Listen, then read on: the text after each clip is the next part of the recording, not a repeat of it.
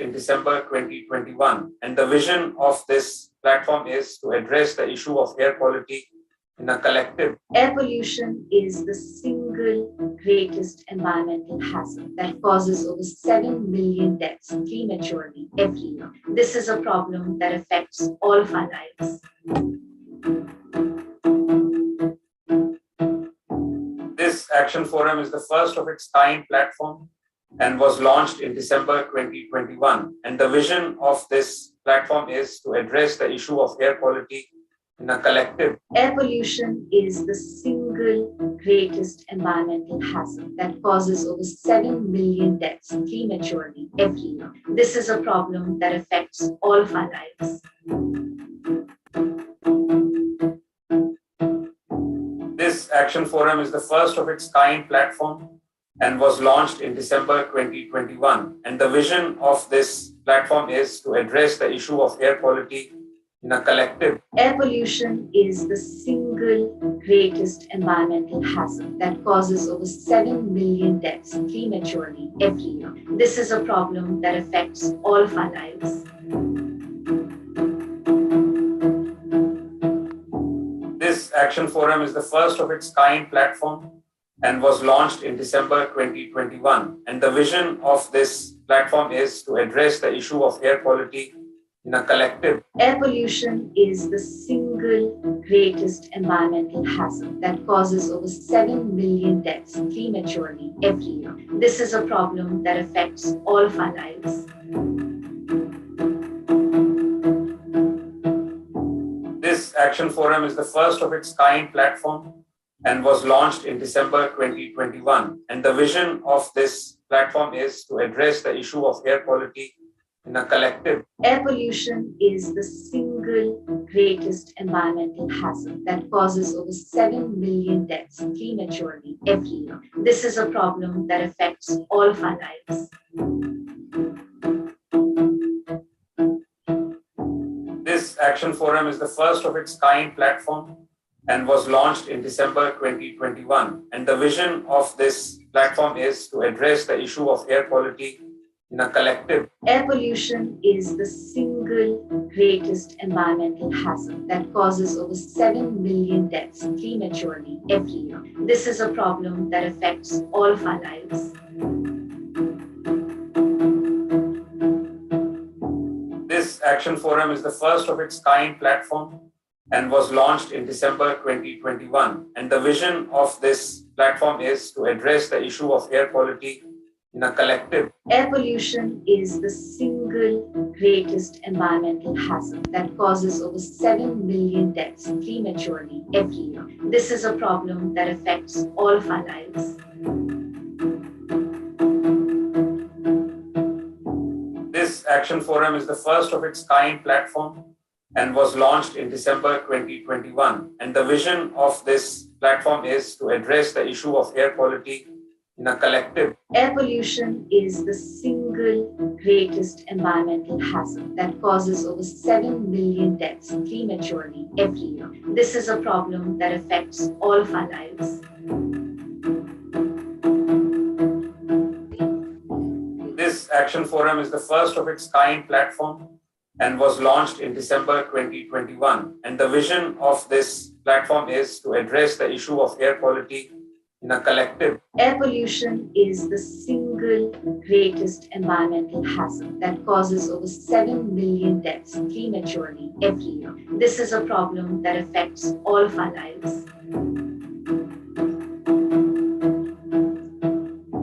This Action Forum is the first of its kind platform and was launched in December 2021. And the vision of this platform is to address the issue of air quality in a collective. Air pollution is the single greatest environmental hazard that causes over 7 million deaths prematurely every year. This is a problem that affects all of our lives. This Action Forum is the first of its kind platform and was launched in December 2021. And the vision of this platform is to address the issue of air quality in a collective. Air pollution is the single single greatest environmental hazard that causes over 7 million deaths prematurely every year. This is a problem that affects all of our lives. This Action Forum is the first of its kind platform and was launched in December 2021. And the vision of this platform is to address the issue of air quality in a collective. Air pollution is the single greatest environmental hazard that causes 7 million deaths. This is a problem that affects all of our lives.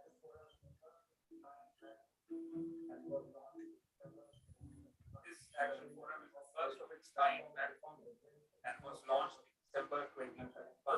And the vision of this platform is to address the issue of air quality in a collective. Air pollution is the single greatest environmental hazard that causes over 7 million deaths prematurely every year. This is a problem that affects all of our lives.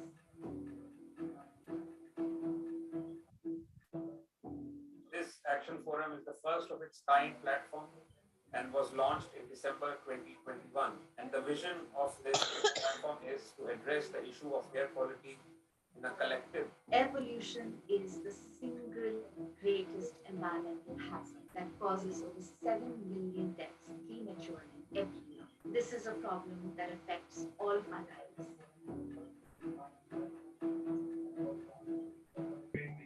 This Action Forum is the first of its kind platform and was launched in December 2021. And the vision of this platform is to address the issue of air quality in a collective. Air pollution is the greatest environmental hazard that causes over 7 million deaths prematurely every year. This is a problem that affects all of our lives.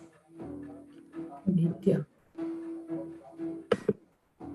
This Action Forum is the first of its kind platform and was launched in December 2021. And the vision of this platform is to address the issue of air quality in a collective. Air pollution is the single greatest environmental hazard that causes over 7 million deaths prematurely every year. This is a problem that affects all of our lives.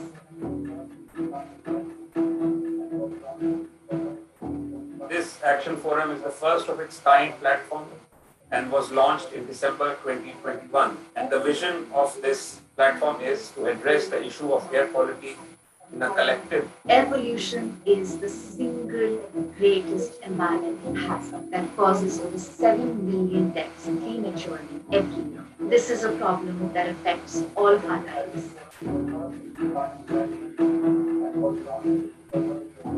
This Action Forum is the first of its kind platform and was launched in December 2021. And the vision of this platform is to address the issue of air quality in a collective. Air pollution is the single greatest environmental hazard that causes over 7 million deaths prematurely every year. This is a problem that affects all of our lives. This Action Forum is the first of its kind platform and was launched in December 2021. And the vision of this platform is to address the issue of air quality in a collective. Air pollution is the single greatest environmental hazard that causes over 7 million deaths prematurely every year. This is a problem that affects all of our lives. This Action Forum is the first of its kind platform and was launched in December 2021. And the vision of this platform is to address the issue of air quality in a collective. Air pollution is the single greatest environmental hazard that causes over 7 million deaths prematurely every year. This is a problem that affects all of our lives.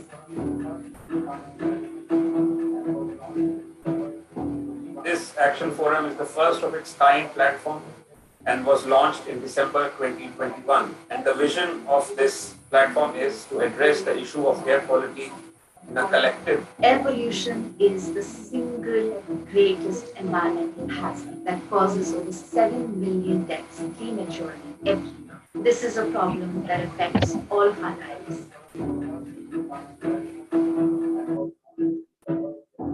This This Action Forum is the first of its kind platform and was launched in December 2021. And the vision of this platform is to address the issue of air quality in a collective. Air pollution is the single greatest environmental hazard that causes over 7 million deaths prematurely every year. This is a problem that affects all of our lives.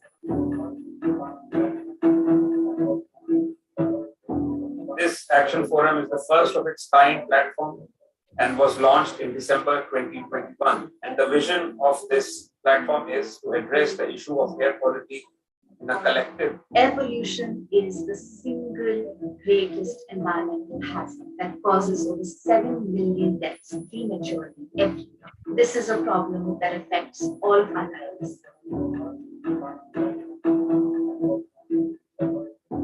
This Action Forum is the first of its kind platform and was launched in December 2021. And the vision of this platform is to address the issue of air quality in a collective. Air pollution is the single greatest environmental hazard that causes over 7 million deaths prematurely every year. This is a problem that affects all of our lives. This Action Forum is the first of its kind platform and was launched in December 2021. And the vision of this platform is to address the issue of air quality in a collective. Air pollution is the single greatest environmental hazard that causes over 7 million deaths prematurely every year. This is a problem that affects all of our lives. This Action Forum is the first of its kind platform and was launched in December 2021. And the vision of this platform is to address the issue of air quality in a collective. Air pollution is the single greatest environmental hazard that causes over 7 million deaths prematurely every year. This is a problem that affects all of our lives. This Action Forum is the first of its kind platform and was launched in December 2021. And the vision of this platform is to address the issue of air quality in a collective. Air pollution is the single greatest environmental hazard that causes over 7 million deaths prematurely every year. This is a problem that affects all of our lives. This Action Forum is the first of its kind platform and was launched in December 2021. And the vision of this platform is to address the issue of air quality in a collective. Air pollution is the single greatest environmental hazard that causes over 7 million deaths prematurely every year. This is a problem that affects all of our lives. This Action Forum is the first of its kind platform and was launched in December 2021. And the vision of this platform is to address the issue of air quality in a collective. Air pollution is the single greatest environmental hazard that causes over 7 million deaths prematurely every year. This is a problem that affects all of our lives.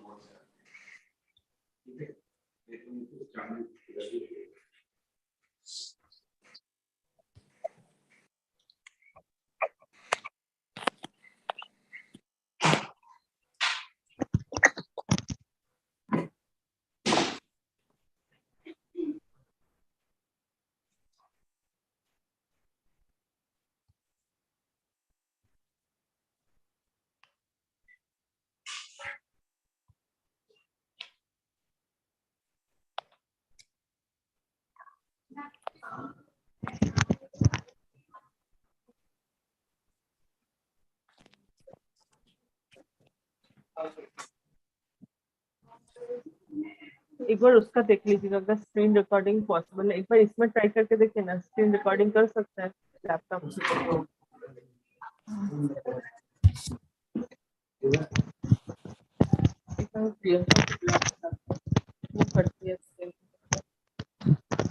Recording करना आता है तो भी workshop में चल रहा है उसका। हाँ? स्क्रीन रिकॉर्डिंग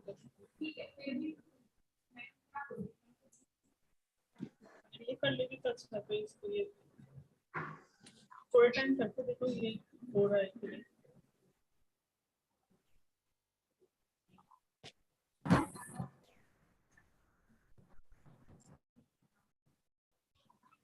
फोटोग्राफ में भी कितना धुआं धुआं लगा है, तो पूछिए।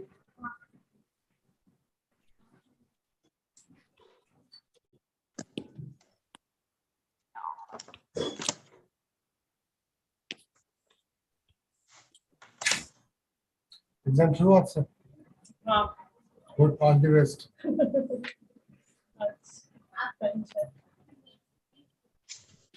क्या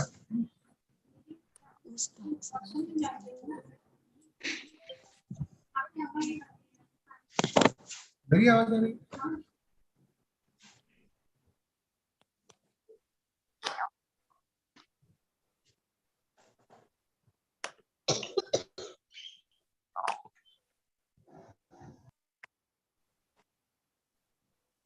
Million deaths prematurely every year. This is a problem that affects all of our lives.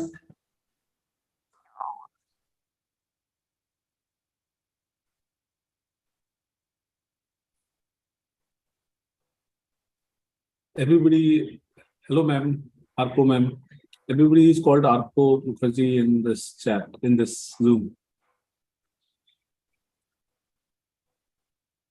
Yes, I think people are trouble logging in. Million deaths prematurely every year. This is a problem that affects all of our lives.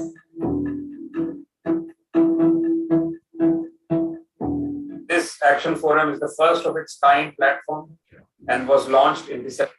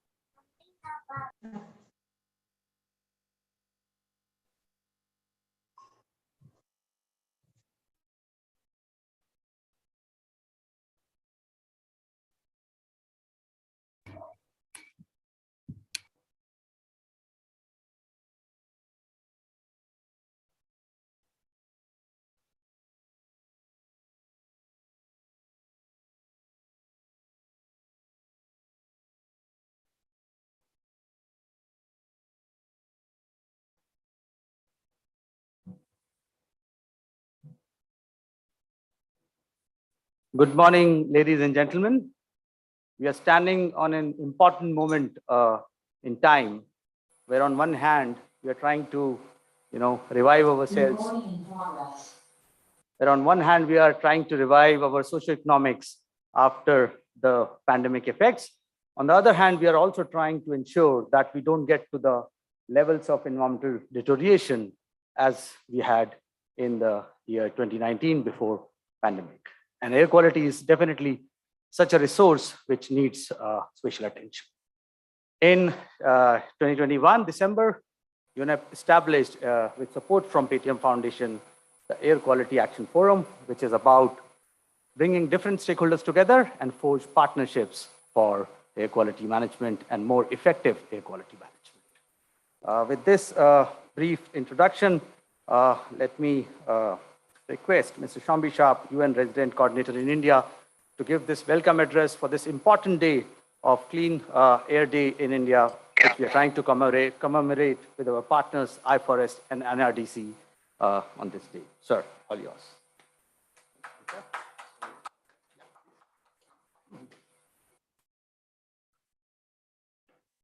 Okay, Dr. Prashant Gargava, Member Secretary, Central Pollution Control Board, Mr. Agostino Kwame, Country Director for India of the World Bank, who I believe is connecting online due to travels, Ms. Deepa Bagai, Country Head, Natural Resource Defense Council, Mr. Vijay Shekhar Sharma, UN Environment's patron for clean air and founder of the CEO PayTM, Mr. Chandra Bhushan, CEO of iForest, Mr. Atul Bagai, and my colleague, head of UN Environment here in India. It's a great honor to join all of you. Namaskar. Mujhe aap sabko milkar bahut acha laga. Looking very much forward to the discussion today. Truly an honor to help open this truly important session, as was just mentioned, of the Air Quality Action Forum on particularly this day, International Day of Clean Air for Blue Skies. I would like to thank the AQAF partners, everybody here, of course, UN Environment Program, Natural Resources Defense Council, and iForest for convening this truly important discussion. And congratulate AQAF on very considerable progress thus far. I think over six consultations have been held with over 80 plus organizations engaged in the space, with over 20 plus state pollution control boards, and the work and the commitment of all of the AQAF partners and allies here today is truly commendable. The urgency of action, of course, cannot be overstated. While we may have been enjoying relatively better AQI days in these recent weeks, sadly, we know that the people of Delhi and people across India will once again quite soon face long months of poisonous air with the winter just around the corner. And the figures globally are tragic. Air pollution causes 1 in 9 of all global deaths. And we know that when people are exposed to air pollution and extreme heat, this deadly combination, the risk of death is almost 20% higher. I think we're all familiar with the University of Chicago's Air Quality Life Index, which estimates that people in India are losing on average 5 years of their lives to air pollution. And here in Delhi, that's a staggering 10 years, double that amount on average. And of course, as is often the case, unfortunately, the burden falls disproportionately on the most vulnerable, those actually who are already facing multiple dimensions of deprivations, from those who cannot afford LPG cooking gas, cooking with polluted fuels, to those farmers and manual laborers who earn their living outside, exposed to the elements without the luxury of air purifiers and air conditioning. And it's not just a health disaster, of course, but it's a disaster for the climate, disaster for business, disaster even for cultural heritage. We see the impacts all across the board. Air pollution is estimated to cost at least 1.4% in lost GDP here in India. That's a truly enormous amount, and is even affecting and eroding national treasures such as Humayun's tomb, to the Taj Mahal, and many others. And the same pollutants are impacting our health are driving climate change as well. So improving air quality is obviously also is a driver of health, but it's also part of the solution of tackling the triple planetary crisis. And as the theme of this year's Day of Clean Air highlights, pollution respects no boundaries, especially air pollution. some 16% of India's air pollution comes from outside the country. If we look at Delhi, the situation here, some 74% of particulate matter is arriving from origins outside of the city limits. So this really underscores the need for cooperation, for collaboration across boundaries, whether that's municipal boundaries, state boundaries, national boundaries. This interregional and intersectoral cooperation is key. That's why today's session is so critically important, bringing together many different stakeholders across sectors. And I think this is the good news. This is the good news, that we have very impressive, considerable renewed efforts put forth by those of you here in the room, leadership by the government of India in terms of combating air pollution through research, partnerships, new technologies, investing in new technologies and mechanisms at all levels. I would commend the government of India for important steps being taken in this direction. The National Clean Air Program, of course, a flagship initiative, in addition to other promising steps, including advances on emission standards, rising LPG penetration, rural electrification, management of agro-residues, and the expansion, big push on electric mobility, all of these coming together. Just 2 months ago, India joined most of the other nations of the world at the UN General Assembly in passing an historic resolution recognizing the universal human right to clean and healthy environment. And I would like to applaud the efforts of the UN Environment Program with support from Paytm Foundation for launching this forum within that overall spirit, linked very much to other major initiatives undertaken by UN Environment Program under the Air Quality Progress Report, or AQPR, and other initiatives, first of its kind among Global South countries, the findings of which, of course, will be incredibly important in helping to drive policy.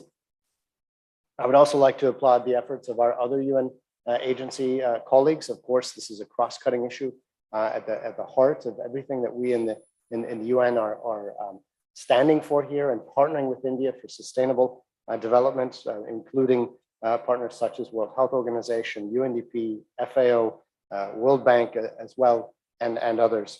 I look very much forward to hearing today about the I4S Jobs for Clean Air, a report supported by the World Bank, which will present a comprehensive mapping of India's AQM sector. And I think we all know how absolutely critical job creation is in order to realize this tremendous demographic dividend that India has for the coming several decades. Other causes for optimism, looking at the big picture, India is accelerating leadership on climate action and renewables. The Panchamrit targets, of course, launched at COP26, ambitious support for green hydrogen, support to international platforms such as the International Solar Alliance, Solar Power Revolution, an incredibly dynamic private sector, innovation sector, startup ecosystem here, truly, truly incredible. The new Lifestyles for the Environment campaign launched by Prime Minister Modi, which is really gearing up to try to achieve is it the Jan Andolan of global citizen commitment to changing our behaviors towards sustainability.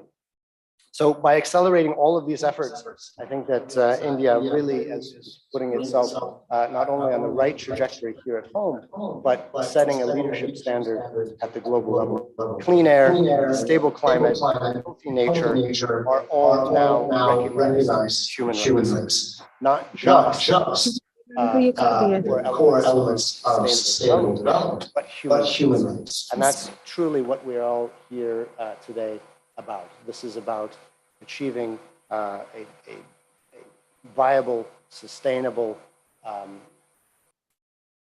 let's say, the type of future that we want our children to grow up in. Thank you very much. Aaj ki charcha achhi rahe. Bahut dhanyawad.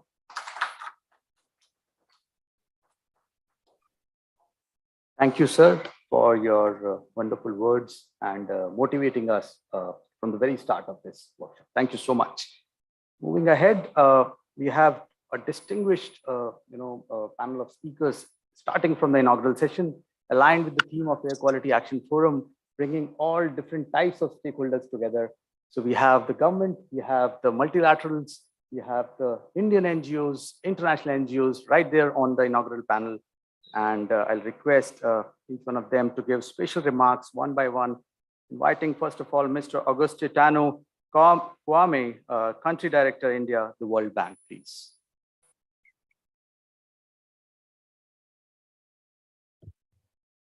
Good morning. Can you hear me? Yes, sir, please. Thank you very much. Namaste.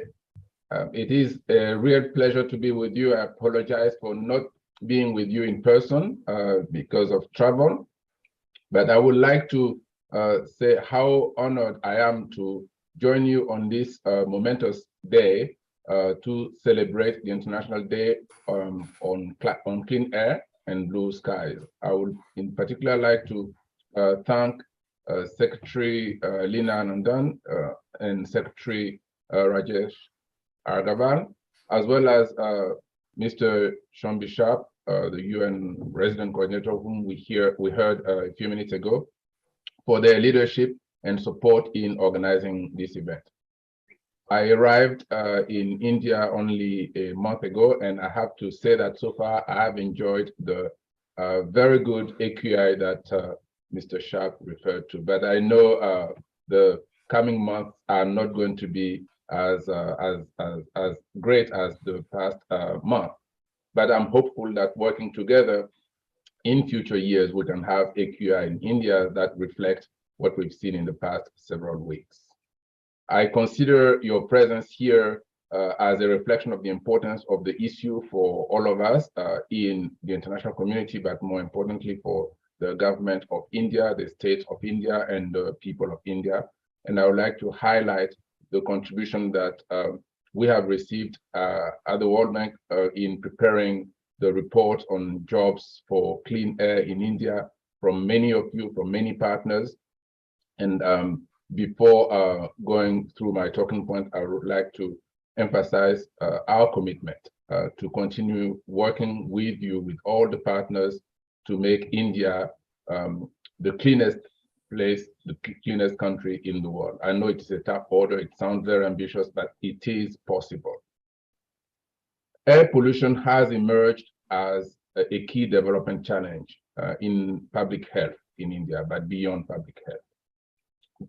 Just to share with you some figures, and I apologize for sounding a bit alarmist, but I wanted to put the discussion in the development context and justify why we at the World Bank see air pollution as an urgent call for anyone who is interested in development and for anyone who has a dream to see India as one of the leading countries in the world. As the Prime Minister said, India wants to be a developed country by 2047, and air pollution has to be part of this agenda.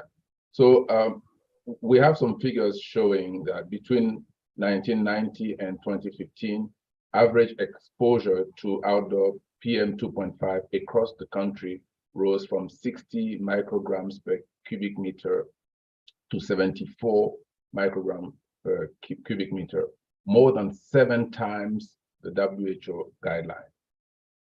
Though the share of people with access to clean fuels and technologies for cooking improved from 16% to 35% since 1990, with population growth, the absolute number of people who are exposed to household air pollution increased from about 730 million to 850 million in 2016.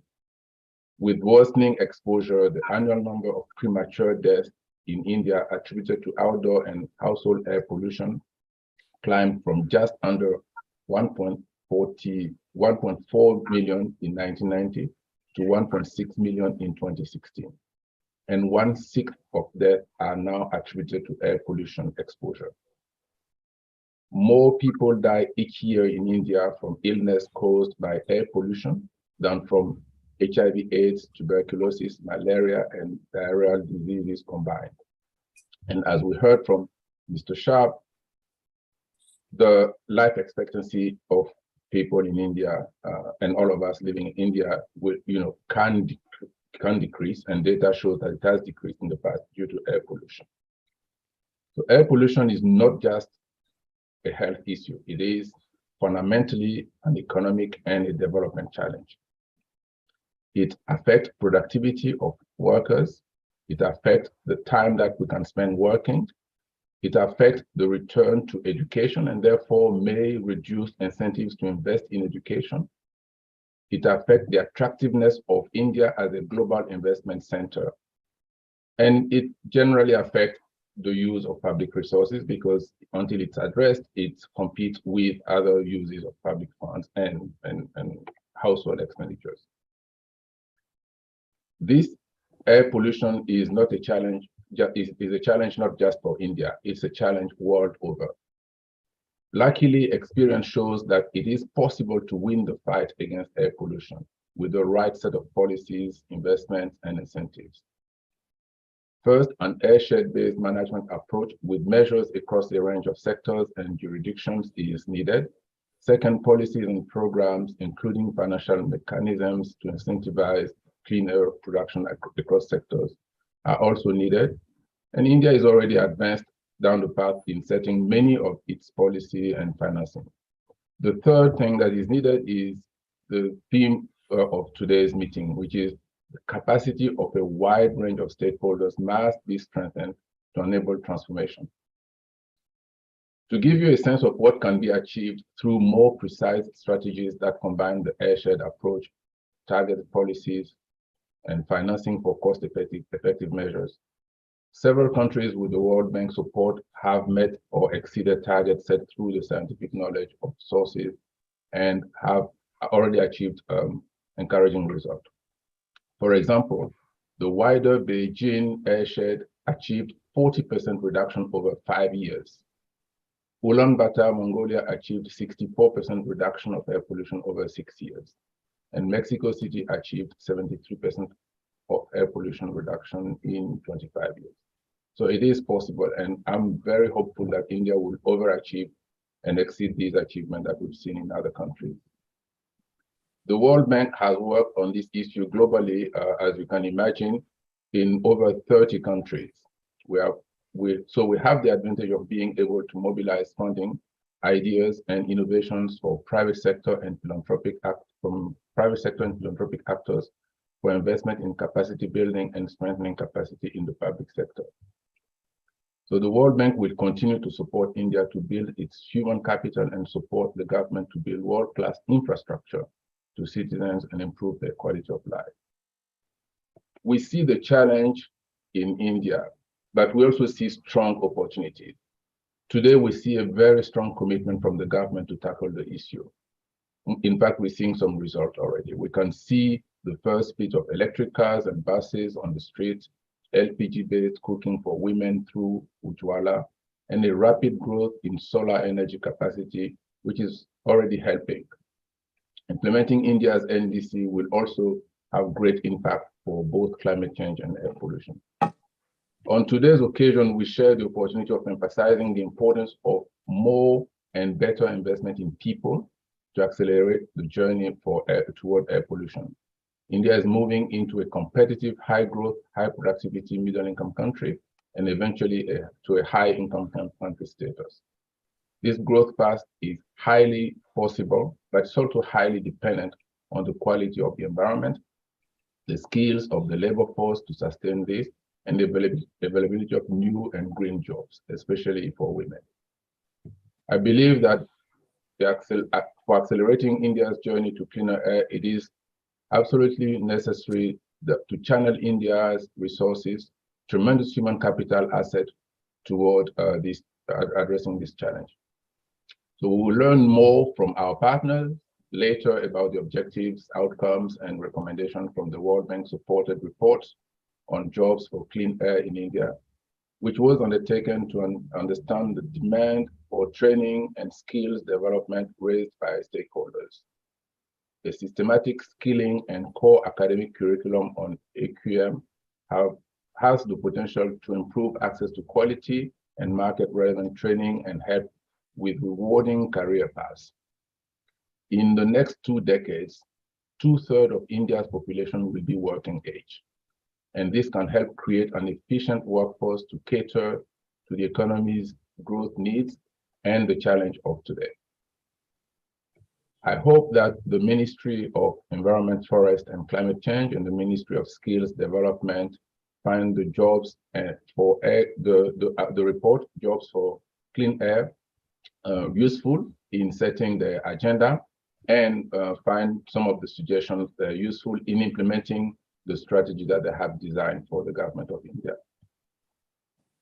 It will also be encouraging to see other development partners join in to help align their programs in support to support the National Capacity Building Program on Air Quality Management. So this is just a piece of the puzzle to meet the emerging demand in the future. And as part of this effort, we must work together to also bridge the gender gaps in such programs and career paths so that we can create opportunities for all and use this transformation as an opportunity to balance and perhaps fix the challenges that India faces in terms of female labor force participation. India's leadership on climate change is very clear, and we saw the strong statement of Honorable Prime Minister Modi at COP26. He announced a very ambitious agenda for India, and India has recently updated its NDCs. With the new NDCs and with the strong commitment to achieve net zero by 2070, and with the Prime Minister's initiative, the LIFE program, which Mr. Shah mentioned, we know that India is a global leader on the climate change agenda. And we also know that air pollution is going to be part of this agenda. So I'm here really very, very hopeful that we have the momentum, we have the strong interest of the government and the strong interest of the international community to move forward with this agenda. So we are only very, very hopeful that the next few years will be very, very productive.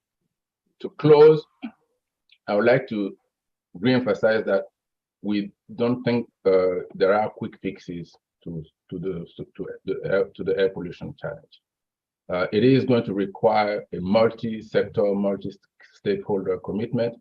I like thinking of air pollution or the air as something that you can't stop from moving around. It affects everyone, it affects every sector, and indeed it comes from every human activity. It's caused by almost every human activity. So the solution has to be as multi-sectoral, multi-stakeholder as the sources of the problems and the impact of for air quality. So as the world evolves in this unprecedented manner of making climate change as the center of the development agenda, air pollution is going to be at the center of the same. So I would like to take this opportunity to reaffirm our commitment as the World Bank to support India's vision and to work with you, with all of you, to achieve the goal that we have, that India has set up for itself for future generations. With that, let me thank you all, and let me thank all the partners. And again, I look forward to meeting many of you in person. I have met with a few of you already in person, but I look forward to working with you during my tenure as country director for India over the next 4 years. Thank you very much. Thank you so much, Mr. Kwame. I mean, your special emphasis on actions involving multiple stakeholders and multiple sectors is definitely which I have registered in my mind. And we look forward to the report which iForest is going to bring out when it will be released in this session, but we'll have a detailed presentation on the report in the subsequent session. Moving on, may I request Ms. Deepa Bagai, Country Head, India Natural Resources Defense Council, to give her special remarks. Madam. Good morning. Can I be heard? Yes, yes, madam. Thank you, everyone. I am absolutely delighted to be a part of this plenary for the 3rd International Day for Clean Air and Blue Skies. First of all, apologies for not being there in person, but I am absolutely there in spirit. as I look at the beautiful blue sky background that you have behind you, I have to say that is the ambition that we have created for ourselves. And with that ambition, I would like to greet from NRDC India, Dr. Prashant Gargava from the Central Pollution Control Board, Mr. Shombi Sharp, the resident coordinator of the United Nations in India, Mr. Auguste Kouame from the World Bank, Chandrabhushan ji from iForest, Vijay Sharma ji from Paytm, and last but not least, Mr. Atul Bagai from the United Nations Environment Program. Of course, my greetings to all the eminent panelists and all the participants who are there today for taking part in this very, very important session. NRDC has a long history of working to improve air quality internationally. And as we set up our full-fledged India country office, I would like to thank all our partners in India with whom NRDC has been working since 2010, and many of whom are here today. The importance of air pollution in our work has been emphasized by both Shombi as well as Augusto from the World Bank. And it is really just adding to the statistics, which was so tellingly pointed out by the earlier two speakers.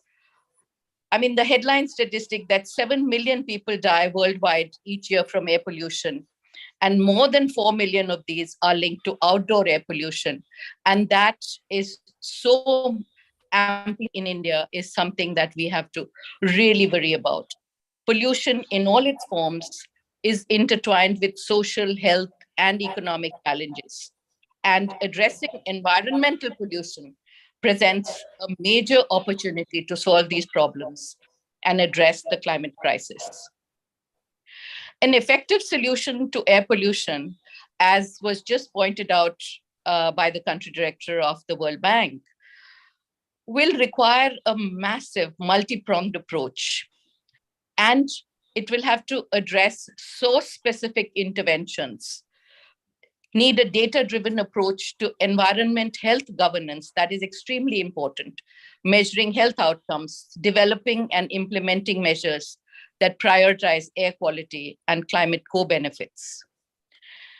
The importance of working together cannot be underemphasized, and we have to augment the regulatory and governance capacities to develop and implement effective intervention under the National Clean Air Program towards advancing clean air targets.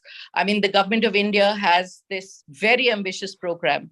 The implementation of that program is something that we together have to make sure that is done so that we can see the results that cities like Beijing and Ulaanbaatar, which you already mentioned, have already seen.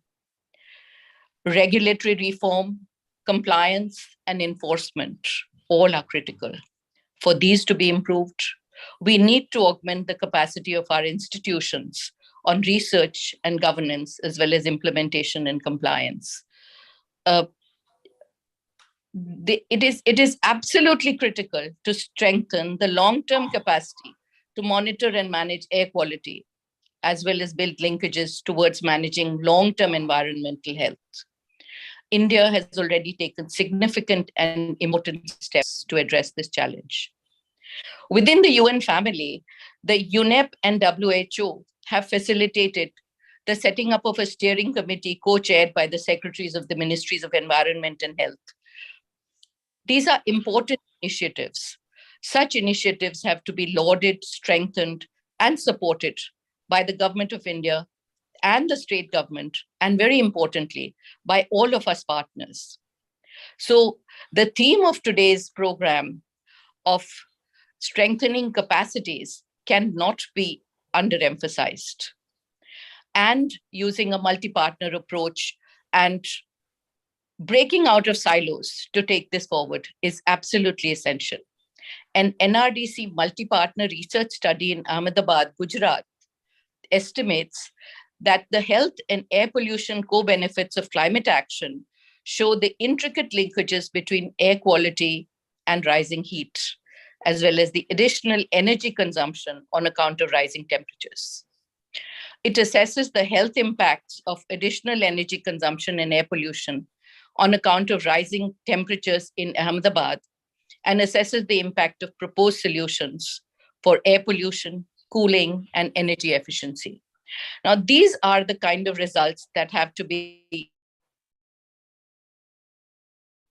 We need to strengthen the existing institutions that govern air quality, as well as support developing specialized units and capacities within implementation agencies at the ground level, such as urban local bodies.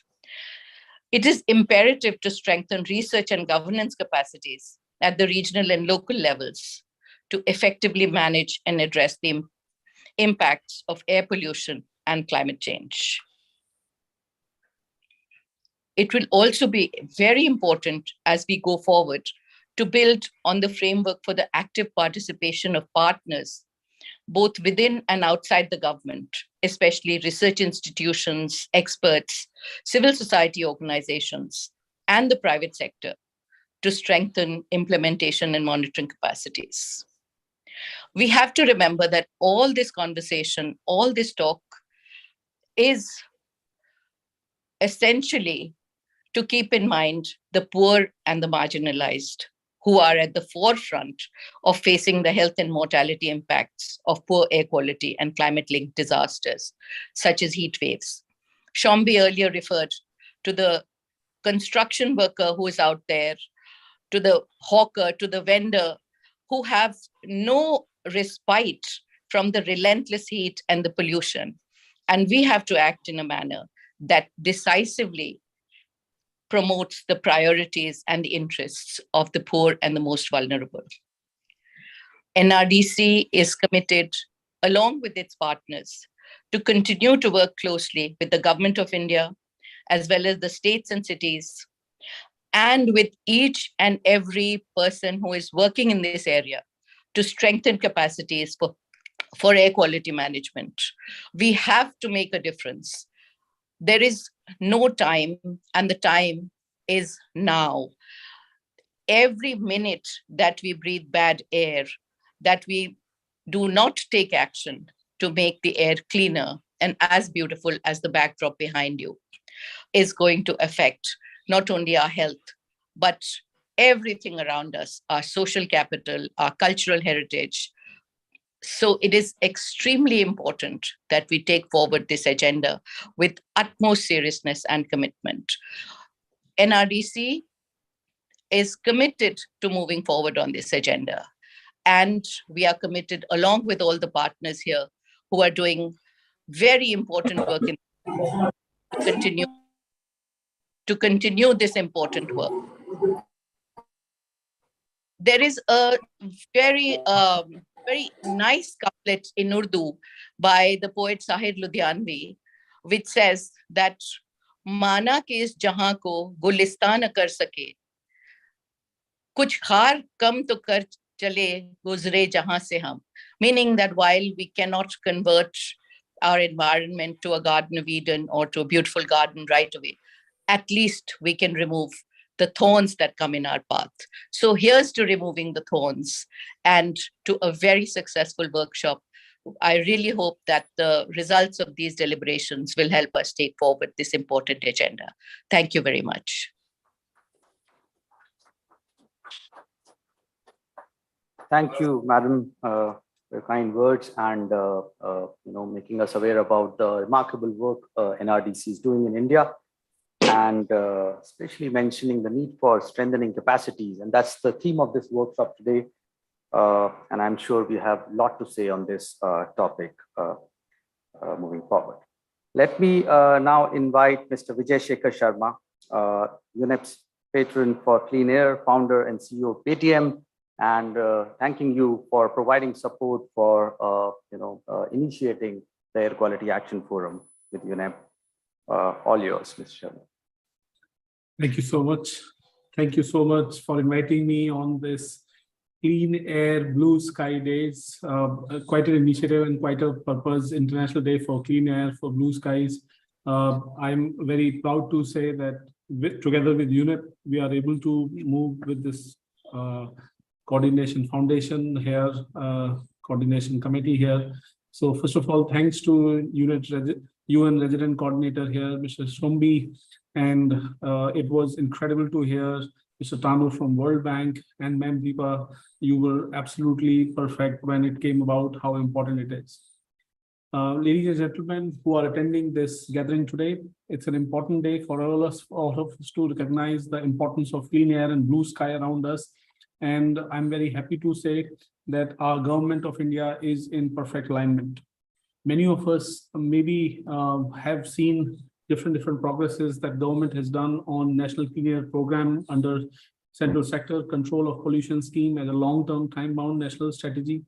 And many of us have seen the advantage and benefits of that around us, especially me who comes from Delhi NCR and many of other large cities. There is a 20 to 30% reduction target in PM10 and PM2.5 by 2024, keeping 2027 as a base year when this initiative was announced. And the results are already showing up. The air quality monitors that are moving from good to satisfactory to moderate, and they are increasing from poor to very poor, severe, very poor, poor to good to satisfactory stages as the data is provided by government at various forums. It's important for us to understand that India is a developing economy, and it's an air which is actually borderless.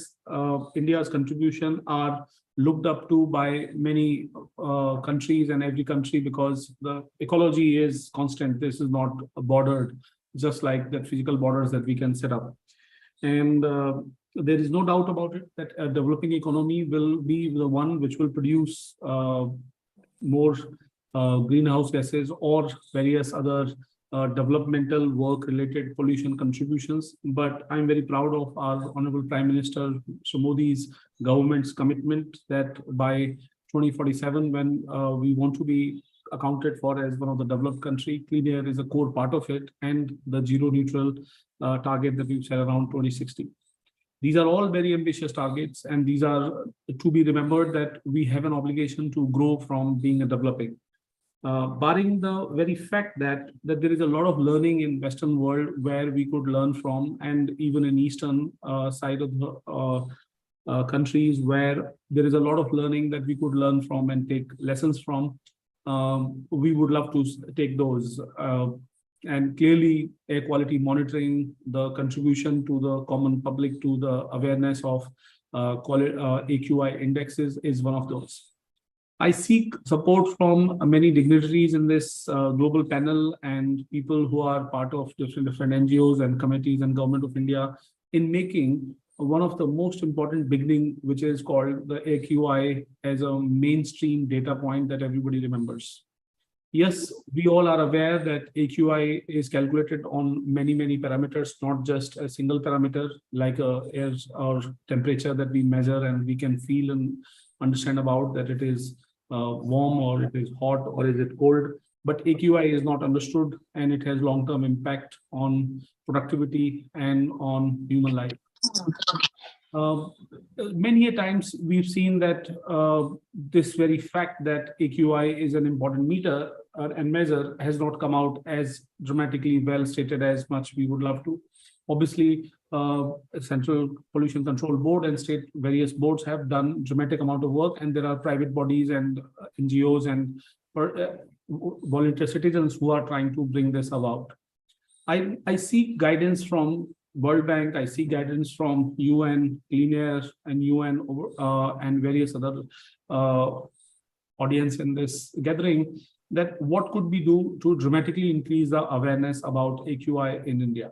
Obviously, it is one of those parameters that is understood as a post facto.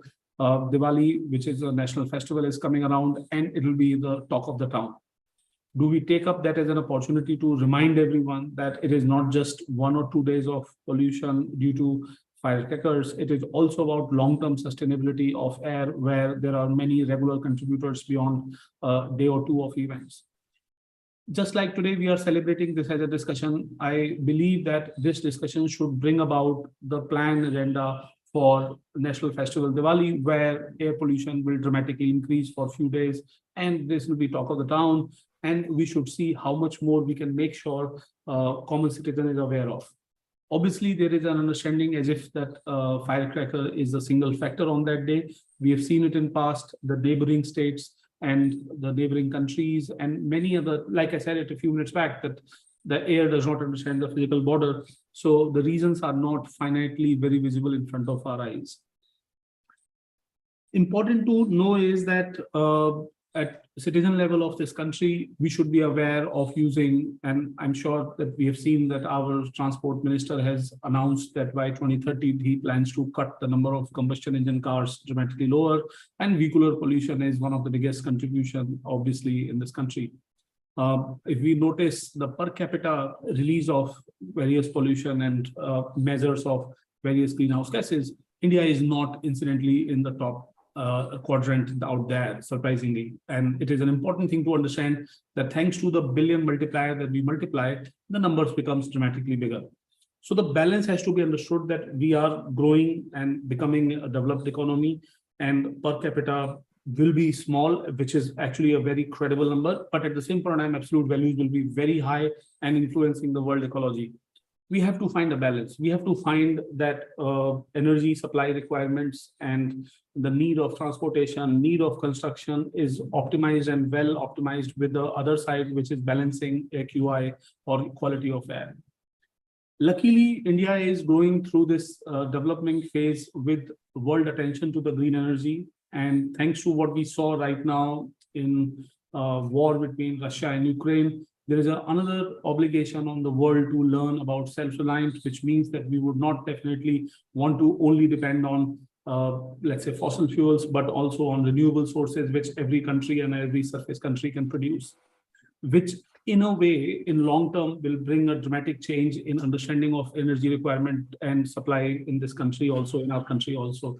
And I'm very happy to say that our government looks at it as an opportunity instead of as a challenge. I remind once again to all of us that it is an opportunity, today is an opportunity to set an agenda for this year and years after, for making more and more people from government to the citizen aware about the need of air quality, quality air, and need of how we can strengthen the capacities related to this AQI management. Important thing once again is that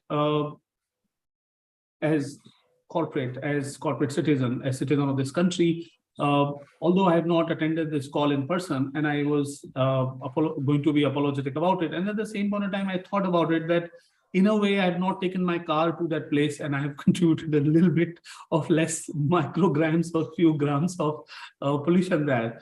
I mean, as a country, it's very interesting to say on a billion scale, everything matters to a very definitive and sizable space. So from being apologetic that I'm not attending in person to that maybe I'm contributing towards cleaner air, I feel less guilty or less sad about that I'm not seeing you in person. But like ma'am said, and like we all are seeing each of you together, that there is every one of us together in this case. With attention to, again, the requirement of our learnings from the West or our learning from the Eastern developed economies is that we get to know how to balance our requirements of the polluting contributor to the society's growth. Energy being on the top as an attention thanks to the Russia-Ukraine war, transportation and construction being the next. We have to understand that India is in the borders of the AQI, which is just led, and especially north of India.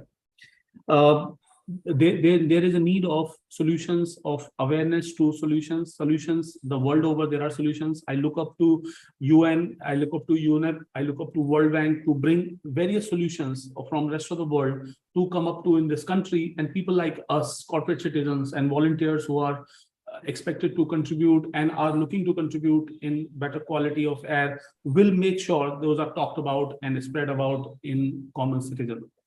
As we've seen the last few years, we've talked about the measurement, and the measurement has become mainstream. Government has extended its support on different locations and occasions, and there is an action plan. And I'm sure some of you know, Government of India has also launched an app called Sameer, which means the good air, actually, which allows citizens to use it. Now, we all have an obligation to promote this. Once again, I'm saying it, that it is an obligation for all of us to promote clean air. It is an obligation for all of us to bring the world's knowledge. It is an obligation for us to make clean air as agenda of the topic.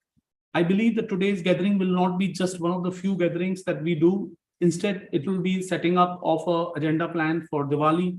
It will be setting up an agenda plan for our government and stakeholders who will be able to learn from other lessons in the rest of the world. Important, once again, India, like I heard and I believe in, that it is an opportunity for India to come out as a global leader in clean air, as a global leader in environment and ecology, sustainability, not just when you are developed, but also when you are developing. And with this, I would want all of us to know that common citizen of this country who has a tremendous responsibility of developing, restricting the pollution or polluting measures to a stage where we live in beautiful cities and beautiful towns. It's a quite a balancing act, I mean, remember that the job creation, remember that the development agenda needs to be well taken care of while we are obligatory to take care of sustainability. Obviously, one side is stretched over other, extreme balance, unbalanced is bad. And there is a clarity that I believe that our government also understands it and the rest of the world also understands it. In India, next few days will be important for us to see how this year's performance became, awareness became, and with all of us in this room and all of us who are joining us together, will take up it as an opportunity to expand the attention and aware. With this short-term gain, a short-term target and long-term expectation that we bring about the change and learnings from the rest of the world, I thank everyone to give me an opportunity to speak up here, and I look forward to contributing personally and from our contribution from our company. Thank you so much.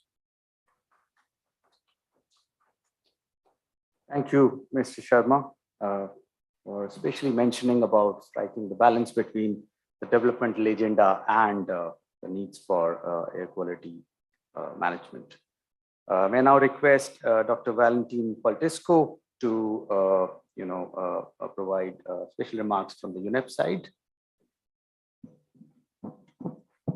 So first of all, thank you for joining us today on this special occasion of the International Day of Clean Air for Blue Skies. It's a pleasure to come with a positive note today. And this will come a little bit later.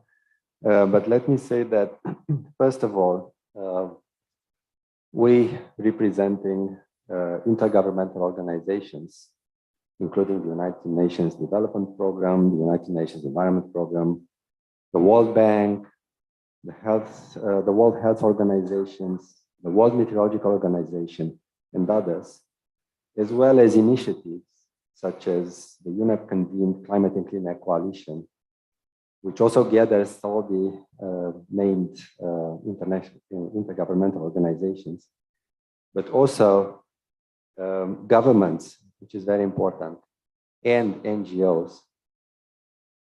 We all have to work collectively. And in India, working in partnership, this is essential to solve the air pollution problem that we have at the moment. We work supporting the Indian government in this effort to tackle this serious air pollution problem. But on the positive note, I would like to say that UNEP, in partnership with the Central Pollution Control Board and the Climate and Clean Air Coalition, the Energy Resource Institute, and the Center of Excellence for Research for Clean Air, have also been undertaking an India-wide assessment of air quality in the context of sustainable development. The report, which is funded by the Clean Air Fund, is currently being finalized.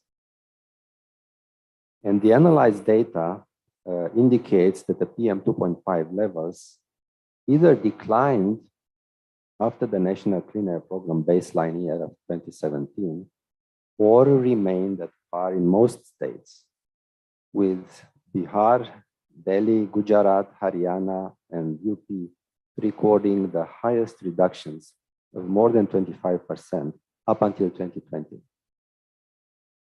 This is despite the rise in population and energy use in recent years. So what we have been able to determine through analyzing the data is a disconnect between the growth of the economy, the growth of population, and the air pollution problem. Most likely due to the various controls that the government at the different levels is taking in India. It is also relevant to note that the lower levels of 2020 can partly be attributed to the reduced economic activities in 2020 on account of the pandemic measures. So before releasing the report, we will also include 2021 data that are now being quality assured by our partner in the report making, the Central Pollution Control Board. Furthermore, I would like to say that the monitoring of PM 2.5 using satellites reveals that air pollution can corroborate the data that we have seen from ground-based monitoring stations. And also are those levels that we are seeing from satellite data are at par in the cities where the ground monitors are located, but also in the countryside. Particularly in the Indo-Gangetic plains, this is the case, and also in other big states. So this will definitely call, and we can discuss this today and on the other occasions, this will definitely call for a regional approach to air quality management in Northern India in particular. I think it has already been mentioned today that in a way, air pollution and climate change are two sides of the same coin. And indeed, in addition to looking into regulated air pollutants, we also have climate pollutants such as black carbon and methane that also raise air pollution and are also a concern in relation to the impacts on climate. We have all experienced how India is vulnerable to climate disasters. And as part of the Air Quality Action Forum, we will also discuss and propose integrated air pollution and climate change strategies, policies, and action plans. Very much looking forward to the discussion today. And thank you very much for being here today to celebrate. We will take all the constructive proposals forward with our respective organizations and work together to implement them under the forum umbrella. We are so much looking forward to that. Thank you. Thank you, Valentin.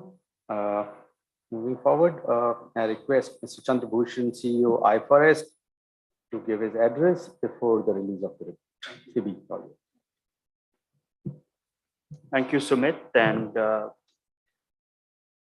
first of all, I would like to welcome everyone on the dais, Mr. Gargava, Mr. Sharp, Mr. Kwame, Deepaji with her Urdu couplet, brilliant, Mr. Sharma, and of course, Mr. Atul Bagai.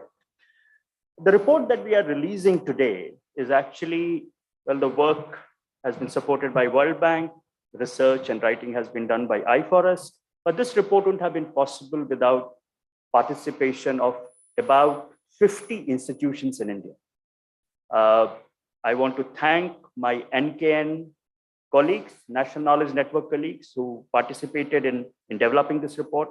I have colleagues from Skill Council of Green Job who contributed in this report.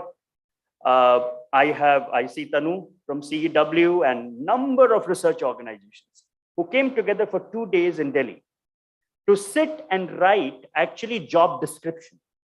And I'll tell you why they were writing job description. Simply because if you want to build capacity of any sector, then you must understand what that sector is. Unfortunately, we do not know what environment sector is. Why I am saying this is, if you look at National Industrial Classification, NIC 2008, it doesn't have a sector called as environment. environment is not considered as an economic sector. And think about it, all of us work in environment here. We do contribute to economy, right? But there is no classification within the national industrial classification, which includes us. No one knows what air quality sector is. So this report, I'm so happy to inform you, is for the first time has mapped an environmental sector in India, which is air quality sector. Now, if my presentation can be put on output, yeah. I'm just going to take 5 minutes to give you a glimpse of the report, what this report is about. Yes. Yeah, it's not Diya Mirza here, right? So, sorry, it's not connected. Yeah. Can you please?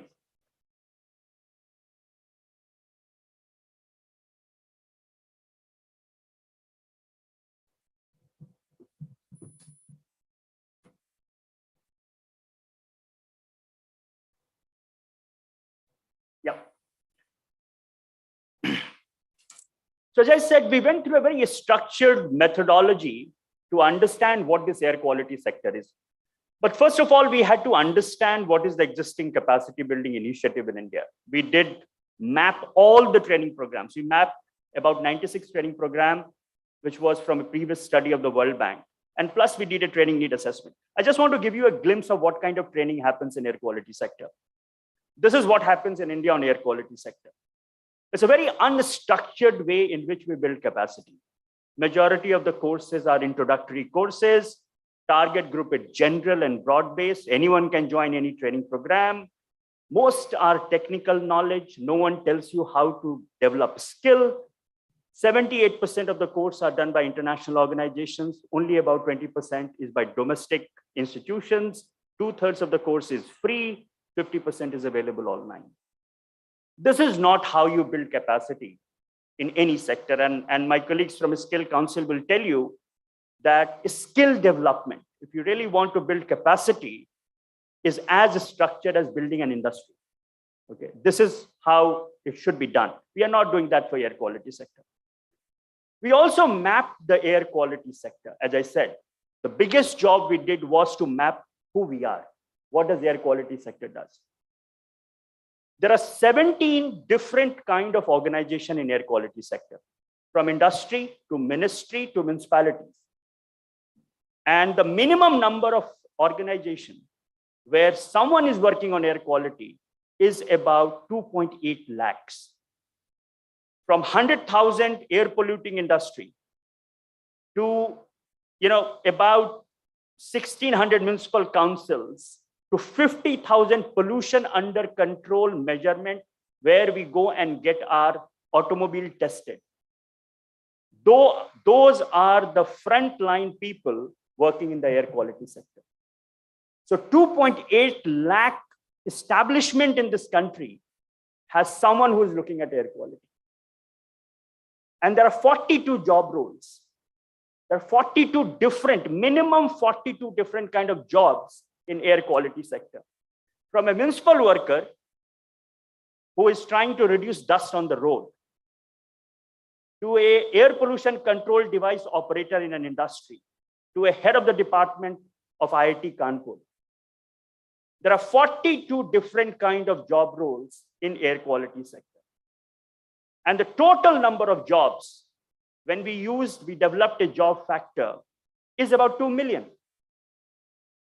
There is requirement of at least 2 million people if we want to meet a semblance of capacity to deal with air quality. 2 million jobs. We could not estimate how many jobs are there, but this is what the number is required. We need workers in municipal level, to workers in industry, to scientists in lab, to take care of air quality sector. This is a big sector, as I started by saying, but this is an invisible sector in the economy.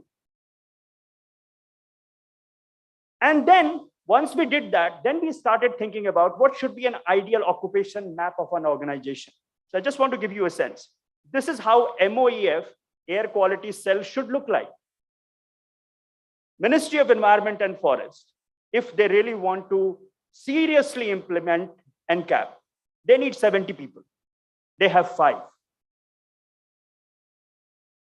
This is what an ideal occupation map of Ministry of Environment and Forest should look like. And we have done that for CPCB as well. Okay. Basically, if you look at currently, Central Pollution Control Board and a State Pollution Control Board require about 6,000 people.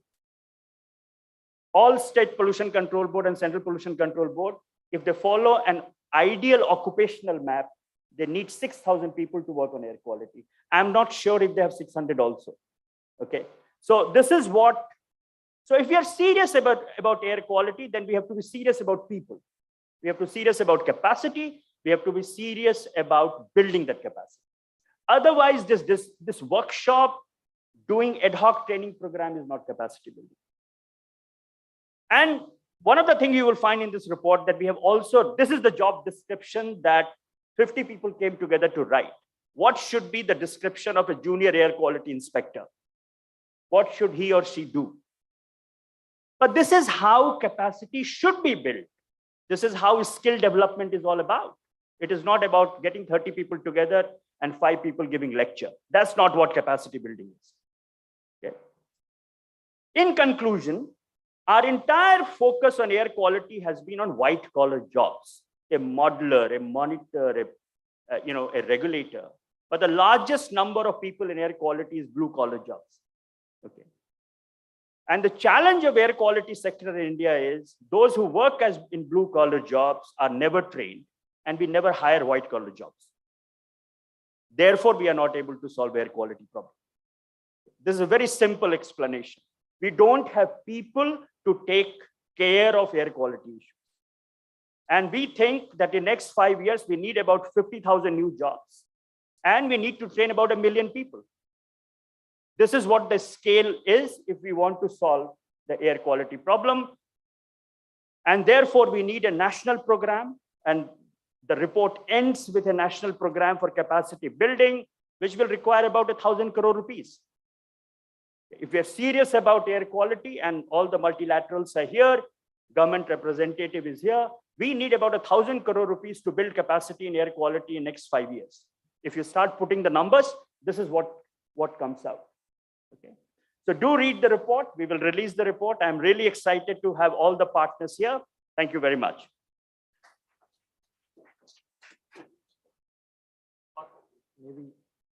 Maybe have the release of the report now? Yes. Yeah. So. We'll release the report together. Guaranteed one. Please.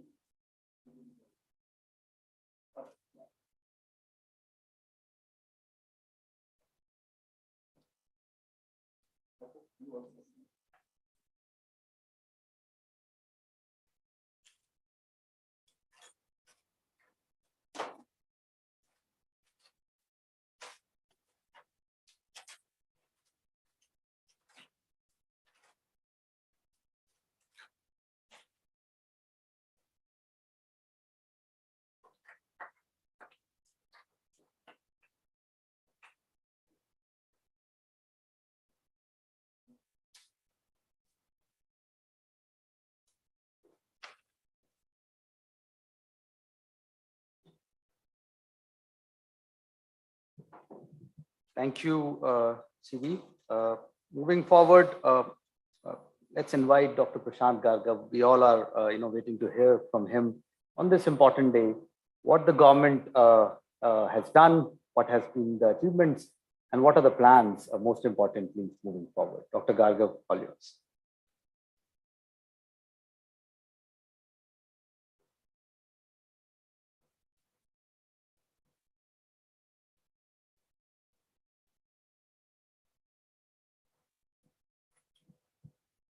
Thank you, Dr. Sumit. Mr. Shombi Shah, Mr. Kombe, Country Director, the World Bank, Mr. Deepa Bagai, Country Head, India NRDC, Mr. Vijay Shekhar Sharma,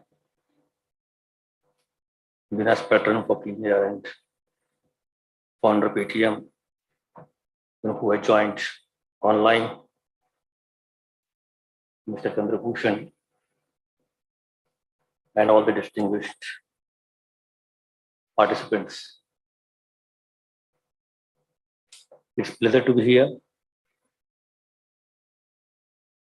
And I'm also happy to see you all here, those who are present in the hall and those who have joined virtually. That sort of gives an assurance that we all are committed to the agenda for providing clean air to our fellow citizens. So my compliments to the Air Quality Action Forum for having organized this and giving me this opportunity to be here amongst you. We all understand the complexities of air pollution. At the same time, we also have realized over the years that the solutions are not too difficult. All that are needed to be done is to try and understand various elements, be it policy interventions, be it governance issues, be it technology, innovations, action planning.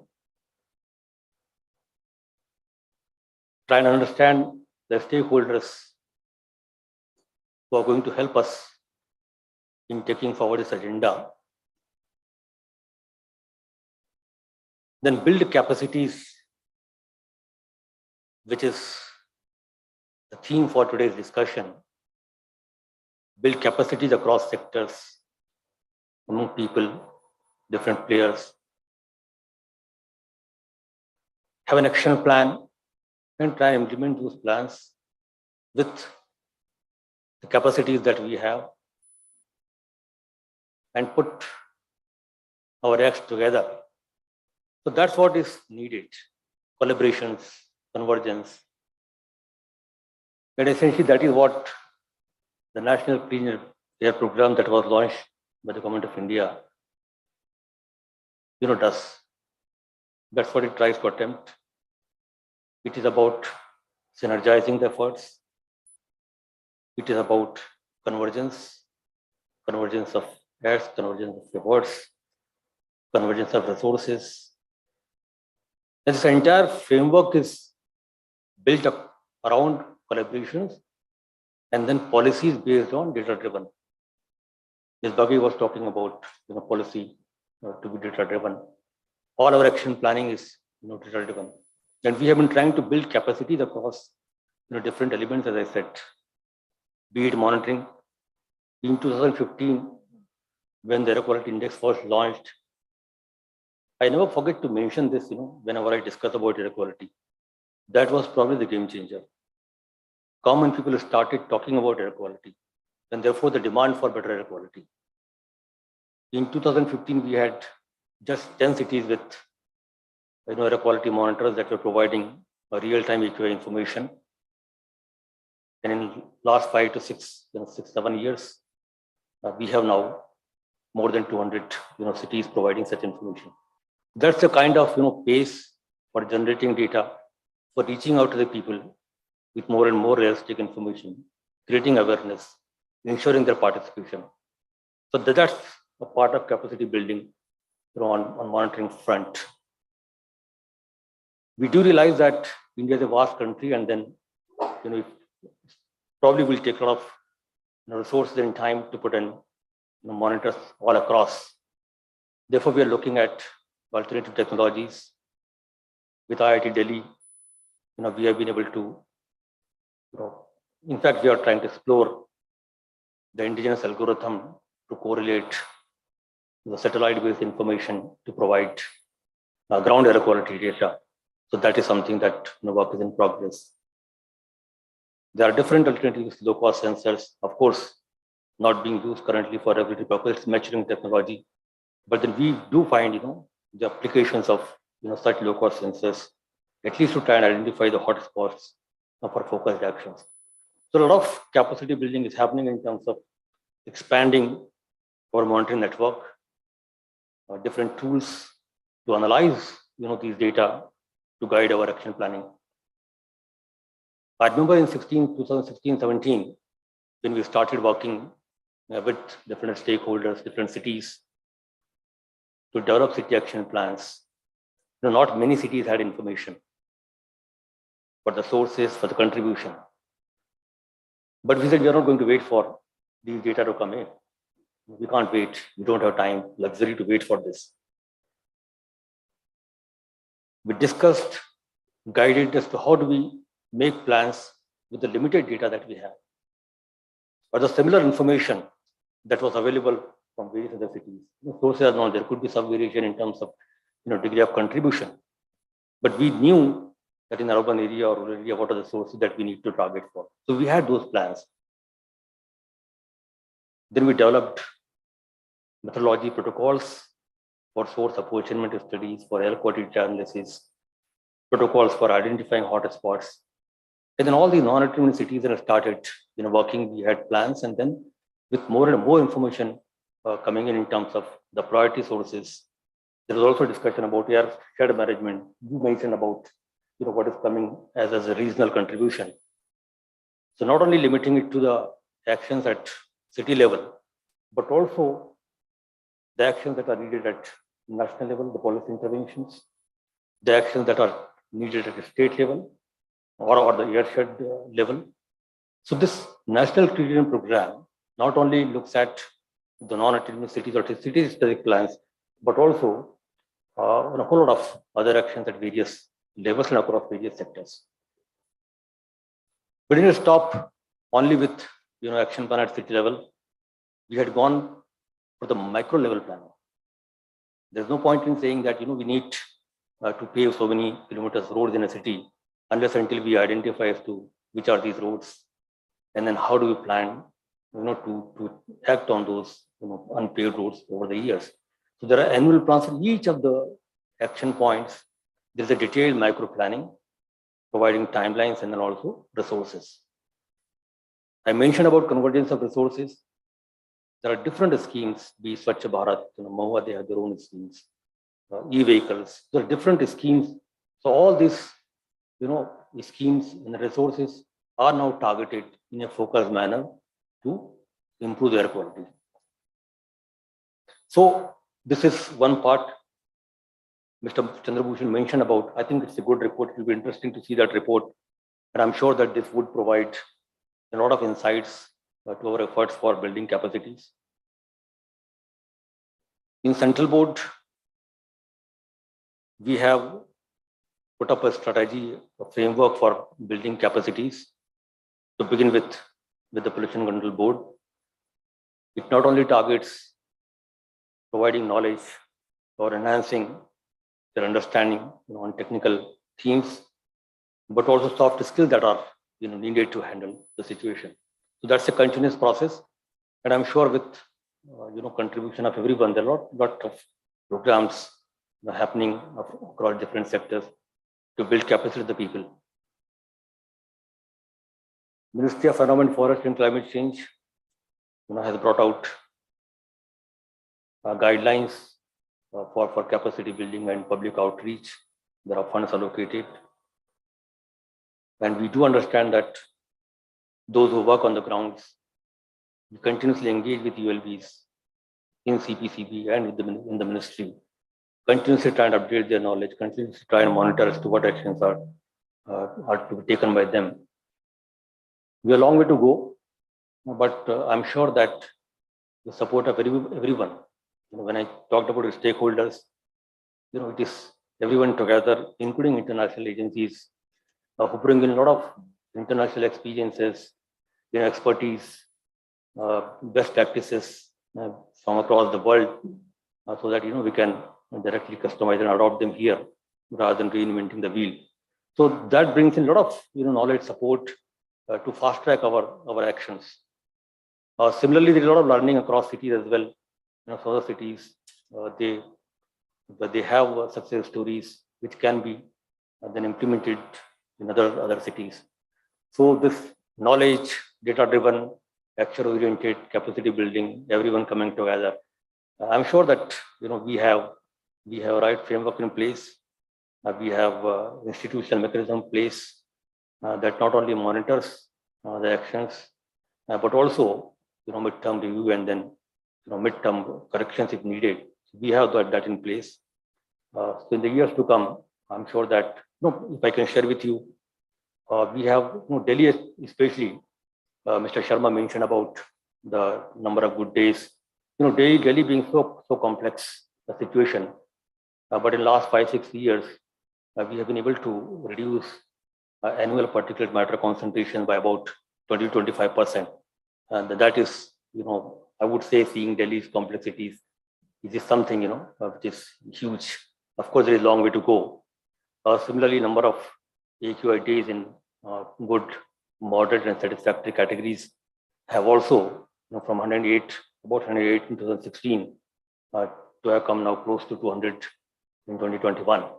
So that gives us confidence that if we have a right framework in place, if we have done our action planning properly, if we put together our efforts, try and bring in all the essential elements, starting with capacities to technical knowledge, to bringing in different partners to act, implement, and then also monitor those actions, we will in the years to come have a better quality. So once again, my greetings to all of you for this 7th September International Clean Air Day for Blue Skies. And I'm sure that in the years to come, when we celebrate this day, we'll have more number of clean days with blue skies. So thank you very much for giving this opportunity. All the very best. Thank you. Thank you, Dr. Gargav, for your words of wisdom and giving us the hope that we'll have more, higher number of days with blue skies. Thank you. I'll just request, our guiding force, Mr. Atul Bagai, head UNEP India office, to give a broader perspective from the UNEP side and also provide a formal vote of thanks for this inaugural session. Sir, all yours.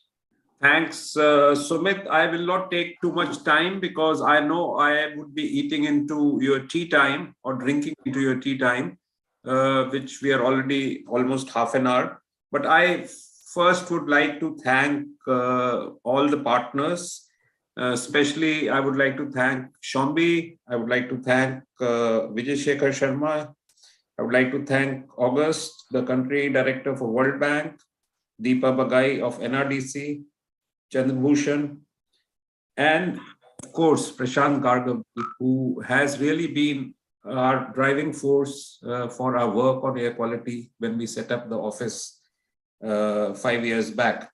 I would also like to thank, and I see my old friend from Montreal Protocol, Karen, in the audience. And I also see Raghavendra Rao, who retired recently as Secretary Chemicals and is now the chairman of the Haryana Pollution Control Board. I'll just highlight two things before I conclude. One, the title for this year's International Air Day is the Air We Share, which basically focuses on collective action. And as most of the speakers said, we all know the solutions. What we need to do is to come together. And I would like to particularly thank here the vision of Vijay Shekhar Sharma ji for providing financial support and also technical support for setting up this quality forum, which has really, in the short time of 5 or 6 months, brought together at least 80 partners. And Shobi gave a very good description in his opening statement about what has been achieved. And I am hoping that with government support, we can take this forum from strength to strength. The second aspect I wanted to highlight is that with Prashantji's help and with CPCB support, we are developing a air quality report, an annual report, which we are hoping that we can do it on a long-term basis also as an annual air quality report. Mostly we see most of the air quality reports or other health-related reports are being brought together by institutions from various countries working on India. And we were thinking we should work out an indigenous report, basically from support from the government and also support from Indian institutions to see the actual situation on the ground. And I must say the preliminary findings are very, very positive, and we would be launching that report shortly with the support of CPCB. I want to thank everyone. We all need to understand that this is not an individual battle, that the government can do it or civil society can do it or industry can do it. We will need to bring together each and every one to be able to address this important issue. And as Chandrabhushan in his report was talking about 1,000 crores for capacity building, we would need much, much, much more if you're looking at how Ulaanbaatar or Beijing sorted their problems out. We are hoping that through these kind of events and through these kind of collective action, we would be able to move forward to address this issue. And also that photograph which I see as a backdrop is the dream which we are aiming at. I am right now in Bonn for some personal work, but when I go out for a walk and I see the clear skies here, I often wonder when will we be able to see those clear skies in India. And I think we have a target and we should be working towards it. Thanks a lot for this, and I'm looking forward to very fruitful discussions during the day. Thank you. Thank you everyone for your patience, and we had a longish inaugural session, but I thank all the speakers for this, and we are breaking for 10 minutes. I'll request everyone to come back with tea in their hands in the room, and we'll be starting with the next session on strengthening implementation capacities on air quality. Thank you so much.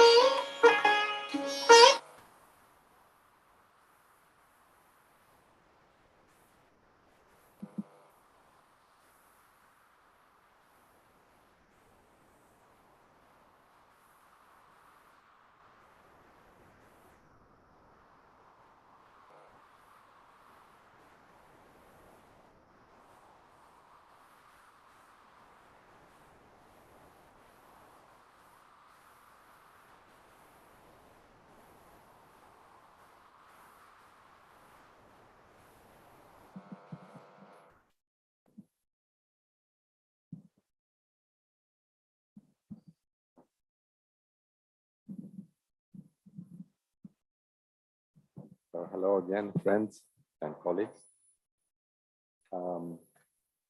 We have our first session of today, and we have an esteemed panel here. The first topic for discussion today is about strengthening implementation capacities on air quality, and we have already heard during the plenary how important this is and how we can advance on the work on air quality. If not, we can push the work on air quality management through skill development and through implementing more capacities on air quality management. My colleague Sumit Sharma, would you like to introduce our panel, or is it just enough to? Okay, so we have with us today Mr. Mukherjee, a senior program associate from AQAF. We have Mr. Rao, chairman, Haryana State Pollution Control Board. Welcome, Mr. or Dr. Saxena. Nice to have you here. CEO, Skill Council on Green Jobs. Online, we have Dr. Ajay Nagpur, Program Director, WRI. And we also have Ms. Tanushree Ganguly, Program Lead, CEW. Welcome. We have prepared a set of questions for you to guide our conversation, and we think this will be a very interesting conversation, and we will strongly invite the whole audience here, all of you, to reflect whether you would like to participate in this conversation, and you are most welcome to do so. So, first of all, we know the magnitude of the problem. Yes, please. Yes. Okay, absolutely. If you have some short presentations, you can. Yeah. Okay.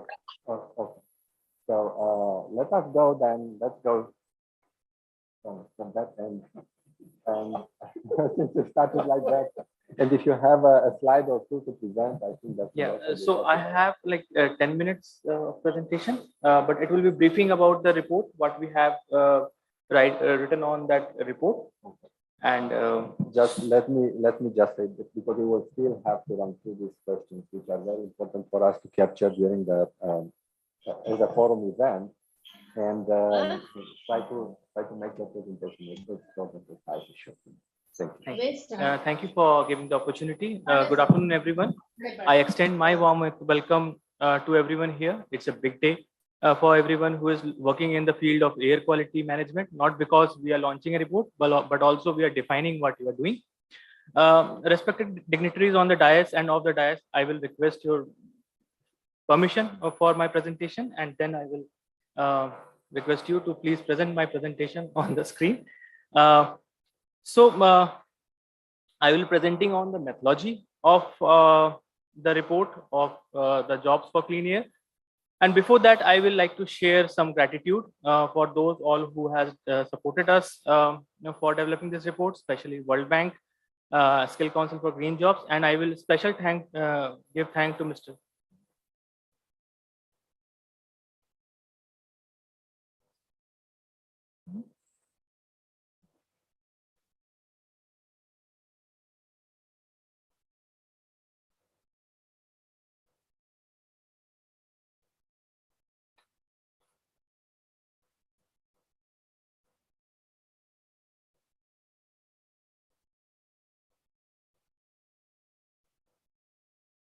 And I would like to extend my gratitude to Mr. Chandra Bhushan for constantly supporting us in developing the research methodology and refining the result of the report. Thank you, sir. So we talk about methodology. We have adopted a 7-stage methodology where we start from the as-is situation analysis, which was defined by, shared by Mr. Chandra Bhushan. in his earlier slides. So we have rigorously gone through the 96 different portals where different courses of air pollution has been registered, and we find out that all these courses are either technical or very specific to the topic, which are not relevant for new employees or going for the person who is going to get employed in the sector. But these are for those people who are managers or researchers only.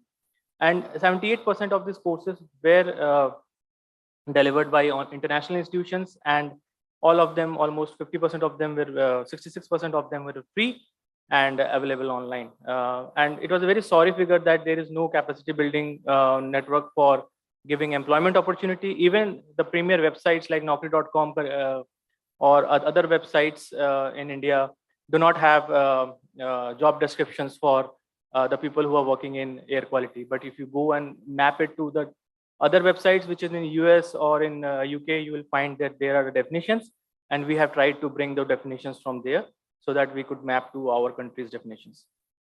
After that, we have done the training need assessment. Here, training need assessment means asking people in 3 different levels. What is their awareness of these topics? What is the relevance? And what is their training requirement of these topics? And we found out that there is a very huge training requirement for all the topics which were asked to this personals. So we have taken inputs from 288 people who were working in the field of air quality, and they participated in different training programs during our training on NCAP and city action plans. Somewhere the awareness were low, but their requirement was high. They told that they need training on almost all the topics, and they need topics training not only on technical topics but also on the soft skills or professional skills. Then we tried to map the sector, and mapping the sector was really tedious exercise, because when I was doing it single-handedly or with a group of 2-3 experts, it was not going to happen, because there is a phrase that once you, in a single one's position, you cannot view all the angles. You have to bring all the stakeholders on the board to map a complete sector. And we bring on like 42 personals, 37 from the experts who are working in the air quality management sector, different parts, and 5 experts from skill development, from Skill Council for Green Jobs, to map this sector.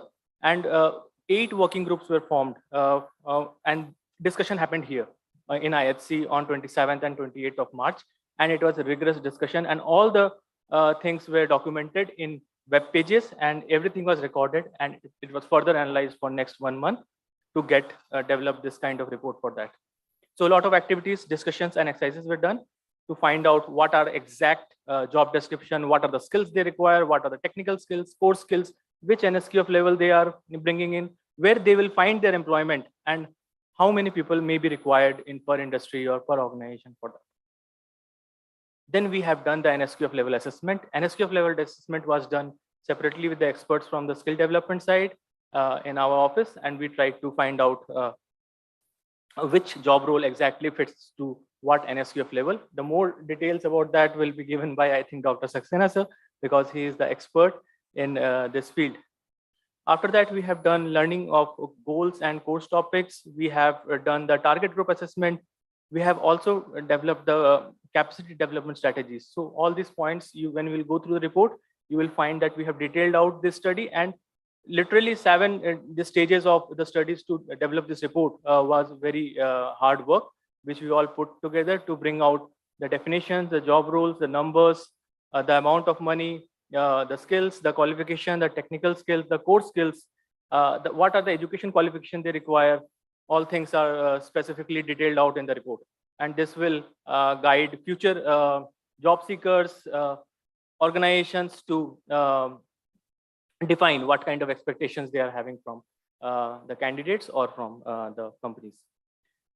So now, when we are talking about mapping of the AQM sector, so there are basically 2 kinds of jobs there. There are direct jobs and there are indirect jobs. And to come to this decision of direct jobs and indirect jobs came after a lot of brainstorming. Direct jobs are primarily who are working in planning, organizing, monitoring, mitigating, or controlling air pollutants. These people can tell they are directly related or correlate their work with air pollution. But if you talk about indirect jobs, which are in large number, they indirectly contributed towards mitigation and controlling of air pollution, but their primary responsibility is not air pollution. Their primary responsibility is something else, like solid waste management or construction or something. Like a municipal worker who is working or sweeping the roads, his primary responsibility is to clean the roads, but he is also doing the work for controlling dust in the roads. So we try to map all the job roles which are there in the direct jobs and indirect jobs, and we try to put it there. So I believe we have defined 17 sectors in AQM sector. These are key organizations which are working, and I believe each and every one of you are belonging to some of this sector. So once you have identified your sector, I will request you please raise your hand. So which organization are you belonging? If you identified your sector organization in this map, please raise your hand. Yeah. So anyone who cannot identify their sector, I will help them out. But yeah, just to break the monotonous. And while we're talking about ministries, so as we have defined direct and indirect. So there are central government ministries. The direct ministry is MOFCC, who is directly responsible, but they are indirect, like Ministry of New and Renewable Energy, Ministry of Power, Ministry of Mines, Ministry of Urban Development, and etc. etc. So there are 9 central ministries who are related to the air pollution, similar with the departments of state UTs, with Central Pollution Control Board and their RDs, and the list goes on. And we have tried to do rigorous exercises in identify the air polluting industry, because the number of air polluting industry is nowhere. And we have done advanced statistical method. We have done assumption based out some econometric model, and we try to identify exact numbers which are there. For air polluting industries, brick lanes, also for the PUC centers, these numbers are almost accurate. And approximately 280,000 industries and organizations are there in which the people who are working directly or indirectly on air pollution. As CB told that there are 42 job roles which are spread across the 17 organizations, and these job roles vary from a worker who is working on the streets to a head of a company. In between, there are sector experts, specialists, coordinator, manager, communicator, supervisor, managers, analysts, inspectors, auditors, operators, technicians, and lab scientists also.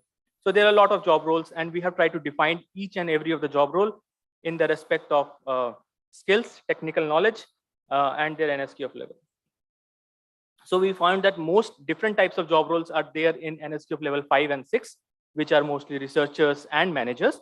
But there are more number of job roles which are there in NSQF level 2, level 3, and level 4. So they will have huge number of employment opportunities, but the number of jobs in different kind of jobs in level 6 and level 5 are maximum. So if you talk about the number of jobs, there are almost 20 lakh jobs or 2 million jobs in India in air quality management in today. And out of that, almost 15 lakh people are actually working in urban local bodies, but they are not identified. This sector is not like something we are doing fresh. It is all there, but it's hidden under the blanket. We are not identifying the exact right people. Whom should we address? Whom should we train to develop the capacity building of air quality sector? So I'm sharing an occupational map of air polluting industries, and we have done it for all 17 sectors. So if you check, the NSQF level 8 represents to the head and CEO of an organization, whereas in an industry, it starts from level 3. So it has also two sides. One side is directly mitigating the pollution, the stationary source expert side, and the chief environment manager side is expediting on the compliance assurance sector, and they are normally monitoring what activities are done by the rest of the team or not. So like that. So the maintenance assistant technician of APCD, air pollution control device, and the monitoring technician, or so they are the main people who are actually monitoring, reducing the pollution from the industries. But there are people who are monitoring them, like there is a junior inspector auditor, research analyst, and data analyst who are monitoring them, supervising them, and giving them exact feeds.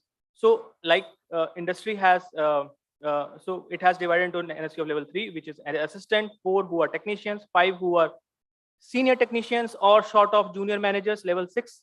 normally managers, and level 7 are supervisors or department head, something like that. And then we have tried to define all these 42 job roles and where they can go and work. So suppose we're talking about a junior quality inspector or auditor. They can find jobs in State Pollution Control Board, Central Pollution Control Board, urban local bodies, consultant and consulting firms, and air polluting industries. All these 5 venues are places where they can find jobs. They will be trained at level 5, and the key skills they require are research skill, critical thinking, report writing skills, work ethics, data analysis, communication and presentation skills. And we have also tried to define the key knowledges which came from the workshop about all the knowledges what they require if they want to be called as a junior air quality inspector or junior air quality auditor. We need a minimum degree of a bachelor's degree in technology for them to qualify at this thing, and the minimum experience is nothing. If they've done a short-term NSQF aligned training program, then I think they can be qualified for an NS5 level qualification. So you may be thinking about what is NSQF aligned, what is RPL, what is short-term NSQF, what is short-term tailor course. So let me tell you like that most of the training which are happening today are normally bridge course or advanced courses, but we are looking more focus on the below 3, where the RPL, NSQF and short-term courses come in place. I think more details will be given by Dr. Saxena from Skill Council for Green Jobs.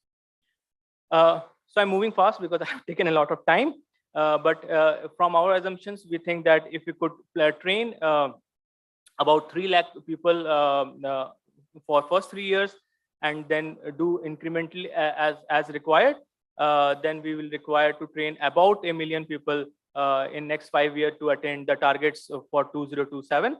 And the cost for doing this kind of targets, this kind of training will be approximately 1080 crore rupees, which is $140 million approximately. So I'm just skipping ahead, and so this is what our national mission program, which we proposed, does look like, and which has been already detailed by CB earlier. So I would like to thank you for hearing me for this presentation. Thanks a lot. Thank you. This was amazing data that you have shown. So may I just ask you, do we have enough trainers to train all these people? So let's go ahead and hear from you, Mr. Saxena, Dr. Saxena, about your experience with this development, this assessment. Thank you very much. And in fact, I would like to compliment iForest for bringing such an exhaustive report. You will rarely find such an exhaustive report on skilling in jobs. I am in this system for about 7 years now, and I think very, very comprehensively information has been captured. But one more thing is, most of the time when you bring out a report, the things move so fast that you have always a scope to add. So this is for you, Chandrabhushanji. I'll tell you what all is furthermore development after we have interacted.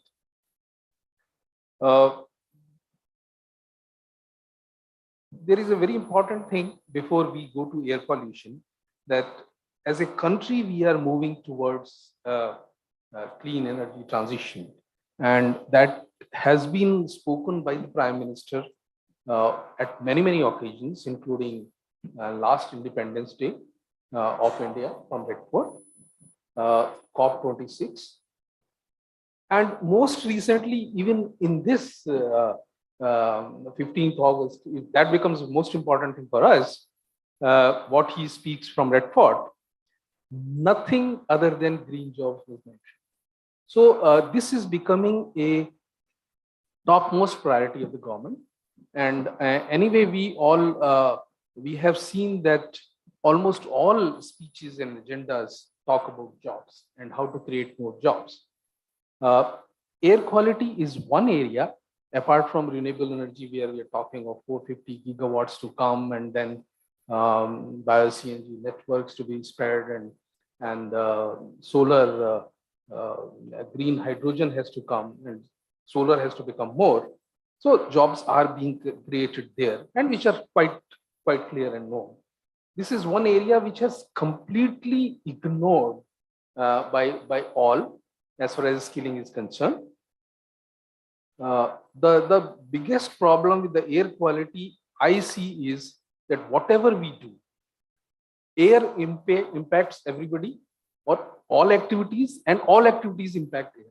So it's a sort of mixed thing. Whatever we emit, it never gets removed from the. It can move from one place to another, or maybe at the most there are sinks created. So in my opinion, reducing it at the source becomes the most important thing rather than mitigating once it is emitted.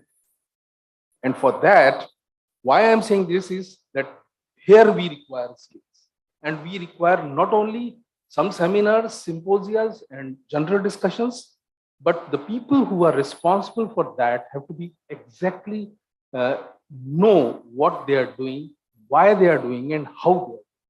So skilling is essentially now being defined as how you do the things in a more systematic manner.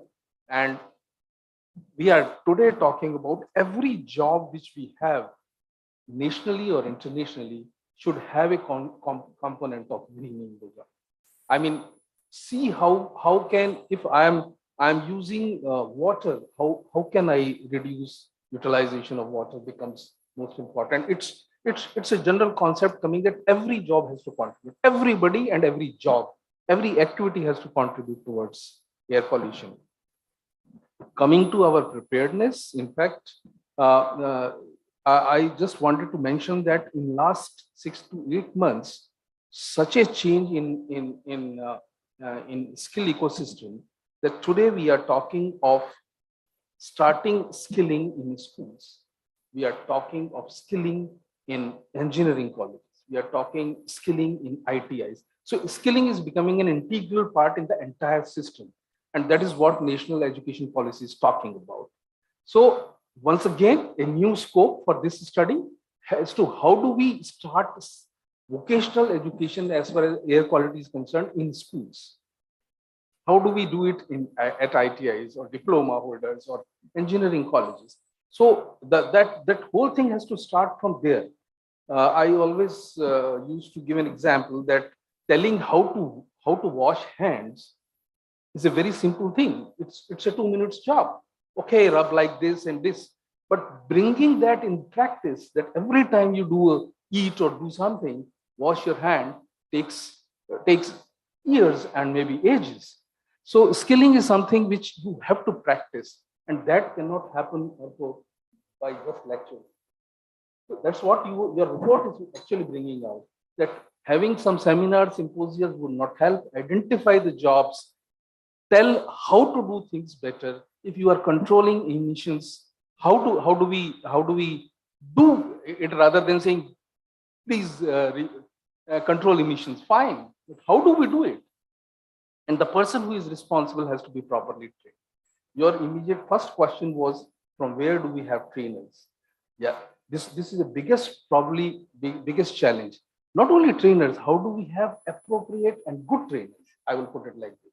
We have a lot of trainers, absolutely no problem. But are they able to communicate, or are they able to translate what do they really want? So as a system, yes, we have a system in place. In the sense, the first thing we do in our skilling is to impart trainings to trainers. Bring industry people, train the trainers. This is the first step in skilling ecosystem before they impart the trainings. Then look at the centers where the trainings are being imparted, whether they are properly equipped or not. And frankly speaking, the ecosystem demand that we as sector skill councils, or for example, green jobs, would certify that yes, this is the place where this skilling can be done, and then move forward. So I will stop at the moment here. Any more questions? I will be very happy to answer. So much, Dr. Saxena. I think we can move on. I think we do have a challenge. ahead of us. So, but we are all here to see how we can overcome this challenge. So it's clear to me at least that we do not have the adequate capacities in most parts of the government to develop and to implement these interventions that we are all waiting for to stop the air pollution hitting us that hard. May I ask you, Chairman Rao, what do you think are the major gaps in terms of the technical skills or knowledge or implementation know-how for getting out very, very effective air quality management? What are we missing? Thank you. Thank you very much. You see, let me slightly deviate from the focus that is there. I'll speak from my heart. Of course, I jotted down some points. I'll definitely talk about them, but let me be more frank today. You're all experts in the field, and I'm a new entrant about 8-9 months back into this sector. Different sectors. We are, as administrators, we keep on moving from one sector to another. So I would like to give a different perspective to the entire discussion that is going on, perhaps from a different angle. So first of all, thank you so much for giving me this opportunity. But I was wondering, when I got this mail, I was reading International Day for Clean Air, of course, for blue skies and all those things. So we keep on hearing about Father's Day, Mother's Day. So on that day, we wish them, and then perhaps, I don't know how many people still follow it up. So I was wondering whether we can restrict ourselves. Of course, the focus should be there, that to that extent, I fully agree. But perhaps instead of day, perhaps it's an entire year for us. So apart from that, Bhushanji was talking about very interesting statistics about skilling, the need to do it, jobs and all that. And Dr. Prashant was talking about 16 people in CPCB. So I was telling Bhushanji, Chandrabhushanji, that if you talk exclusively how many people in a state pollution control, I'm just giving an example of Haryana. We are 2 people exclusively dealing with, but those 2 also, Karen knows, she keeps on attending our meetings. Maybe when she comes next time, those 2 will not be there, somebody 2 will be there. You see, when we talk about clean air, as a regulator, I'm talking purely and as an administrator, as a regulator, beautiful statistics have been presented, I think 2 million jobs and so many things. But as an administrator, I'm not only concerned about air, I'm also concerned about water. I'm concerned about biomedical waste. I'm also concerned about hazardous waste. I'm also concerned about noise. So even though air is extremely important, I'm not denying that. But what I mean to say is, as a regulator, as an administrator, we have a bunch of people who deal with many things. I can't say that I will train somebody and from the beginning till the end, he is going to stay in this sector. No, that is not going to happen. Tomorrow he will be handling water, maybe noise, maybe hazardous waste, name it. So when we talk of skilling in this sector, at least for administrators or those who are implementing it, it's very difficult to say that throughout your career, you will be dealing with this particular area. So perhaps multitasking, okay, and capacity building in perhaps all the environmental issues with focus on definitely with expertise on certain areas, perhaps would be required. Now, recently, because we are talking about clean air, so let me talk about it now. So we have this Commission for Air Quality Management. I don't know whether anybody is there here.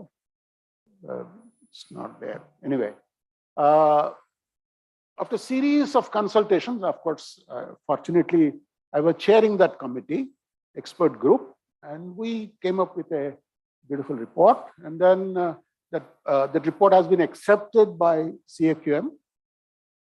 That is, how do we take steps to ensure clean air in NCR? So we are all sitting in Delhi. So focus for me and for others in this area is, of course, Delhi, but not necessarily in NCR. But I'm giving an example so that we can correlate to other areas. So while preparing that report, we identified what are the areas where we need to focus and ensure that we achieve the targets for clean air in NCR. So I was just jotting down some of the points because you see, when we say capacity building, it's a very general thing. So we need to get into the fine-tune the whole thing into the finer elements of what we talking about the capacity building. One was, we said, whatever you do, unless you shift over to cleaner fuels like gaseous fuels, CNG, PNG, butane, all the propane and all those things to come out from this coal and pet coke and all these things, nothing is going to happen. You may have hundreds of capacities, you may be fully trained, but if these things are happening on the ground, nothing is going to move. So you shift towards cleaner fuel. This is one of the points that we emphasized. The other thing is, we said, whatever you do, people are using their personal vehicles. You see, when I come from Gurgaon to Delhi, the number of passengers, including the driver in a car, is just one or two. Normally, maybe at the most three. Even three is a big number. So everybody wants to use their personal vehicles, but still we want clean air. So this doesn't happen. So unless we incentivize mass transit, perhaps it will be very difficult. The other point we emphasized was, how do we ensure electric vehicles, shifting towards electrification of vehicles. The other thing was, how do we ensure material recovery? You see, we have a place called Bandwadi. I don't know how many of you are familiar, between Gurgaon and Faridabad. Suddenly, in about 5-10 years, a big hill has come up. So I was traveling after quite some time, and suddenly I said, what is this? There was no hill here. So they said, it's not a hill, it's a garbage hill. Like we have several hills in Delhi, around Delhi. So these heaps, these landfill sites, not only an eyesore, but this is a major issue. How do we ensure this landfilling of waste doesn't happen, and material recovery from waste to wealth we talk about? How do we ensure that? So the other point was dust management. So not only road sweeping, because we identified with the road sweeping, mechanical sweeping and all that, but it was also construction and demolition waste. So how do we tackle this? And open burning and open spaces. Also, it creates a lot of sources of dust. So we started identifying hotspots, and how do we convert hotspots into green spots? And also, once we come up with these policies and all that, unless we ensure timely implementation of these policies, it won't be of much use. So there has to be a strict timeline as to how to do it. So we said, okay, Delhi every year, because Supreme Court asked us that every year there is a problem during winters, there is a crisis. So you must find a permanent solution. In fact, the word is permanent solution to the problem. So it's not that easy. It's not that easy. Everybody knows what needs to be done, but how to do it and how to achieve that is a major issue. So we said two things. Don't treat the entire NCR as one. So we said, let us divide this entire area into 3 sub-regions, region to sub-regions. So Delhi, surrounding districts, and the other districts of NCR. So let us treat these 3 differently. because the capacities are different, the challenges are different, infrastructure is different. The other point was overnight, if you can't, we cannot say we'll do this and problem will be solved. No, that is perhaps will be, it is not realistic. So we said, let us identify what can be done in the immediate future, like short term, less than 1 year, what can be done? And then we said, okay, medium term, let us define it between 1 to 3. What can be done in 1 to 3? The last one is, we said long term. Long term doesn't mean 10, 15 years. We said 3 to 5, it has to be done. So at the end of the 5th year, we said the entire NCR, whether it is central Delhi or it is neighboring districts or the outer Delhi, we should all reach a particular target. So thus we said in timelines, in area, spatial dimensions, we should have different concepts. Now, we went by 5, 6 principles. So we said, these are all important. Don't think that this has nothing to do with capacity building. Ultimately, what is our aim? What is our objective? That is very important. And how do we achieve that? That is very important. We said, the first thing is, as the speakers have rightly pointed out, there is no doubt that clean air leads to good health, good productivity, improved economy. I don't think there is any debate or discussion on this. So we do require it.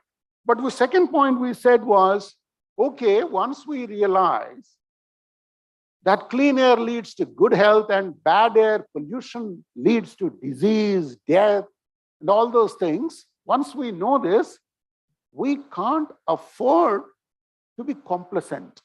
We can't afford to say, okay, we'll do it maybe in 10 years, 15 years, 20 years. Well, we said it has to be on a massive scale.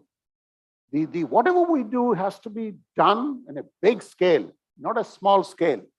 But do it in a defined time frame. So timely action, massive scale is required by all the stakeholders. The third is whatever we suggest has to be affordable.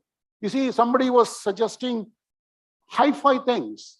In fact, when we had these expert committee meetings, a lot of people came up with a lot of suggestions. A lot of people from all over the world, all over the country, everybody was giving us a lot of suggestions. Somebody was talking about, I don't know whether it is successful or not. Somebody said you switch on a switch, and then like a Wi-Fi in a particular area, the dust particles, particulate matter will all settle down. So I said, very good, wonderful, if you have such things, but how far it is practical? Dr. Prashant was talking of 2 things. He was talking about satellite-based monitoring of air quality.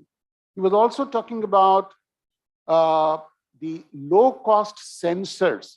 As an administrator, if I am asked to establish one center, air center, Dr. Karen, I don't know whether you saw it or not in our office, one center costs 1 crore of rupees to establish one air quality monitoring station, and with all the sensors, so-called advanced sensors, and the cost of maintenance of that center is almost 20-25 lakhs per month.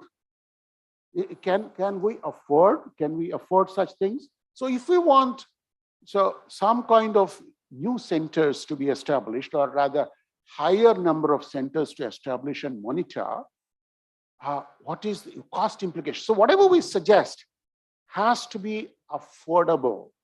Affordable by not only the government, the regulators, but at various levels. Somebody was suggesting, of course, definitely, people said you shift the industry from coal to gaseous fuels. I said, very good, very good. We suggested that also, but immediately all kinds of things are happening. Ukraine war, prices are going up, and the cost of natural gas has shot up, and people are saying, what is this? It's not affordable. You are asking us to follow this, but we can't afford. So it has to be affordable and also inclusive. Everybody should be able to adopt it. It should be an inclusive thing, not restricted to a particular section. The third thing we said, whatever solutions you're going to suggest, it has to be scientifically tested, technologically approved. So it should not be, but for example, this low-cost sensors in Gurgaon, we established some low-cost sensors. Their results are varying very much. So you can't rely on them. So they have not been standardized. So unless something is standardized, unless we are able to rely on the data, it's very difficult. Now, we also said whatever we suggest should protect the vulnerable, the sick people, the elderly people. Our aim should be the children. All the vulnerable sections, we should be able to protect them. And also, we said it is a multi-sectoral problem. You see, as an administrator, I cannot say that I'm talking from the pollution control board side. We have to talk to the power department, because power, if it is not uninterrupted, power is not there, people start using generator set, diesel sets, and the kind of pollution that happens. So power department has to be involved, urban local bodies has to be involved, public health engineering department has to be involved. You name more, in fact, agriculture department, stubble burning. So I have to involve the agriculture department. So capacity building cannot be restricted to only, say, pollution control board or regulatory boards, but there's so many departments, so many people at various levels, starting from the city level, district level, state level, and perhaps the central level. At different levels, capacity building is required. And then, of course, we said, whatever we say, we cannot say that we'll clean up the air in Delhi, whereas the air, say in Gurgaon, or if you go outside NCR, if something bad is happening there, so airshed approach, because if the wind blows and everything comes here, whatever we do. So people were talking about, I don't know, I'm forgetting the name of that, towers, smog towers or something like that. So huge, costly. And then if the wind blows and then the polluted air from outside other area comes in, so what is going to happen? So unless we go in for an airshed approach, an approach which takes care of the local, regional, and perhaps the state level, or maybe the national level, even international level. So our approach has to be more broad-based. So, and multi-sectoral, it has to be systems-based approach.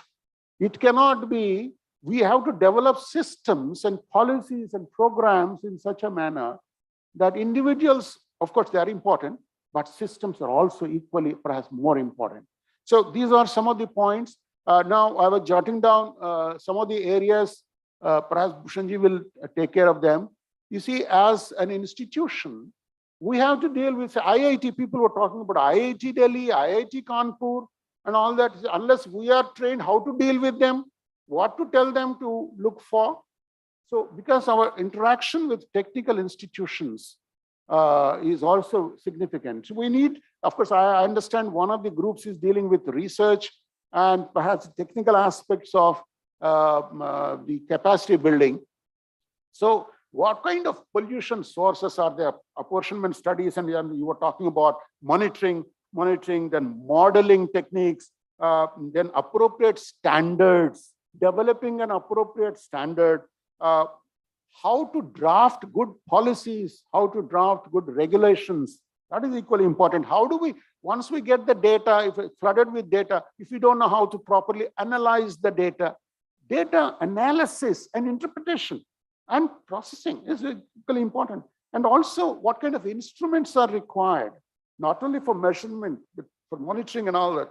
So all these things are required, very important for scientific and technical capacity building at various levels, not only in pollution control boards, but in various departments. Similarly, as I said in the beginning, coordination. Whenever I take a meeting, I have to call so many departments. And if I say my people are fully trained and they are not trained, it is because 60, 70, 80% of my work, I am going to implement it through other departments, including urban local bodies. So capacity building of them is equally important. Their funding, their policies, their schemes will have to be aligned with what we want to achieve. Now, the other point is, of course, while implementing, there are so many issues come up. We come up why in India, the major problem I'm facing, because I was retired as Secretary Government of India, I know about these things. So we are good in drafting good policies, good programs, but implementation, there is a problem. Implementation is not implemented by the people who are sitting in houses like this. Perhaps at the ground level, things are quite different. So while implementing, what are the gaps that you are noticing? What are those? How do we identify those gaps and how to fill them up? And also, while monitoring, if our monitoring is not good, if our compliance structures are not good, any scheme, any policy is not, even if I am fully capacity built, my capacity has been fully built up. I am a mechanical engineer. I did specialization in automobiles. I did from IIT. But if you ask me a car, if it stops, I can't do it because I don't have skill. It is theoretical knowledge. I'm a gold medalist, but I can't do it because I don't have skill. Because 30, 40 years back, that was, I think things are different now. Skills are equally very, very important. So you need to develop skills and you need to develop, how do we ensure while implementing, what are the issues that are cropping up? How do we solve those issues so that the ultimate objectives we are able to meet? Now, before I conclude, the financial side is very important, very, very important. Even though I don't have that problem, but several departments have the problem. Urban local bodies, several urban local bodies have this problem, other than Gurgaon. Gurgaon is a different case. There's so many municipalities where they find it difficult to pay salaries.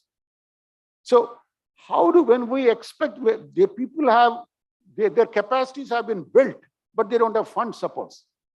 Then what is going to happen? People are looking for, how do I get my salary next month? So we were debating on this. Now, fortunately, the new concept of polluter pays principle, levy of environment compensation, those things are coming. So we need to integrate that. You have a good scheme, you have people who have been fully trained, but you have to ensure that there is proper funding that happens. And just saying that budgetary allocations and all that is only one part, but it should be on a self-sustaining mode. You should be able to adequately generate resources to fund those projects. So the people who are polluting have to pay, and those who are complying should be able to enjoy those things. So in addition, the pricing policy, the taxation policy also needs to be looked into. This capacity building for those people are required. If I'm taxing a cleaner fuel in such a manner that it becomes unaffordable, then what is the point? Even if I know that clean fuel will bring in clean air, but if I'm not able to afford it, so you require capacity building for those people who are drafting policies and programs, including taxation. Very important. Now, the last point is society capacity building. Somebody may say, how do I call people and then train them? No, I'm not talking about that. I'm saying, how do we ensure that we are able to communicate the outreach program so that society also is with us? They are able to realize that, okay, this pain, if we undergo, the ultimate result is going to be good. So IEC activities, society, outreach, and all those things are equally important. So I'm just from a very broader perspective, I thought I must raise this. Thank you so much. I have exceeded my time.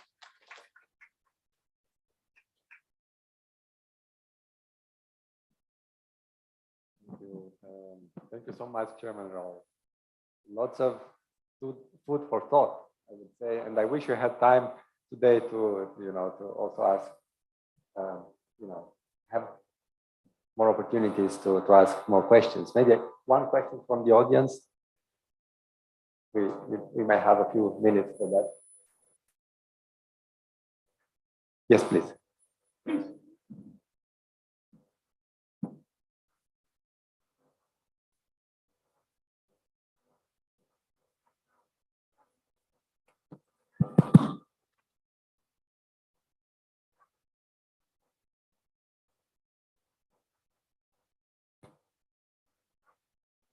the environment and climate change. And if I am right, I was a little surprised to read that the chairperson job at the state level, you are the State Pollution Control Board chairman, and the job stipulation for that job is that it can be part-time. So I was quite surprised. You have so much responsibility and you have so and holding an important job. So I was surprised. And also at that same rule, I read that the chairman, chair was constituted. Chair is constituted with, of course, chairperson like you, and also the member can be selected from the industry representative, like agriculture, fishery, such and such. And I think that the function can be separated from your pollution control board. Maybe separate from pollution control board, you can establish a practical and practical independent advisory body, such as you just described, that that kind of independent council can be constituted with IIT Delhi or maybe industry representative, and that body can be independent, and it gave advisory opinions to state pollution control board or central pollution control board or the central government or state government. So perhaps you have so much responsibilities at the same time. You are the law execution body, and also you are an advisory body. So you have to give advice to the state government also. So perhaps the responsibility of your organization can be aligned more nicely, was my understanding. Thank you. Thank you. Is it a question or a suggestion that it looks like? Please, yeah, please. Thank you. Please.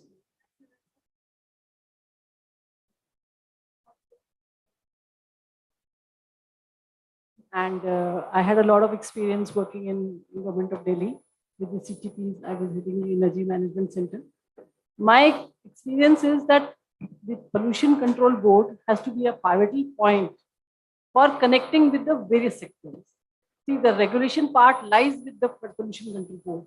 Here in the Skill Council, now I am with the Skill Council for Green Jobs. Here in the Skill Council, we have got training modules developed. We are connecting with the industries is very difficult. You will be happy to know that we could train technicians in almost 8 CTPs in Delhi. We are trying to reach out to in other states, but we are not able to do that. So I would request your help in trying to reach out to the industries for their wastewater treatment in Haryana. So you have given an overall, the picture is there. Every sector is contributing. That hill which you have been mentioning, nobody has been able to do anything. Though we could set up a plant there, Okla we could set up a plant there, but every sector contributes. But sir, we have to take every sector where we have to do some skill development locally. And I can assure you that the technicians who were trained from the CTP and from the ETP, so they were very satisfied. They had never been trained all the time. It gave a lot of insight to us also, that one training can make a sort of difference in their lives. So I would request you for some assistance, for some collaboration. We will certainly get in touch with you. We've been trying to get in touch with the industries in Haryana, but we have not been successful. So I see this as an opportunity, and I will be interacting more with you. Yes.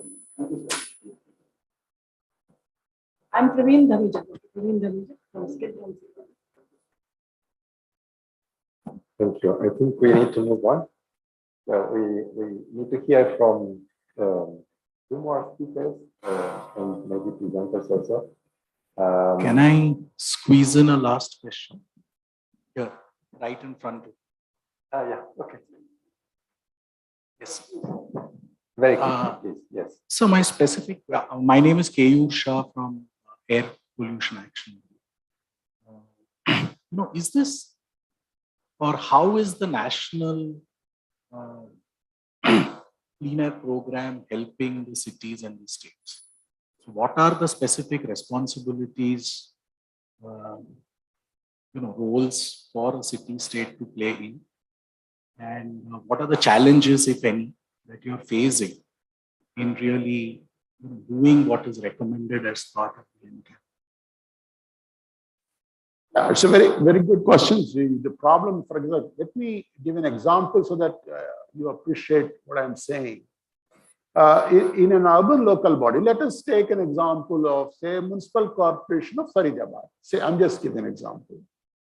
So when we tell them that they must focus on different aspects which ultimately reduce the pollution, air pollution in this context, we tell them that you ensure that the municipal solid waste is collected regularly, it is segregated properly, it is processed properly. Only those things which cannot be processed must go into the landfill. This is one aspect. The second aspect is we say that ensure that all your sidewalks are properly paved. All open areas which are not going to be used are at least converted into green areas, and so on and so forth. So there are hundreds of 1, 2, 3, 4, 5, 10, 15, 20, 25 points we mention. And we also say that ensure that solid waste burning doesn't happen in the open. We also say that industrial waste is timely collected. It is taken to such spot where it is scientifically processed and disposed of. Material recovery happens. So in every area, we list out so many things. But it boils down to when you actually start implementing it, there are issues that crop up.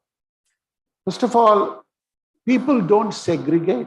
We tried this I remember when I was Additional Chief Secretary, Urban Local Bodies, about 10, 12 years back. We told the people that in this area, please segregate at least wet waste and the dry waste separately so that we are able to, wet waste deal with that, composting and others separately and all that. It involves so many people in between. The person who collects, even if at a household level segregation, suppose it happens, and the person who comes to collect, he mixes the whole thing, it fails. So that means you require a different truck to come and collect a wet waste and carry it all the way till it is processed. And similarly for dry waste, it should be. So there's so many links have to be established. Unfortunately, when you are dealing with that on the ground, those challenges come up. And even if 1 or 2 weak links are there somewhere, ultimately the results are not to the extent desired. So what I was trying to convey was the capacity building, identification of areas has to be really broken down to not only the regulatory agencies, but the implementing agencies and to the public also. It requires, then only you will be able to achieve good results. Thank you. So now we move on. So we would like to hear from Dr. Ajay Mathur. He should be online with us. I hope he is. Thank you very much. Can you see So I'm not able to hear you. I think there is some technical issue, but I can start. So in terms of the capacity, that we are talking about like people who are working in the air pollution domain, especially in the urban areas of India. Definitely, I think there is a capacity issue. Capacity issue in terms of the air pollution terminologies. People do not understand about the air pollution. The common employee staff from the urban local bodies. And the problem is that somehow we are not able to convey our message properly. Many times, what I observe, the most of these capacity building programs, they are, that people are taking the scientific presentation and the presenting in front of these people. So I think we have to first change our strategies. We cannot assume like these are like academic students or academia people or scientists. They are different. They have different skill sets. They have different knowledge. They have different behavior. So we have to develop the capacity building program according to their requirement. That's another thing. An important thing which I feel, that yes, of course, they are not aware about the PM 2.5, but they are aware about their activities. Somehow we are not able to convey PM 2.5 into their activities. For example, we are talking about the waste burning and we are saying, oh, Delhi is contributing this much emission from the waste burning. But a common waste collectors or the person who is responsible for the zone for waste collecting, he do not understand the waste burning. He do not understand the PM 2.5. He understand the efficiency of the waste collection. So if we can convert these kind of things in terms of like how we are conveying the message, if we convey that, oh, your neighborhood or your area is having a poor waste collection efficiency, somehow we are solving the problem, air pollution problems.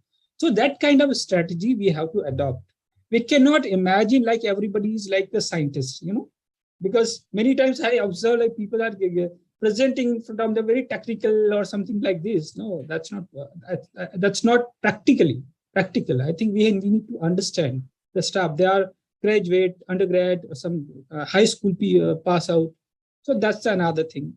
So we have to develop a proper capacity building program by understanding our audience. Another thing is that we need to convey air pollution problems into the activities. Activities like this much energy, this type of energy. For example, your area is having this much fuel adulteration. Don't talk about the PM 2.5 and other things. You understand the PM 2.5, but they do not. So let them know that these are the activities are happening in your area. With poor waste collection efficiency in your area, somehow it is going to solve the air pollution problem. That's another thing. Important thing also, like we only not need to develop a scientist. We need to develop a managers, administrator, and other people. Because scientists can only generate the data. They understand the science. But to implement the things, we need to take a help from the sectoral experts. What is happening sometimes, air pollution scientist is, I think, trying to develop a policy for the construction sector. How it is possible? That practically he would say, do this, do that. But I think we need to discuss with the construction people also. What are the practical situation, how things are happening on the ground? By sitting in the some laptop, computer, or I'm an air pollution scientist, and we cannot say. We need to take an opinion from the experts who are working on the ground, working on that sector. He knows the actual thing, what is happening in that sector. He knows the practicality of the sectors in Indians, like country like India. That's another thing we need to understand. Another important thing which I would like to discuss here, like sometimes I feel in India, we are kind of accumulating lots of work in one institute, lots of fund in one institute. I think we need to discourage this kind of practice. We need to develop a capacity of all institutions. Now, I think these days, I'm an IIT graduate, but I can say that most of the works now it's going to IITs. Why can't we develop a capacity of the small institution, local universities, or other institutions? And we can decentralize this kind of work to the different department or different institution. Because that IIT has one professor, two professors, three professors, and other research scholars are working for him or her. Why can't we develop a similar kind of capacity for assistant professor, associate professor at different institute levels? So that would also decentralize work, that would also provide a different context, and that would develop a research capacity that would strengthen the academic and the scientific capability of the institution. That's another thing. Important thing which I would also like to discuss, like I feel that, that most of these MSc graduate, PhD graduate from Indian institutions, that's from IITs, NITs, they are unemployed. They are looking for jobs. And I know that many of my juniors, they are moving from this sectors to another sector. We already have trained students who are, I think, 5 years, 2 years, 3 years trained in the different institution in environmental science. They can do air pollution, they can do water pollution, they can do waste management. Why can't we develop some kind of program where we can promote these students to work with the government bodies and they are looking for jobs or pollution control rules? So that kind of thing we have to develop, So that's it. I think these are the things that I have in mind. Thank you so much for the opportunity. Thank you, Dr. Nathur. I think we can all concur to that. I think we can, maybe we can have this discussion offline also, but a follow-up question to this is, if we do it in a phased manner, because the task is formidable to do this huge capacity building effort that is needed, what would we need to prioritize? Maybe you can start elaborating on that, Tanushree. I think your organization is, of course, well established in this space of capacity building, and it's renowned in the area. May I ask you then, how, let's say, if somebody needs to administer this effort of capacity building, who should be doing this most effectively, and how should these efforts be structured to reach to their intended audiences?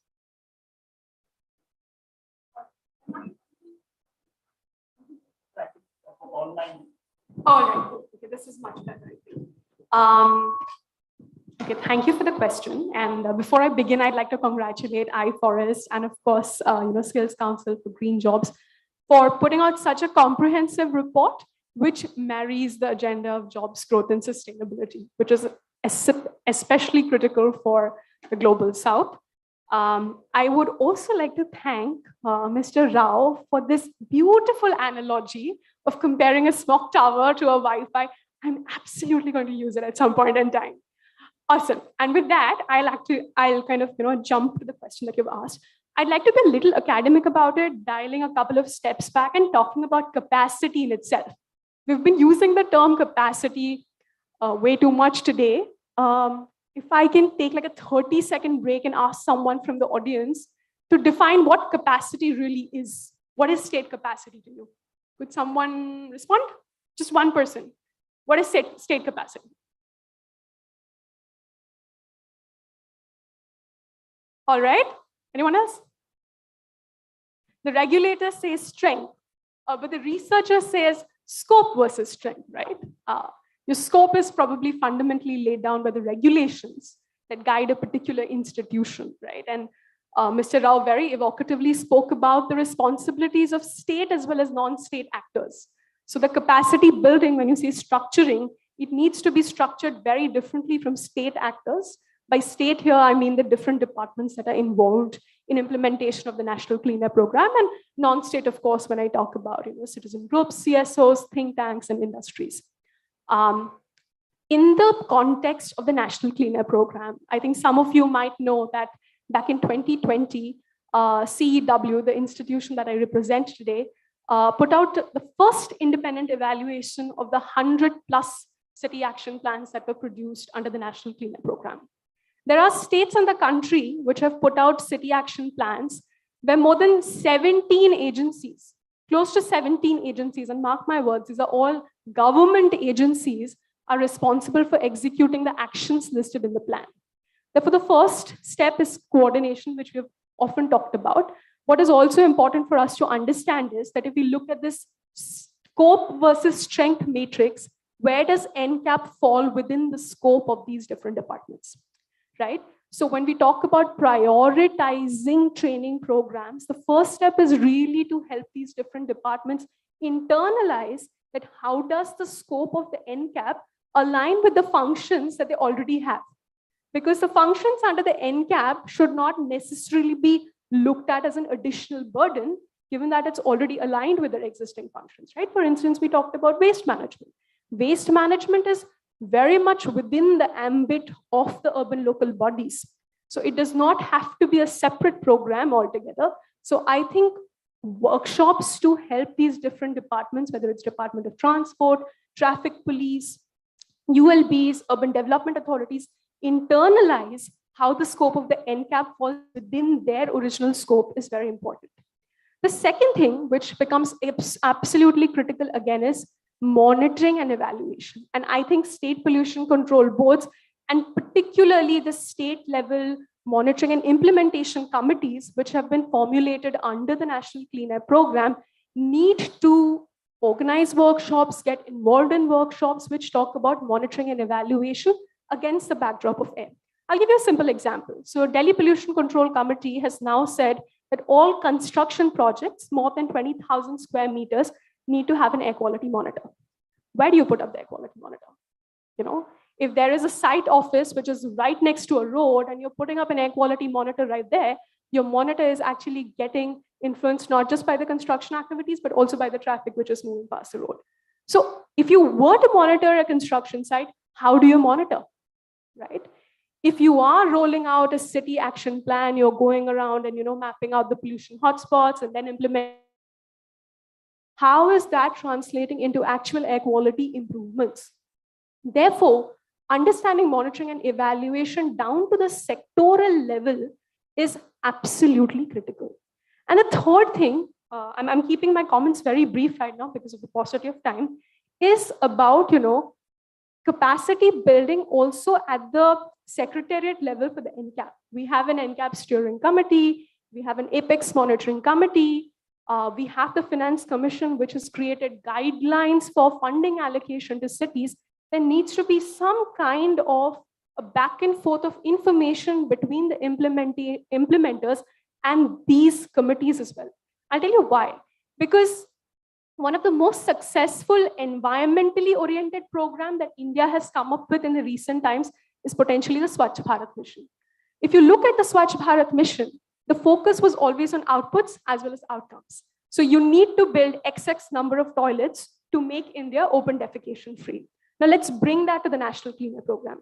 We have outcomes. The outcomes here are, you know, 20 to 30% reduction in pollution levels. We also have outcomes for fund utilization. Now, when your outcome is fund utilization, you are going to come up with solutions like smoke does, right? Because your objective is, how do I burn the moolah? How do I burn the money?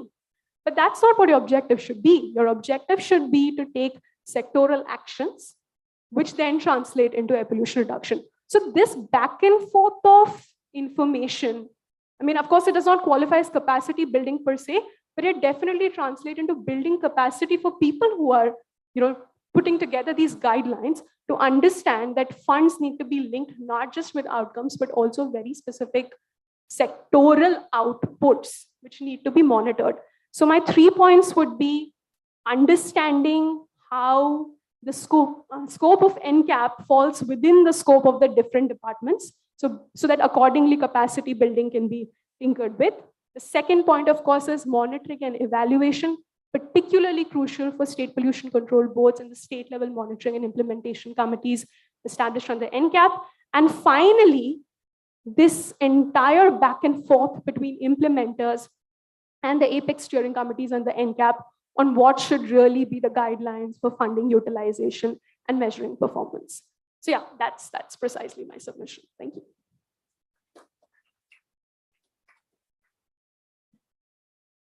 So I would like to thank you all our eminent speakers here. And I don't think I will try to summarize what was said. There's a lot to summarize. There is a lot to still reflect on. Thank you so much. We will prepare a report from this session and we will share with everyone here, participants online. Thanks again. And let's go and have a bite now and return here in 20 minutes. Can we start? 30 minutes, 30 minutes. Okay. All right. Thank you. And let us thank the chairman. Thank you very much, sir.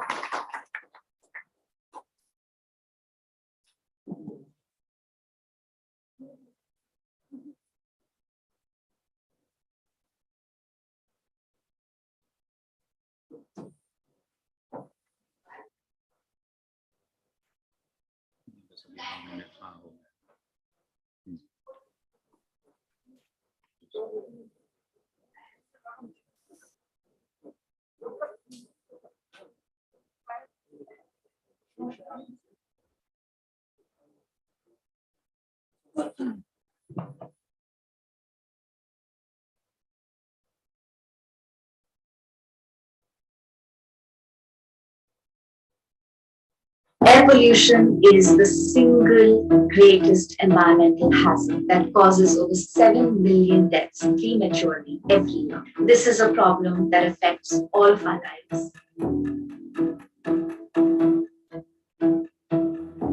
This Action Forum is the first of its kind platform and was launched in December 2021. And the vision of this platform is to address the issue of air quality in a collective. Air pollution is the single greatest environmental hazard that causes over 7 million deaths prematurely every year. This is a problem that affects all of our lives. This Action Forum is the first of its kind platform and was launched in December 2021. And the vision of this platform is to address the issue of air quality in a collective. Air pollution is the single greatest environmental hazard that causes over 7 million deaths prematurely every year. This is a problem that affects all of our lives. This Action Forum is the first of its kind platform and was launched in December 2021. And the vision of this platform is to address the issue of air quality in a collective. Air pollution is the single greatest environmental hazard that causes over 7 million deaths prematurely every year. This is a problem that affects all of our lives. This Action Forum is the first of its kind platform and was launched in December 2021. And the vision of this platform is to address the issue of air quality in a collective. Air pollution is the single greatest environmental hazard that causes over 7 million deaths prematurely every year. This is a problem that affects all of our lives. This Action Forum is the first of its kind platform and was launched in December 2021. And the vision of this platform is to address the issue of air quality in a collective. Air pollution is the single greatest environmental hazard that causes over 7 million deaths prematurely every year. This is a problem that affects all of our lives. This Action Forum is the first of its kind platform and was launched in December 2021. And the vision of this platform is to address the issue of air quality in a collective. Air pollution is the single greatest environmental hazard that causes over 7 million deaths prematurely every year. This is a problem that affects all of our lives. This Action Forum is the first of its kind platform and was launched in December 2021. And the vision of this platform is to address the issue of air quality in a collective. Air pollution is the single greatest environmental hazard that causes over 7 million deaths prematurely every year. This is a problem that affects all of our lives. This Action Forum is the first of its kind platform and was launched in December 2021. And the vision of this platform is to address the issue of air quality in a collective. Air pollution is the single greatest environmental hazard that causes over 7 million deaths prematurely every year. This is a problem that affects all of our lives. This Action Forum is the first of its kind platform and was launched in December 2021. And the vision of this platform is to address the issue of air quality in a collective. Air pollution is the single greatest environmental hazard that causes over 7 million deaths prematurely every year. This is a problem that affects all of our lives. This Action Forum is the first of its kind platform and was launched in December 2021. And the vision of this platform is to address the issue of air quality in a collective. Air pollution is the single greatest environmental hazard that causes over 7 million deaths prematurely every year. This is a problem that affects all of our lives.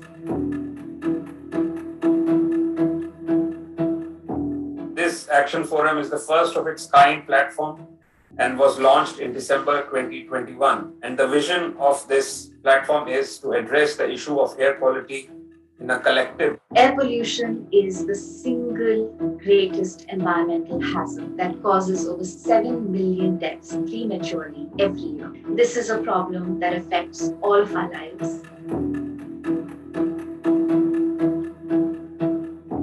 This Action Forum is the first of its kind platform and was launched in December 2021. And the vision of this platform is to address the issue of air quality in a collective. Air pollution is the single greatest environmental hazard that causes over 7 million deaths prematurely every year. This is a problem that affects all of our lives.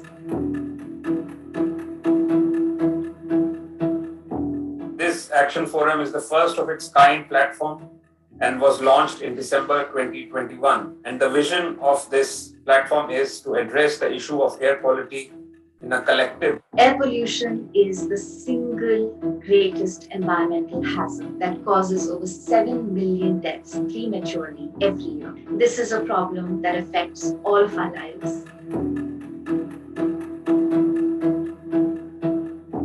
This Action Forum is the first of its kind platform and was launched in December 2021. And the vision of this platform is to address the issue of air quality in a collective. Air pollution is the single greatest environmental hazard that causes over 7 million deaths prematurely every year. This is a problem that affects all of our lives.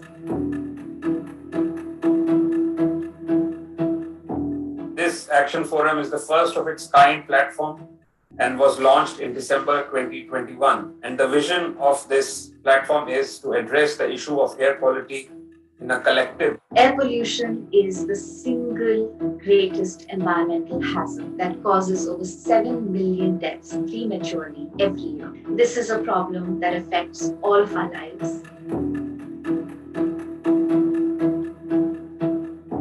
This Action Forum is the first of its kind platform and was launched in December 2021. And the vision of this platform is to address the issue of air quality in a collective. Air pollution is the single greatest environmental hazard that causes over 7 million deaths prematurely every year. This is a problem that affects all of our lives.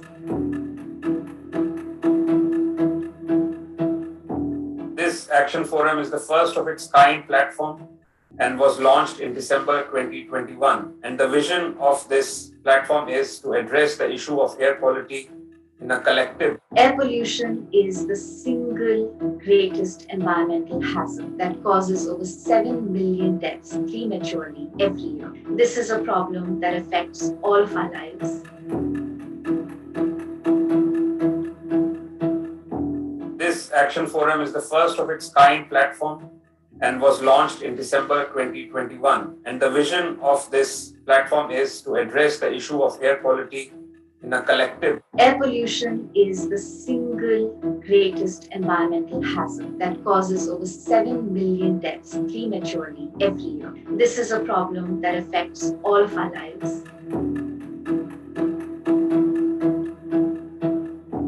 This Action Forum is the first of its kind platform and was launched in December 2021. And the vision of this platform is to address the issue of air quality in a collective. Air pollution is the single greatest environmental hazard that causes over 7 million deaths prematurely every year. This is a problem that affects all of our lives.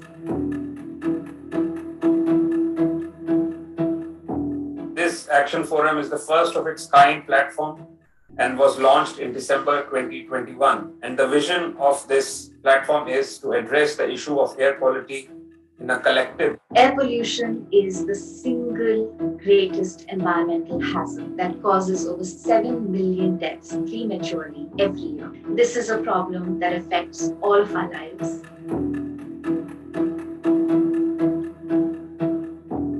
This Action Forum is the first of its kind platform and was launched in December 2021. And the vision of this platform is to address the issue of air quality in a collective. Air pollution is the single greatest environmental hazard that causes over 7 million deaths prematurely every year. This is a problem that affects all of our lives.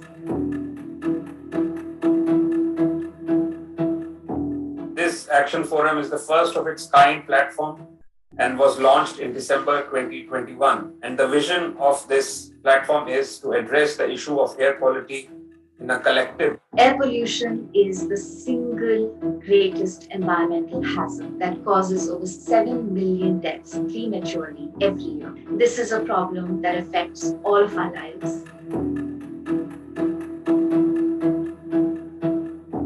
This Action Forum is the first of its kind platform and was launched in December 2021. And the vision of this platform is to address the issue of air quality in a collective. Air pollution is the single greatest environmental hazard that causes over 7 million deaths prematurely every year. This is a problem that affects all of our lives. This Action Forum is the first of its kind platform and was launched in December 2021. And the vision of this platform is to address the issue of air quality in a collective. Air pollution is the single greatest environmental hazard that causes over 7 million deaths prematurely every year. This is a problem that affects all of our lives. This Action Forum is the first of its kind platform and was launched in December 2021. And the vision of this platform is to address the issue of air quality in a collective. Air pollution is the single greatest environmental hazard that causes over 7 million deaths prematurely every year. This is a problem that affects all of our lives.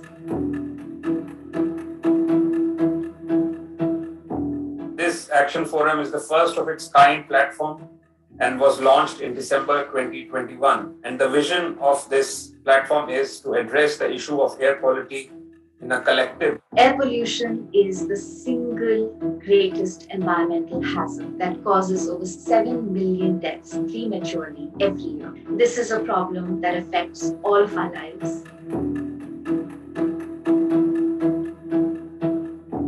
This Action Forum is the first of its kind platform and was launched in December 2021. And the vision of this platform is to address the issue of air quality in a collective. Air pollution is the single greatest environmental hazard that causes over 7 million deaths prematurely every year. This is a problem that affects all of our lives. This Action Forum is the first of its kind platform and was launched in December 2021. And the vision of this platform is to address the issue of air quality in a collective. Air pollution is the single greatest environmental hazard that causes over 7 million deaths prematurely every year. This is a problem that affects all of our lives. This Action Forum is the first of its kind platform and was launched in December 2021. And the vision of this platform is to address the issue of air quality in a collective. Air pollution is the single greatest environmental hazard that causes over 7 million deaths prematurely every year. This is a problem that affects all of our lives. This Action Forum is the first of its kind platform and was launched in December 2021. And the vision of this platform is to address the issue of air quality in a collective. Air pollution is the single greatest environmental hazard that causes over 7 million deaths prematurely every year. This is a problem that affects all of our lives. This Action Forum is the first of its kind platform and was launched in December 2021. And the vision of this platform is to address the issue of air quality in a collective. Air pollution is the single greatest environmental hazard that causes over 7 million deaths prematurely every year. This is a problem that affects all of our lives. This Action Forum is the first of its kind platform and was launched in December 2021. And the vision of this platform is to address the issue of air quality in a collective. Air pollution is the single greatest environmental hazard that causes over 7 million deaths prematurely every year. This is a problem that affects all of our lives. This Action Forum is the first of its kind platform and was launched in December 2021. And the vision of this platform is to address the issue of air quality in a collective. Air pollution is the single greatest environmental hazard that causes over 7 million deaths prematurely every year. This is a problem that affects all of our lives. This Action Forum is the first of its kind platform and was launched in December 2021. And the vision of this platform is to address the issue of air quality in a collective. Air pollution is the single greatest environmental hazard that causes over 7 million deaths prematurely every year. This is a problem that affects all of our lives. This Action Forum is the first of its kind platform and was launched in December 2021. And the vision of this platform is to address the issue of air quality in a collective. Air pollution is the single greatest environmental hazard that causes over 7 million deaths prematurely every year. This is a problem that affects all of our lives. This Action Forum is the first of its kind platform and was launched in December 2021. And the vision of this platform is to address the issue of air quality in a collective. Air pollution is the single greatest environmental hazard that causes over 7 million deaths prematurely every year. This is a problem that affects all of our lives. This Action Forum is the first of its kind platform and was launched in December 2021. And the vision of this platform is to address the issue of air quality in a collective. Air pollution is the single greatest environmental hazard that causes over 7 million deaths prematurely every year. This is a problem that affects all of our lives. This Action Forum is the first of its kind platform and was launched in December 2021. And the vision of this platform is to address the issue of air quality in a collective. Air pollution is the single greatest environmental hazard that causes over 7 million deaths prematurely every year. This is a problem that affects all of our lives. This Action Forum is the first of its kind platform and was launched in December 2021. And the vision of this platform is to address the issue of air quality in a collective. Air pollution is the single greatest environmental hazard that causes over 7 million deaths prematurely every year. This is a problem that affects all of our lives. This Action Forum is the first of its kind platform and was launched in December 2021. And the vision of this platform is to address the issue of air quality in a collective. Air pollution is the single greatest environmental hazard that causes over 7 million deaths prematurely every year. This is a problem that affects all of our lives.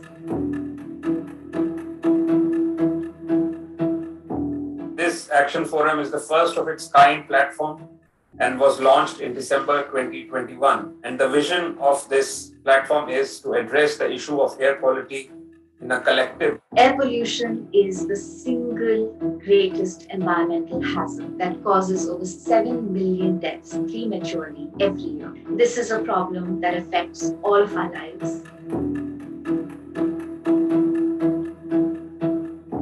This This Action Forum is the first of its kind platform and was launched in December 2021. And the vision of this platform is to address the issue of air quality in a collective. Air pollution is the single greatest environmental hazard that causes over 7 million deaths prematurely every year. This is a problem that affects all of our lives.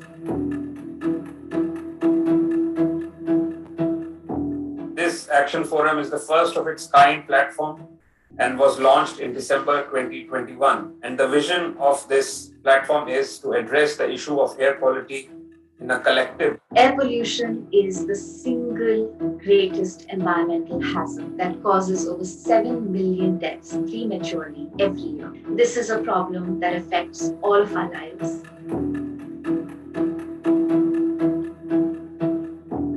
This Action Forum is the first of its kind platform and was launched in December 2021. And the vision of this platform is to address the issue of air quality in a collective. Air pollution is the single greatest environmental hazard that causes over 7 million deaths prematurely every year. This is a problem that affects all of our lives.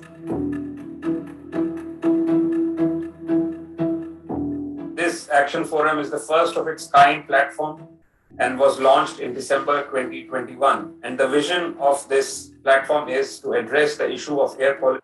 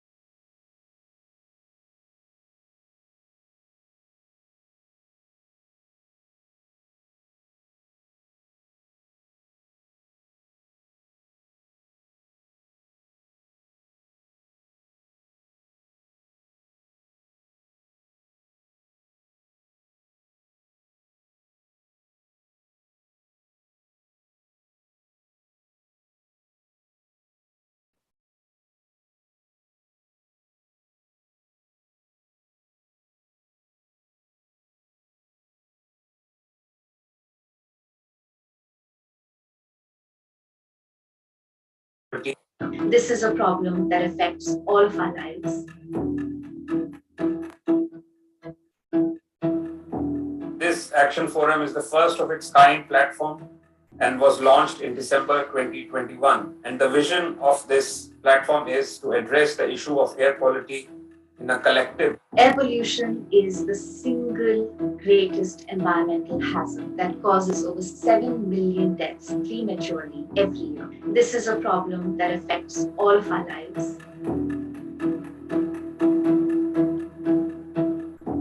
This Action Forum is the first of its kind platform and was launched in December 2021. And the vision of this platform is to address the issue of air quality in a collective. Air pollution is the single greatest environmental hazard that causes over 7 million deaths prematurely every year. This is a problem that affects all of our lives. This Action Forum is the first of its kind platform and was launched in December 2021. And the vision of this platform is to address the issue of air quality in a collective. Air pollution is the single greatest environmental hazard that causes over 7 million deaths prematurely every year. This is a problem that affects all of our lives.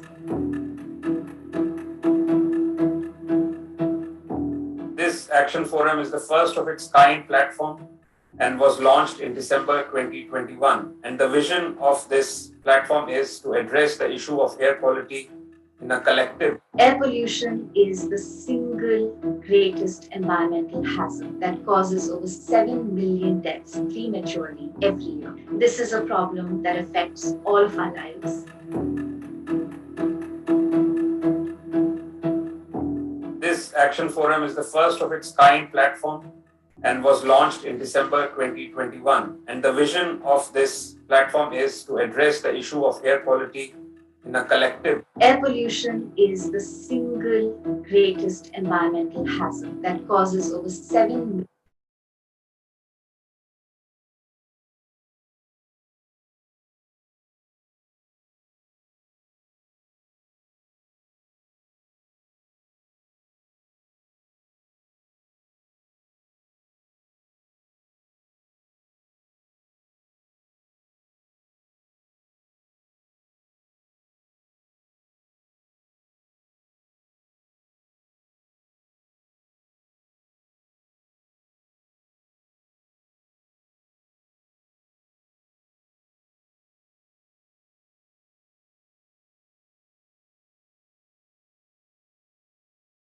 Good afternoon, everyone. We are starting the post-lunch session. May I now invite Professor Mukesh Khare to chair the next session and invite the rest of the speakers, please.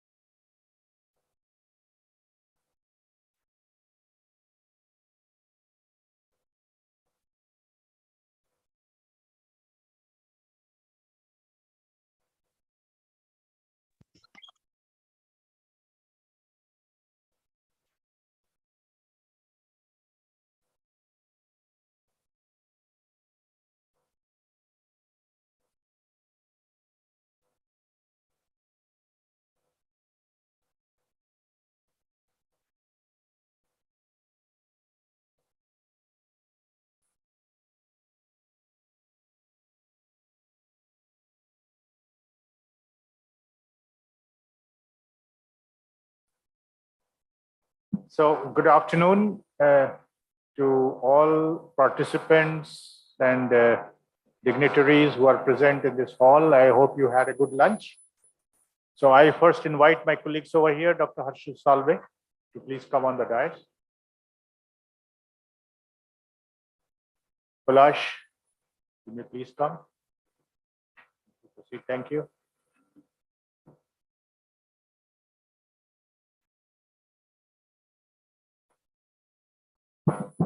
Let's start the proceedings of this session. quite interesting session where it says that how to strengthen the research capacities on air quality and how to translate it into the policy, action plan, and implementation plan.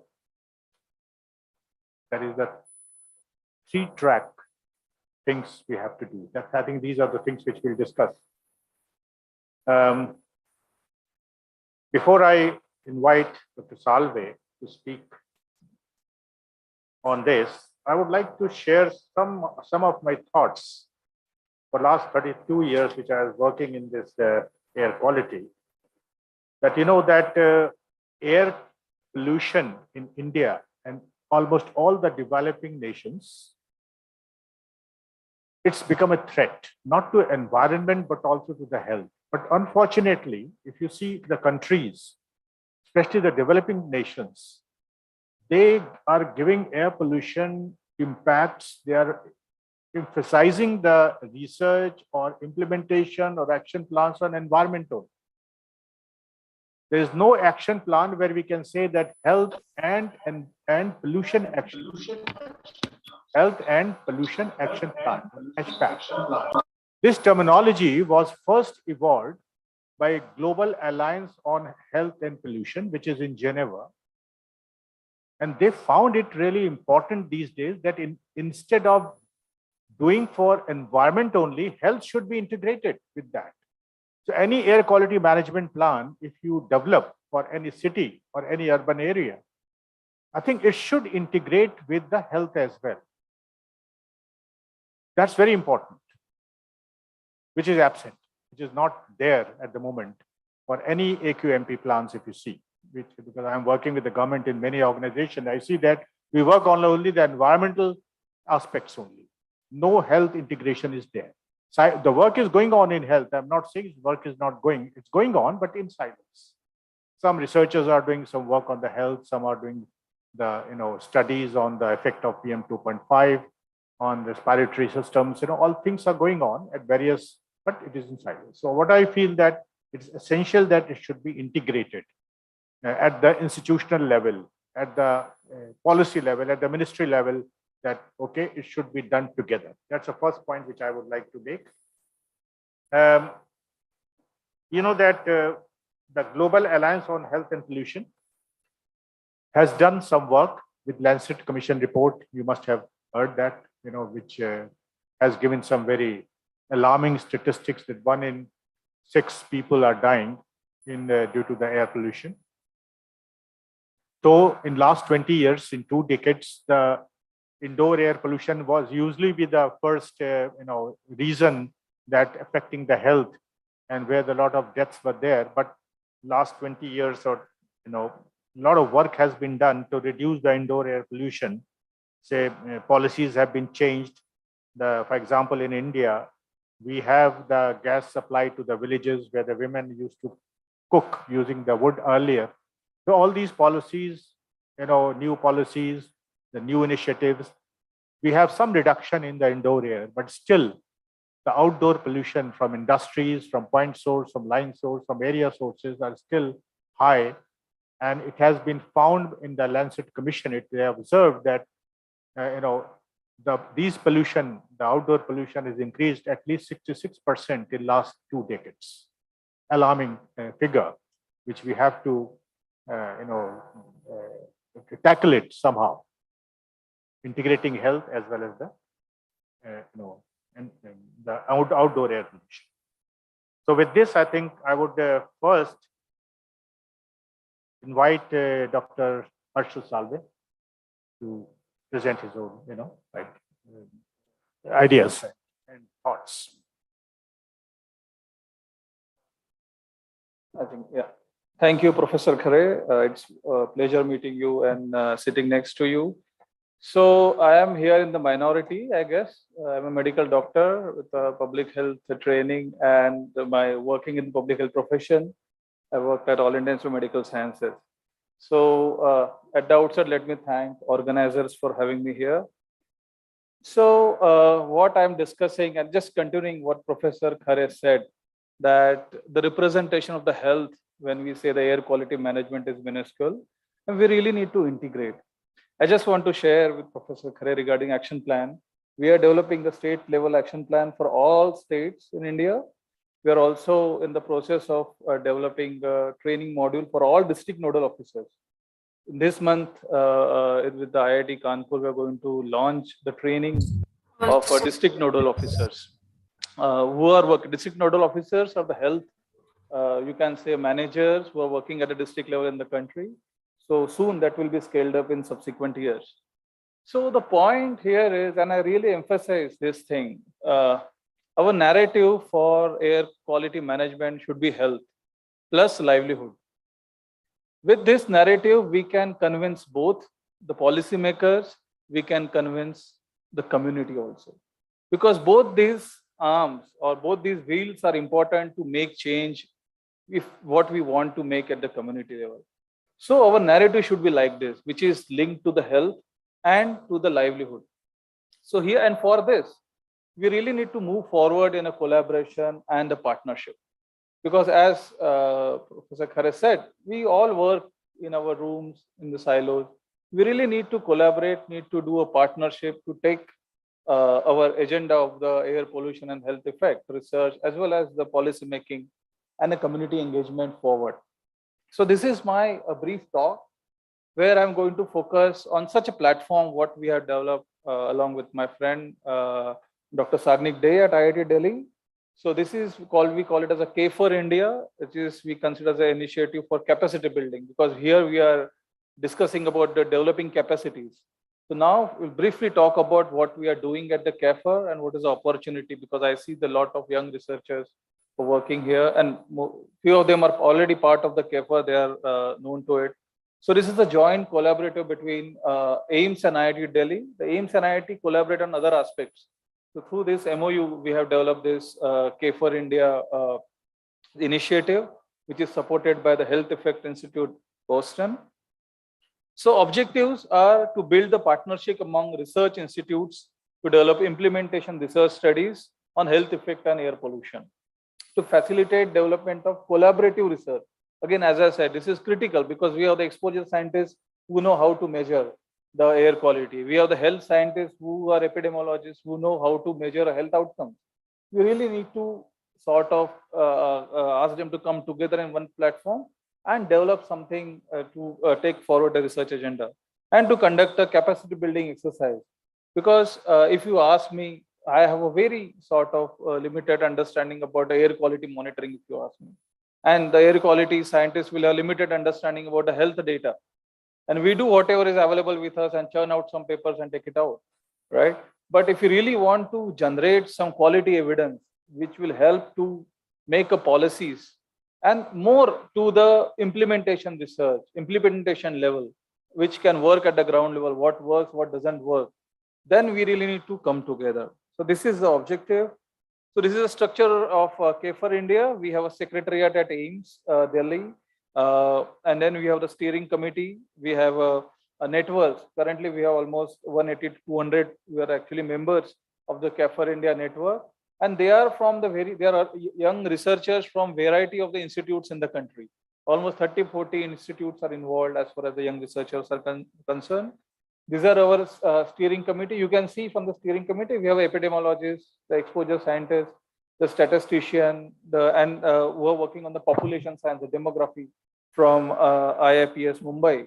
So this is our steering committee who is guiding us. This is the secretariat, which we have at the Center for Community Medicine, AIIMS Delhi. So these are our major activities. These are a domain of our activities, what we are doing.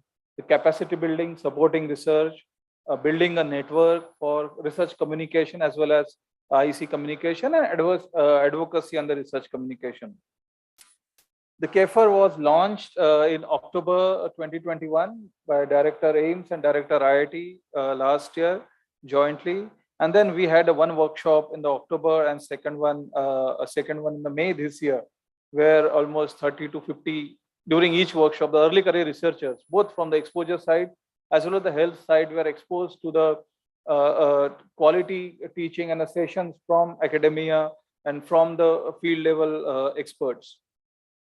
Here we also launched a website, and we also conduct a monthly CAFR webinar series who sort of just to dwell upon the basic understanding about the measurements, health outcome measurements, also the air quality measurements and other issues linking other diseases. Through the Care for India network, we have created these 5 working groups who are currently working on these areas specifically. One is focusing on the child health. Out of these 2, we are already submitted for funding 2 proposals in the maternal health and the communicable diseases, the tuberculosis and the air quality. The other groups which are implementation and implementation research, improve effectiveness of the intervention, what we talk about. And next is a non-communicable diseases, the prematurity, premature aging, and non-communicable diseases, burden, and the air quality. So these are the core research groups, the multi-institutional research groups. They are currently working, developing proposals. Today, today itself, we have launched this CAFR India newsletter, Air Health Bulletin by the Director AIMS. And this is the website we have for CAFR India, which will have the bibliography, which we try to compile all the evidence from India, which is available so that the researchers can access it in one go. And we want to achieve a collaborative research proposal, the capacity building of early researchers, workshop for advancing research, because science is evolving, the methods are evolving. So we want to do capacity building of the researchers and dedicated interactive knowledge network, which helps in the knowledge sharing. So multidisciplinary collaboration is a key for taking research agenda forward. So this is how you can join a CAFR India network. You can write to cafarindia@gmail.com. We have a Twitter handle also. So it's a teamwork which can take the research agenda forward. So definitely this is as far as the presentation is concerned. I'm happy to answer any questions. Thank you.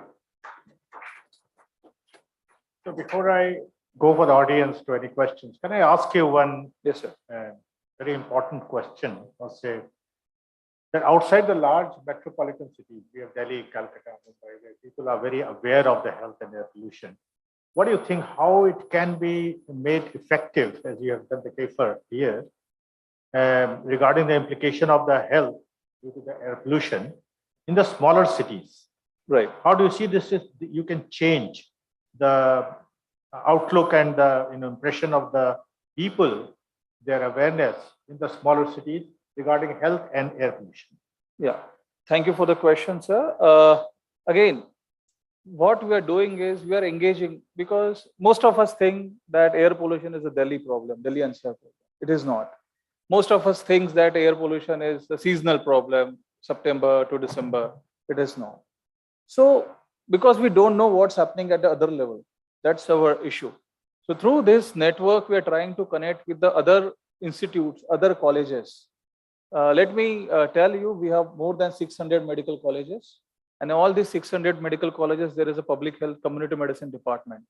And all this department has adopted one community or an area, rural area and the urban area. So if we try to do activities in all these 600 institutes in the colleges, sensitization activity, as sir is suggesting, that will help really multifold to increase the capacity for the researchers, trainers, academicians, as well as increase the capacity of the community in understanding. Where one of my students did thesis, he's currently doing it on assessing the use of these 2 apps we have, applications we have mobile, the Samir applications and Safar applications for air quality monitoring in Delhi itself. Hardly 0.5% of people are aware of it, and out of which hardly minuscule are using it. So we have the products available with us. We have the monitoring stations available with us, but the people are not aware of it. So our focus is through the public health practice, by engaging the community, by engaging the medical institutes. I always give emphasis on engaging the medical institutes for 2 reasons. One, because that gives you institutionalization of your initiative. Second, it gives you the sustainability. And when I say the medical institutes not located in the national capital or some big cities, you have to engage all institutes which are there. So we have a good running program for tuberculosis. I don't know who is aware of it, the revised national tuberculosis program. So one of the successful story in country. It has pioneered the involvement of medical colleges in the national health program. They all are trainers, laboratory network in the institutes are used. So why can't we do it for air pollution? So CAFR India, this is our vision to engage each and every medical institute We are going to take this initiative to each and every medical institute, to national conferences, to national meetings, so that let them make aware that this is the issue. Again, I will say from the health side, air pollution doesn't cause anything specific altogether. It's just augment your existing health problems. You know, majority of cause of death in India, global as well as in India, and morbidity is the cardiovascular diseases, respiratory diseases, irrespective of air pollution or not. It just augment this morbidities, this mortality. We really need to work with the health department in the mitigation measures to build the capacity to have the actions for prevention of this outcome. So that's what, as I said, we are doing this capacity building of district nodal officer. You see, there was no action plan for air pollution and health outcome, though the information of the health data was there in the health system. But now it is on the paper, and it will be translated to various 3-tier training system, what we do in our health program. So there is an NPCCH program. There is a webinar which is scheduled in the evening by NCDC. NCDC is a nodal agency. So now, slowly, we are into the capacity building of this people who are working on the ground as far as the health system is concerned. Then they can integrate the action, what we are talking here about, surveillance, data monitoring, evaluation. This has to be integrated in their annual action plan. Then and then it will be implemented. So our task is to put that, enforce that, or to facilitate the involvement of these actions into their yearly action plan. Then and then you will see the data getting collected, because you see, most of you agree that there is no health data available apart from NFHS. All researchers will agree to it, right? Why we don't have data? There are issues related to data. Most of the people are not aware what sort of data is required. From the health side, people are not aware that satellite data is available, because we are working with IIT Delhi, we know, and we are doing some studies, mortality estimation. But most of the people from the health side are not aware. So that's why this is our effort to bring these two sides together, so that some productive outcome can be achieved. Thank you. And any questions from the audience? Any comments? Yeah. So as I said, we have 5 working groups. One of the priority research is because you know that our country has put the goal of elimination of the tuberculosis by 2025 more ambitiously. So we have put one working group. We already submitted proposal for funding on tuberculosis and air quality linkages. Second is, which is my personal favorite, is we know most of the things, it is linked with the health outcome, but we don't know what works. Do we know that the air purifier works?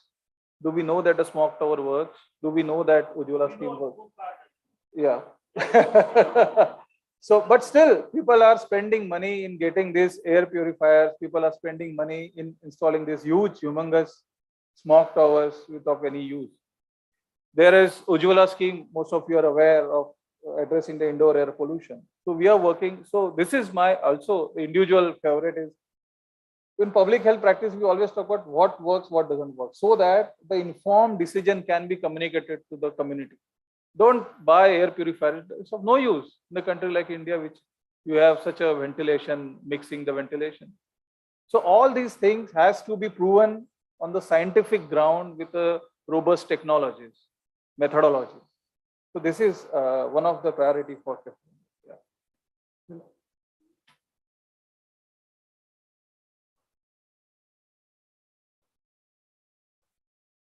Give the mic, please. Sorry, I'm not suggesting anything. What I'm saying is, because as I referred to one of my thesis, student thesis, I've also inquired about the use of masks. You know, so again, its use is very minuscule unless the COVID came and you enforce them to use the mask. Still, it's of a debate issue: does it prevent or not? So again, as I'm saying that we always take people for granted, because we work with the community. We take people for granted. We say they will do it. It's not like that. You have to provide them informed decision. This will work in this way. The specific communication. We always say why people don't do segregate the waste. It's an easy thing to do. Why that person collecting garbage is not segregating? Why is mixing it? Because he is not aware. You provide them a long jargon, simple basic stuff based on the science. This can be done. Minimal things. So this is again an important thing to have a scientifically driven your IEC advocacy channels, advocacy material that should be developed, customized to the settings, local settings. Yes, thank you. Any other questions? Yeah, please. I have two very small questions. Jonathan from the Swiss Agency for Development and Cooperation. The first one concerns air purifiers. So you say that air purifiers don't work. When I have an AQ index outside that is 500-600, I manage to keep it below 10 in my apartment. Do you maintain that it's of no use? And the second one, some people unfortunately don't understand figures, economic figures. If you had to put one figure on the cost, the health cost of air pollution in India, what is the figure that you use? Thank you. Sorry, I didn't get your second question. Was it? Sorry, it was a. Hello. So okay, it's better now. Sorry, I don't know what happened. No, it's about the cost, the cost of the health cost linked to air pollution. How much did it cost in terms of health cost? Okay, let's start with the first question. Again, I didn't say that air purifier won't work. I say that it's a cost effective. You really have to see the cost effectiveness of the intervention, right? Though that indicator will show you some air purifier, some air quality is improving in the room, but the mixing of air is there. You could go out. And another thing, I came across the people who installed air purifier. They get very confident that I am breathing a pure air. They stop using N95 mask when we have a really poor air quality outside. So my emphasis is, again, you should provide a specific inputs in terms of various interventions which are available. And it should be customized with the local community you are dealing with. What is more effective for the rural areas in India? Is it air purifier or a Ujjwala scheme giving LPG? So that sort of our advocacy should be there when we are dealing with the community. Regarding the cost, yes, when we calculate the cost in terms of life saved, in terms of morbidity saved, it's a huge cost which air pollution is contributing. In terms of investment, we have a less what we call it as a GDP contribution to the health as such in India. And air pollution gets very sort of late as far as the health is concerned. If I put the things into perspective, this NPCCH was launched recently, just 3 years back, right? So again, these priorities depends on the what sort of evidences which are available, or how you convince your policymakers to take an action basis on that. As I'm saying, our state level program officers were never trained about this thing because there was no need what observed at various levels. Now, because of evidence which are generated, program being rolled out, now their training has started. So everything is science driven. That's what I say. And our science should be with the robust methodology. And it can only come with the partnership and the transparency and data sharing. Thank you. Thank you very much. I think there may be other questions also, a lot of questions. So looking at the time, I think, thank you, Dr. Salve. Thank you very much. I invite Kailash to say something on research capacities and implementation and action plan, etc. Sure. Thank you. Good afternoon, everyone. I'm Palash Mukherjee from NRDC, Natural Resources Defense Council. Wanted to speak broadly about strengthening research capacities on air quality. We had a bunch of guiding questions that we had circulated amongst the panel before we began. One of the questions there was, how can really academic research, the capacity to do more academic research, how it can be strengthened, what are the areas that we should perhaps focus on, and very importantly, how more of that research can be incorporated into public policy, into building effective policy to achieve the air quality targets that we are looking at. So in that context, I just wanted to give a couple of examples and maybe talk about some specific focus areas. One is one area for research, for augmenting capacity in research definitely would be generating more localized context-specific research into air quality. The development of emission factors, for instance, as well as a detailed inventory of pollution sources on a real-time basis that is that keeps updating itself over a given time frame. So that would be one area. Another area that Dr. Salve spoke about would be a framework to kind of prioritize solutions, the effectiveness of solutions, and also to see what solutions could be approached first and what could be done later. But definitely one key component here would be augmenting capacities to develop effective outreach to bridge that barrier between academic circles, academic research, and policy. And how to do that is really the question. The NKN is a start, but like we've discussed with several of the NKN IORs, the lack of an effective platform to interact on is definitely a problem. Like for instance, most NKN institutes don't know who their counterparts are within the ULB or who is the effective decision-making authority, because the decision-making authority usually has no technical expertise on this. We heard about this earlier today. So just wanted to speak about one example of research that NRDC has been involved in. It's a 2-year project that is just about winding up in this month. It's the first of its kind in India. Sorry about that. Yeah. So we're looking at estimating the health as well as estimating the health as well as the air quality co-benefits of climate action, particularly for the city of Ahmedabad. So just to give a context here, what we are trying to assess here is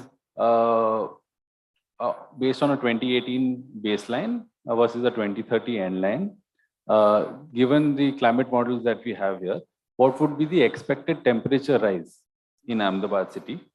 And owing to that added temperature rise, what is the additional demand for cooling in terms of more air conditioning installing, in terms of more space cooling? So what is the additional energy requirement that cooling contributes to?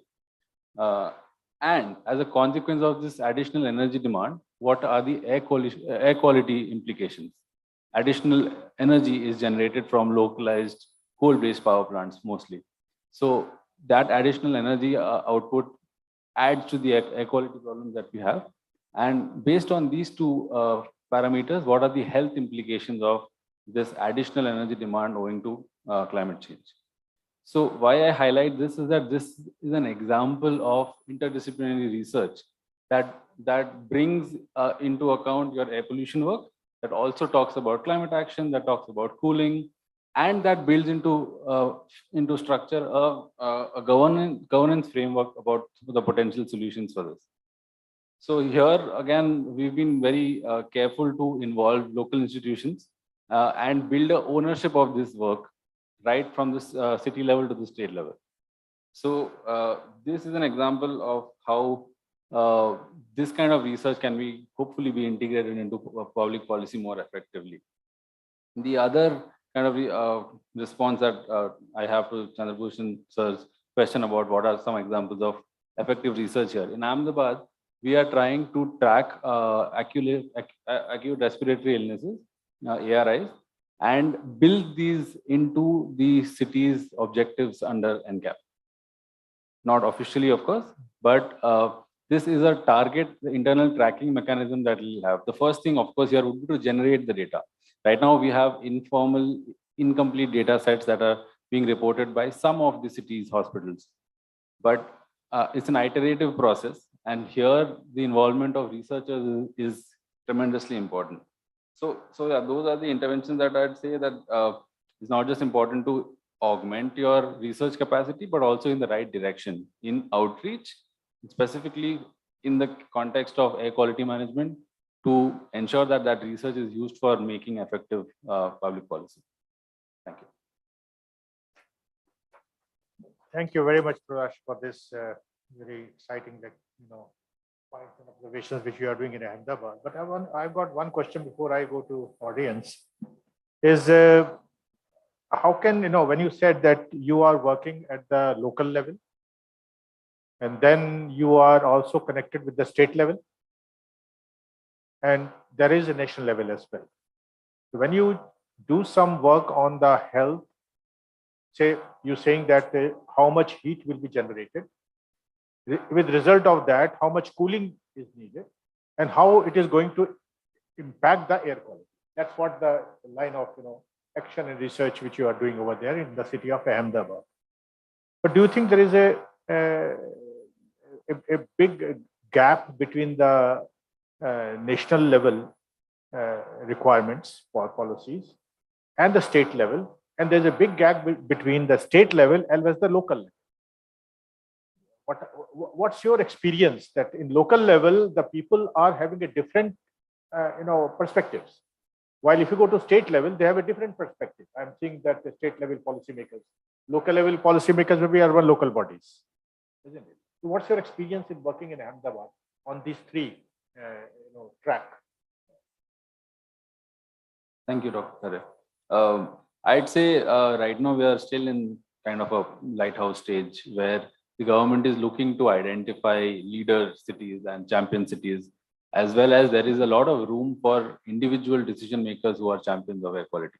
And that's where I think we have really benefited. Ahmedabad has been a long-term partner, and we've had some really good and decisive municipal commissioners at the city level, at the state level. We've had some effective member secretaries, and I think this is the case everywhere. There are individual champions in different parts of the country, so it's important to identify them and then to work on a sustained manner, like I said earlier, to build that ownership within the work, that this is our work, like this is the city's work. This is not something that another organization is doing for us.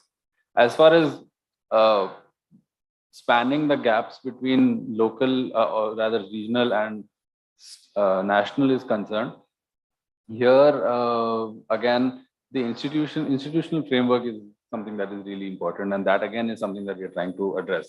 I was speaking to Chandrabhushan sir before this about how representatives from the National Health Mission, which has a directorate at every state, could be incorporated into the NCAP governance framework. And such an integration would also create synergy. Of course, eventually, it's not an overnight solution, would create synergy between states, between the national priorities as well as the local priorities. Again, here there are very obvious biases. There's a reason why we work in Ahmedabad and not say Dahod or a smaller tier 2, tier 3 cities, because the priorities lie much more closely with state capitals and with metropolitan cities at the moment, unfortunately. Thank you very much. Any questions from the audience?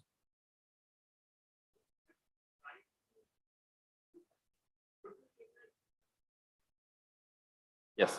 So we have data for a couple of years now, hospital level data on respiratory illness. And we are also tracking ward level incidence rates, whether they're going up, going down, and trying to map that with a digitalized inventory of source emission inventory. There is, surprisingly, but it is, I mean, it's too early to say, but it's also related to other factors like income and proximity to roads and so on. Yes, anybody else?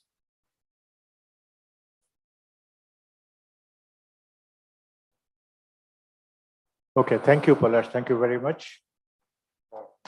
Very good. So next, I think in panel, Dr. Pratima Singh. She would be, yeah, Dr. Pratima Singh, research scientist in CSTAP. Hello, Professor Khare and other panelists. Yeah, please. Welcome, Pratima, and then you can go ahead. You can start yours. Okay. I was said that this is a panel discussion and we don't need a presentation. So I'm just going to pick one of the questions that was circulated and talk about it. First of all, thank you, UNEP and the other collaborators for having me as one of the panelists. Yes, we are talking about strengthening capacities for air quality management in India, but we also need to understand the basic ground challenges that we are facing. Working with the various, state departments and the city government officials, I have realized that scientific understanding is very crucial when it comes to air pollution or the climate change, but When we use technical jargons like emission inventory or source apportionment studies, apart from the pollution control board people, the transport department or the municipal bodies, they won't understand what do this terminology mean. So first of all, when we talk about capacity building, it becomes very crucial that we break down these technical jargons for the various line departments in any city or state.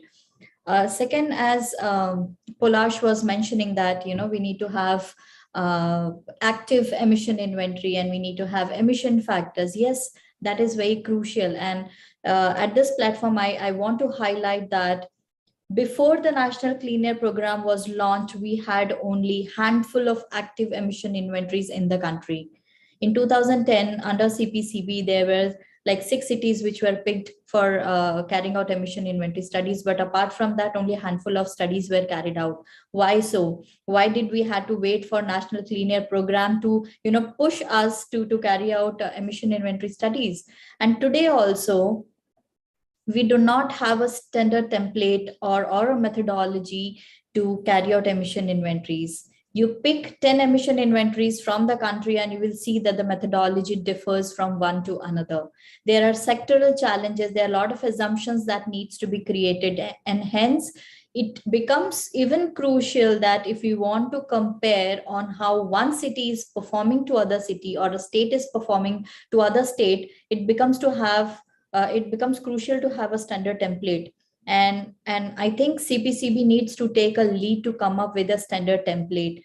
There are many institutions who are, developing emission inventory when this job should have been done by the pollution control boards long back. Why is it not done? Because they do not have the understanding or the capacity on how to carry out such scientific studies. And that is where we need to come together as a collaborative to support them. Now, if any policy is being launched or any program is being launched, I think there needs to be a pre-capacity building exercise for the line departments who can understand what are the program goals and objectives or what is the demand under a policy. I'll just share a few examples. At the 15th Finance Commission, there was a launch of scraping policy of 15-year-old vehicle. Now that policy is supposed to be at the state level. But when you go and develop cleaner action plan at the city level or micro action plan for the cities, they are in a confusion that this is a state policy and cities are not supposed to work on that. So these are some of the areas where we need to have better clarity when it comes from the center, how a state needs to take it and how it goes down to city officials or the city governments.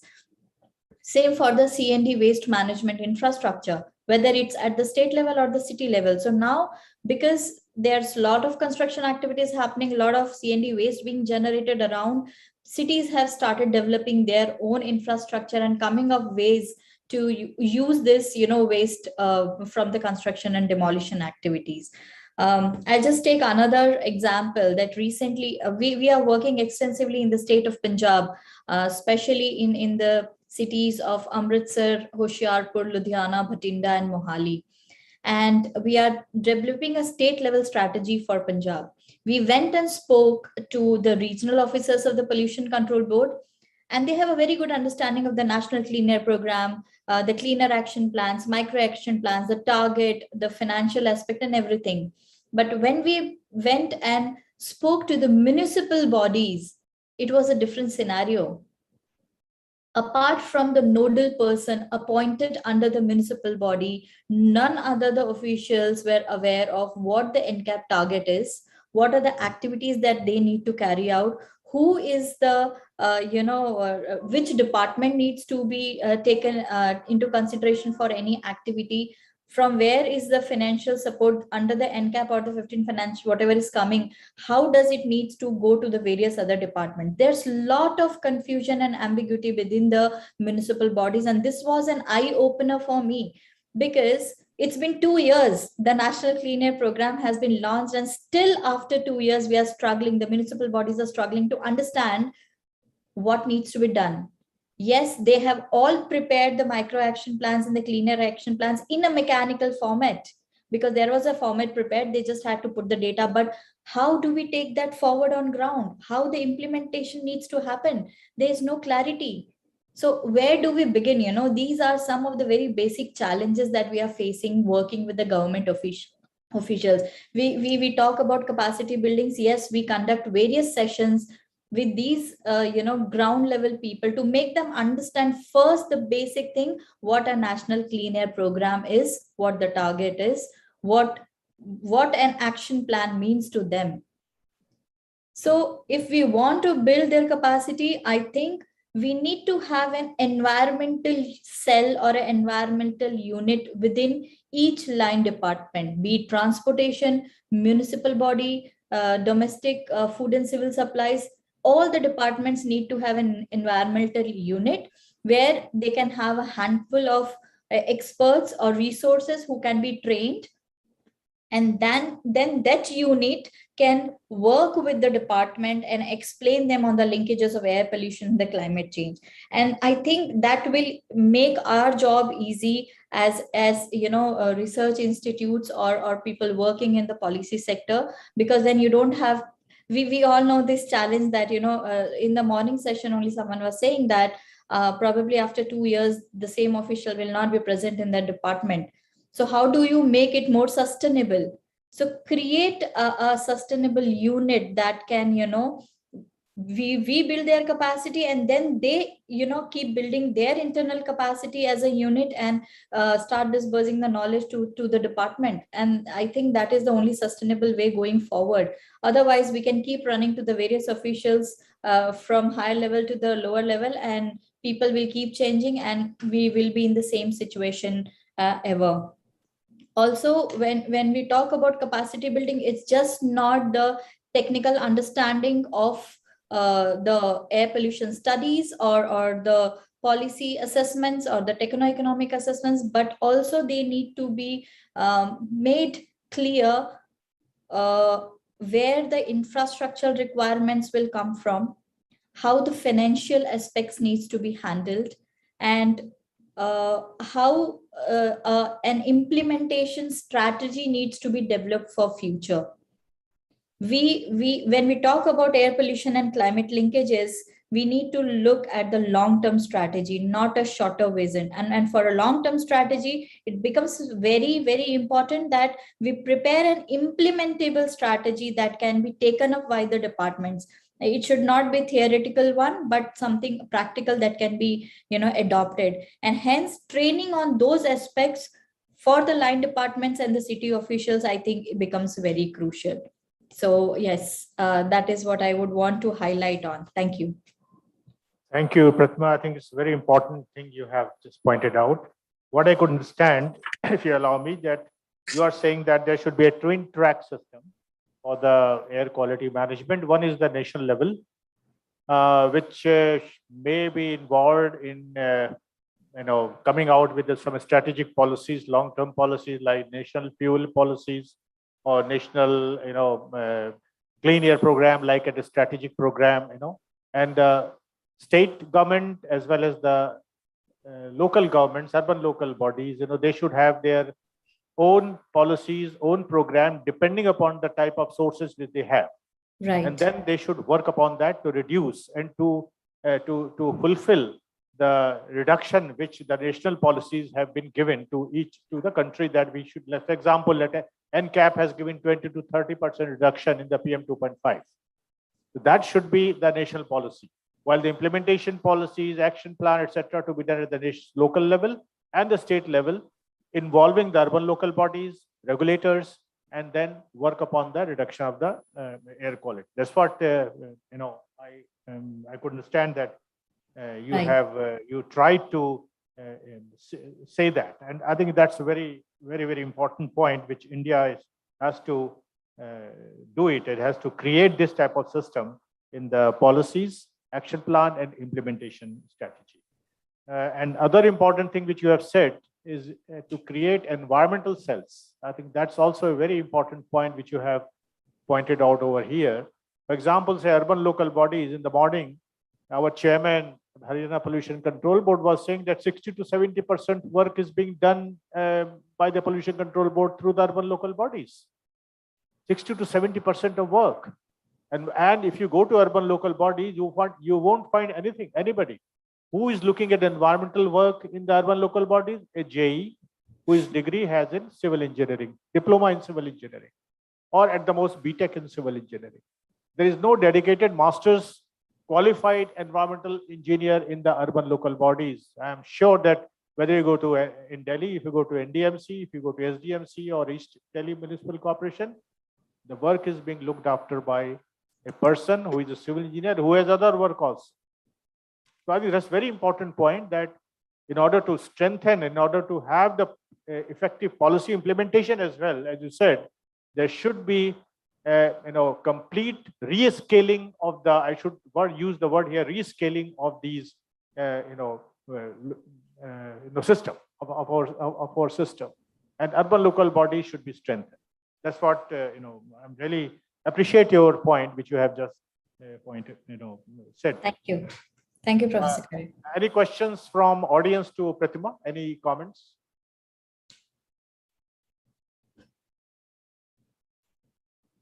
So yeah, Palash, yes. If I may, I mean, just to add to that example, the importance of city level environmental cells is very important, but also locating those cells with the right skill set. This is again addressing the report that iForest has launched earlier. Having the right combination of skills and the right job descriptions for that is very important. Like, for instance, one of the reasons why we have relatively had some success in Ahmedabad is because the environmental health work is located within the health department there and not the environment department. So the nodal officers there are doctors who run the health department. Again, but like you said, this is their secondary or very often their tertiary charge. They're looking at tobacco, they're looking at tuberculosis, and they're also looking at air quality. So that I think is an important distinction. Yeah, Pulash, I think here what we can do is under the National Clean Air Program, we have the National Knowledge Network who are, dealing with the Institute of Reputes in all the cities. So probably under the guidance of the National Knowledge Network, the Institute of Reputes can help the line departments to, get such experts or identify such experts who can be part of these units or environmental cells in the various departments. Yeah. Thank you, Palash. I think you are also very right that we should have these type of rescaling system, the environmental management system, air quality management system. And I think if I'm not wrong, UK has this. In UK, our EU also, they also says that urban local bodies are empowered to take decisions. They are sometimes in some areas of air quality, they can make their own policies at the local scale. That's the empowerment they have by the government. I think this sort of thing we should have in a country like India, which is developing fast.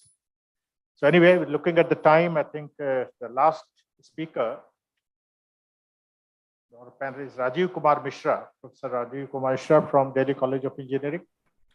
I'm sorry, it's a Delhi Technological University now. Am I audible, sir? Yes, you are audible, Dr. Mishra.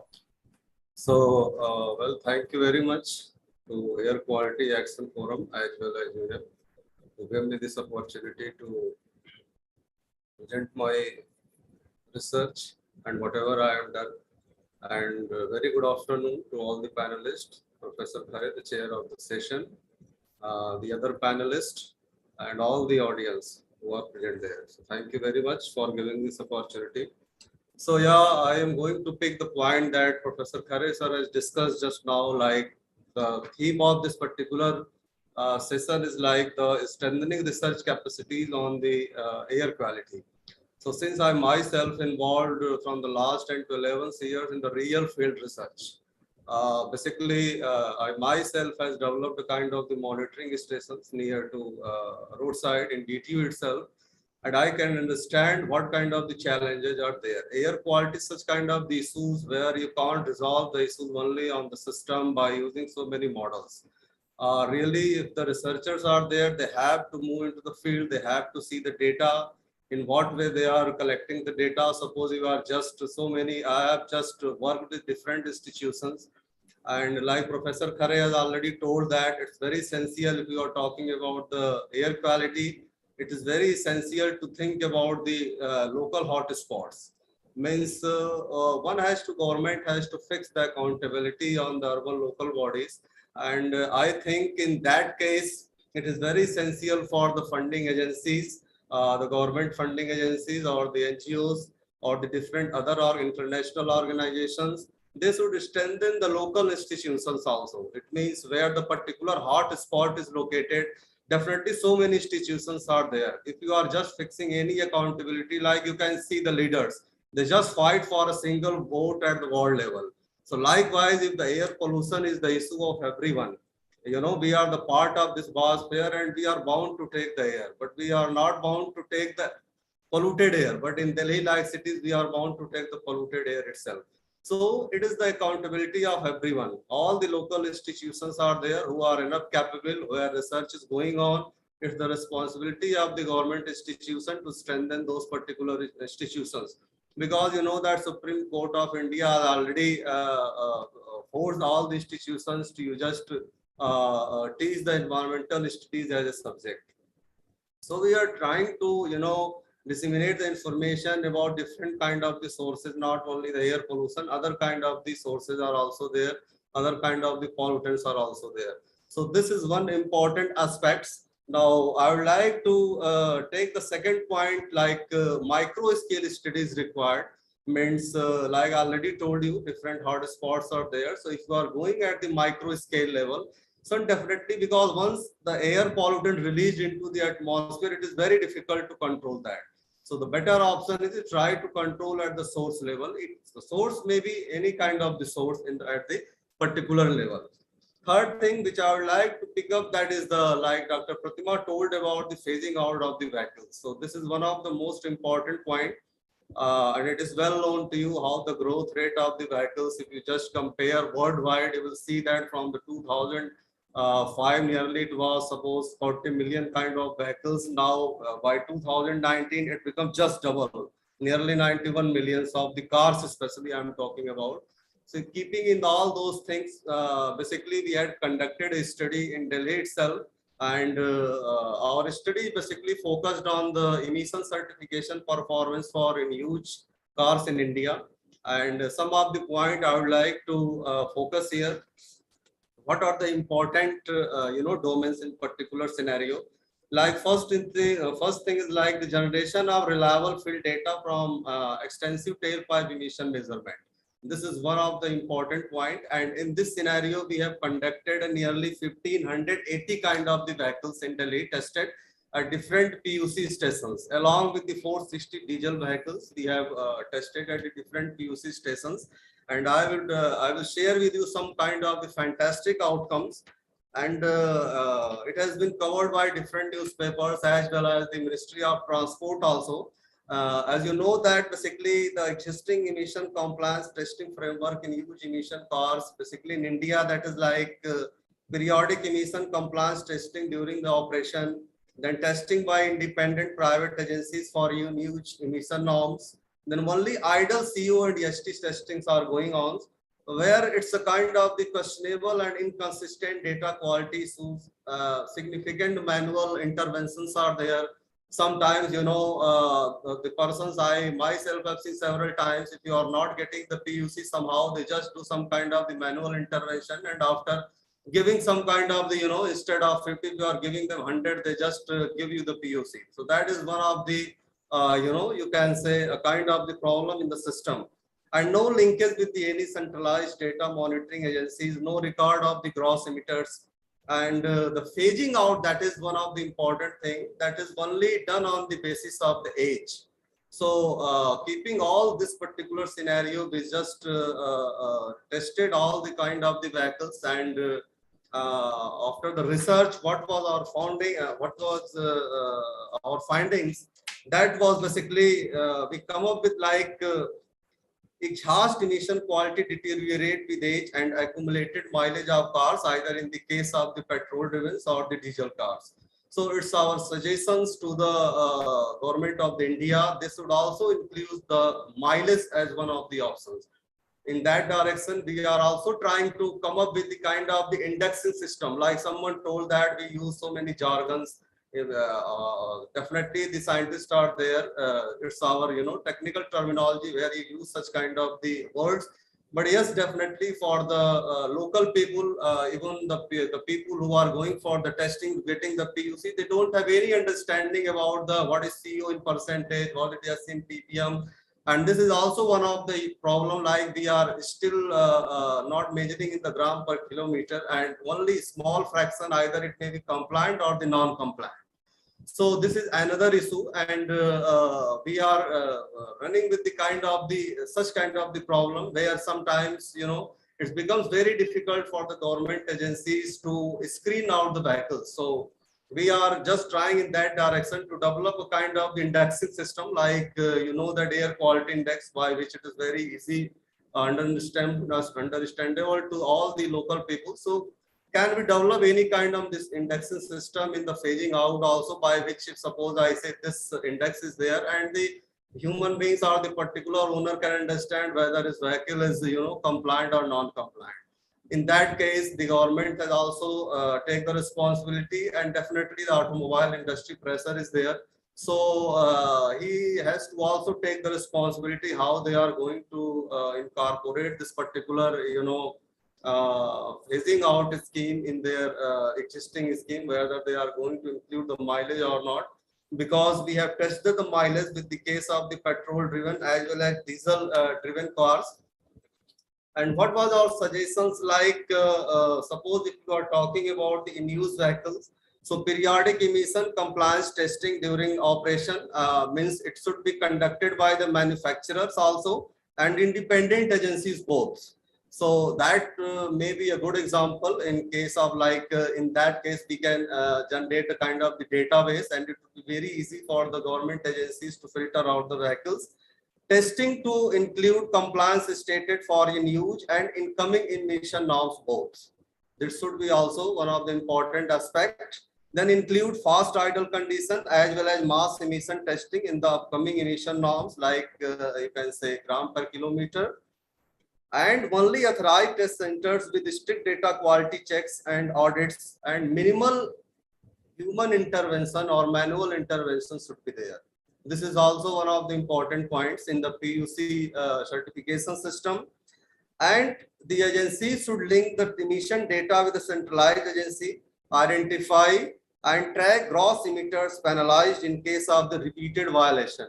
On the other hand, we have also some kind of the conducted the study on the basis of inspection and maintenance, and we found some kind of the good results. Like we just conclude that the people who are basically maintaining their vehicle, they are going to the authorized centers. The government should give some kind of the incentives or some kind of the perks in different terms, like either in the terms of suppose violating any particular rules or regulation. If he is going for the suppose purchasing new vehicles, some kind of the relaxation subsidies should be given. Or if he is going for the next time in the inspection and maintenance in the authorized center, some kind of the relaxation should be given in the service charge. All kind of the facilities for the motivation of the owners, it can be implemented. And identify the vehicle for phasing out based on the accumulated mileage, maintenance record, performance to both emission norms, means mass concentration and mass emission, not only by age. So it is our suggestion, like mileage should also be incorporated during the phasing out of the vehicles. And another things like the government is doing like that, after phasing out, they are just transporting the vehicles, or they are allowing the people, they can run the vehicle in the other state. That is also not the good, because that if you talk about the air shed program, it means we are taking the air from the all kind of the cities, state. The air is not bound to Delhi or NCR only. So it is the responsibility, should be the responsibility of the automobile sector. After a certain period of time, when it's at the verge of the phasing out, they can use the chassis, and they can come up with some kind of the maintenance plan, some kind of the new scheme by which they can come up with the win-win situations where the owners can be benefited, because and the industry people can also be benefited.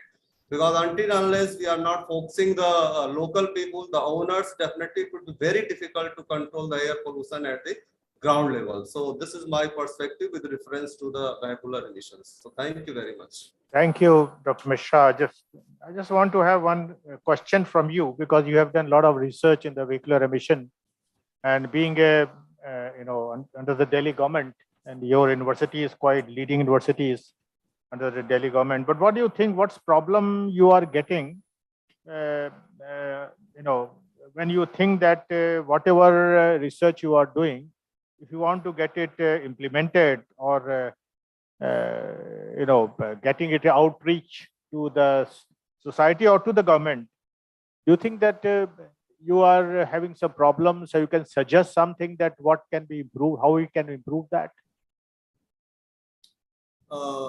Thanks for your question, sir. Actually, on the basis of our testing as well as the outcomes, sir, we have just discussed in the Transport Ministry of Transport, and sir, the automobile sector, that is the big sector, and definitely we have modeled the data. We have developed some kind of equations whereby putting the age and mileage you can come up with, because sir, in that particular testing we have considered a number of parameters. For example, I just mentioned some of the parameters like fuel distribution system, vehicle age range, average age, oldest and newest vehicle tested, vehicle mileage range, average mileage, vehicle with highest or lowest mileage.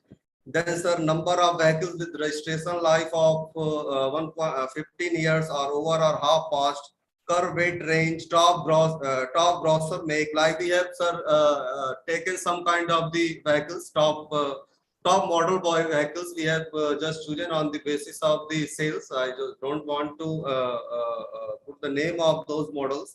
And then capacity of the engines, maximum power range, maximum torque range, compression ratio range, cylinder bore range, piston stroke range, number of cylinder or number of balls per cylinder. So we have collected a lot of data from the 1580 vehicles, and it's a rigorous study of the 1.5 years. So we have the good equations. Only the government can develop a software, and on the basis of that, but so we are just waiting from an indexing system, like I already told you.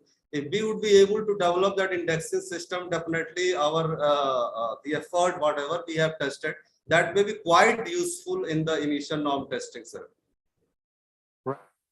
My question was that what do you have any contacts with the government, and did government is doing some support to you for implementing if they want no, to? sir, this is in support in the terms of sir testing. We don't have any particular support from the government, but on the basis of our outcomes, we are just approaching the governments how they are. It's now up to them, sir, how they are basically approaching. They may call for a meeting in the next time. But with the reference to funding, sir, this is also I would like to raise this question. Like I already told you, one should include such kind of institution also by seeing who are doing and what are doing. The government agencies should allocate the funds, because you can understand by testing all these vehicles, it requires a huge fund. And we face a lot of challenges, but still we are doing. And definitely we are hoping the government will understand our research, and if that suits them, then definitely they will incorporate the policies. Thank you very much. Any questions from the audience? Dr. Khare, if you may permit me, the same question to Dr. Salve and to yourself, given that both of you are from institutes of national importance, and you represent on several important decision-making commissions and committees that include you as a scientific or research personnel. So maybe the top two things that you think would help in the effective outreach of your inputs into those decision making. Is it perhaps better capacity building for the decision makers, or is it more scientific voices on such panels, or whatever you may think?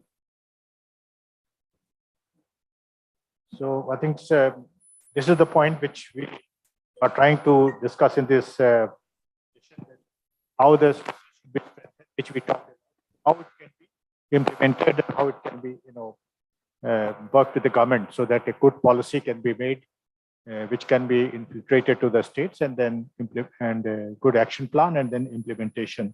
As far as my experience is concerned in the air quality, because I work in the air quality modeling forecasting, I found that the relation between the academic institutions and the policymakers and regulators, the relations should have been more active. It should have been more, active, and it should have been more stronger than the existing ones. Now, as far as ministry and regulators are concerned, I found that some regulators, depending upon the people who is posted, it is very, I'm sorry to say that, but it depends that who is posted over there in what position. This individual action, individual interest in the government that makes the relationship stronger, relationship active. It's not institutional, support you can get all the time. If one is member secretary of the CPCB or chairman, and if he is really technical and is very interested, then you get a lot of support and a lot of research and implementations. All things goes on very well. But if he is transferred, somebody else come, he is not taking any interest, then you are stuck up. So I think that's the thing which I observed in the government, that it's still the individual interest, not as an institutional interest, which should be. I think there should be a system which has to be generated or developed in the government at the policy level, where there should be a formal, framework involving academic institutions should be evolved. That's what my feeling is. Then, whatever the research is going on, it can be well implemented. An effective implementation will be there. That's what my experience is. Thank you, sir. Just to take what you said forward, I think two things are important if you really want something to be science to be converted into policy and policy to be converted into action. These two things are, one is the transparency. Transparency at all the levels. When you do research, transparency in data sharing, transparency in sharing the findings, and transparency in communicating both upwards and downwards. And second is communication. When we all are from the research background, and some are from the private sector and NGO sector. When we really want to communicate upwards towards policymakers, we should be specific what we exactly want from them. That should be there. Just for similarly to the downwards, to the program implementers, to the community. When we are developing our action plan for district nodal officers, they have 100 things to do. And I think we deal with the program. You have to deal with the existing reality. There is no point in complaining that the person is going to shift from one person. It's a government job. Person will be having a multitasking. It's a government. All of us are doing multitasking at our institute, at our level. So we really have to work in the real-time situation. We really have to navigate to real-time situation with the specific communication. When you develop action plan for district nodal officer, these are 10 things you have to do in a year, period. Not other things, all jargons, so climate actions and all these things. You need to customize your advisory, customize your communication to the person you are dealing with. And again, very importantly, as Professor Khare sir said, institutionalizing the system. Involve the academic institutes, involve the system more than a person, so that you have a sustainability in your actions and in your intervention. That is key. I think that is a way forward for the program on air quality and health research in India. That's what I think. Thank you.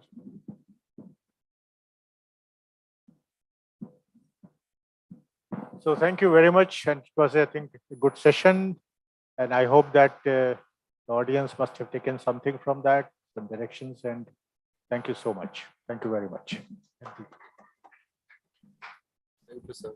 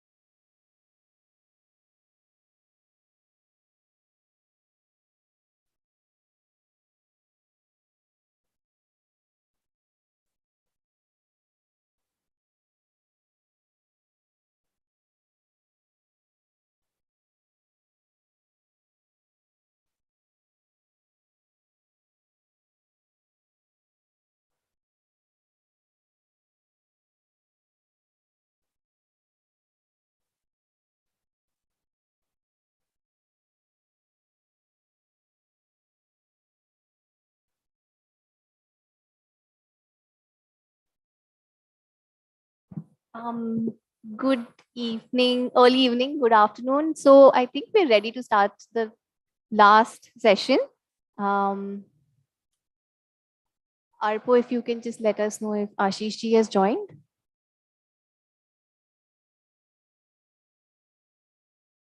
I'll go.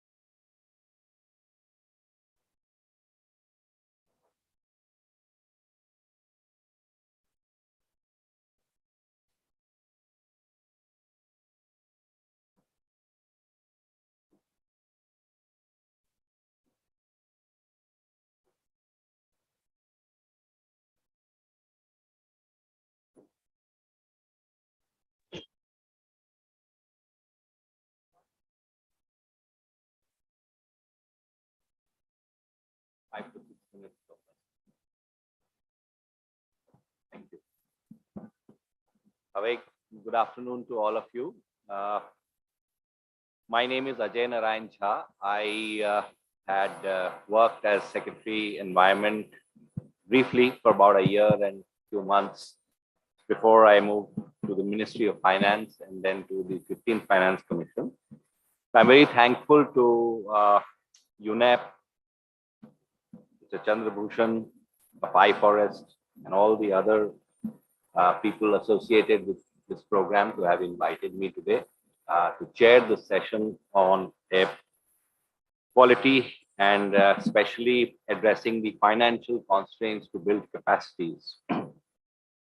We celebrate the International Day for Blue Skies today, but this morning, two very disturbing newspaper reports greeted us on this day. One was, of course, the age-old problem, which I had started my stint in Ministry of Forest with, which was about the air quality standards for power plants being pushed forward by another few years. What started as a very interim measure because of the financial constraints on introducing new technology has now turned out into a rolling plan for extending the dates. I don't know for how long more, but it doesn't augur well for clean blue skies in the future.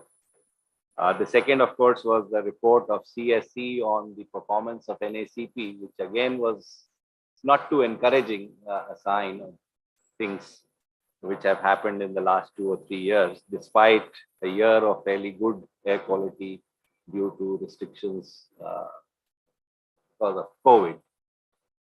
Be that as it may, we have today 5 panelists with me.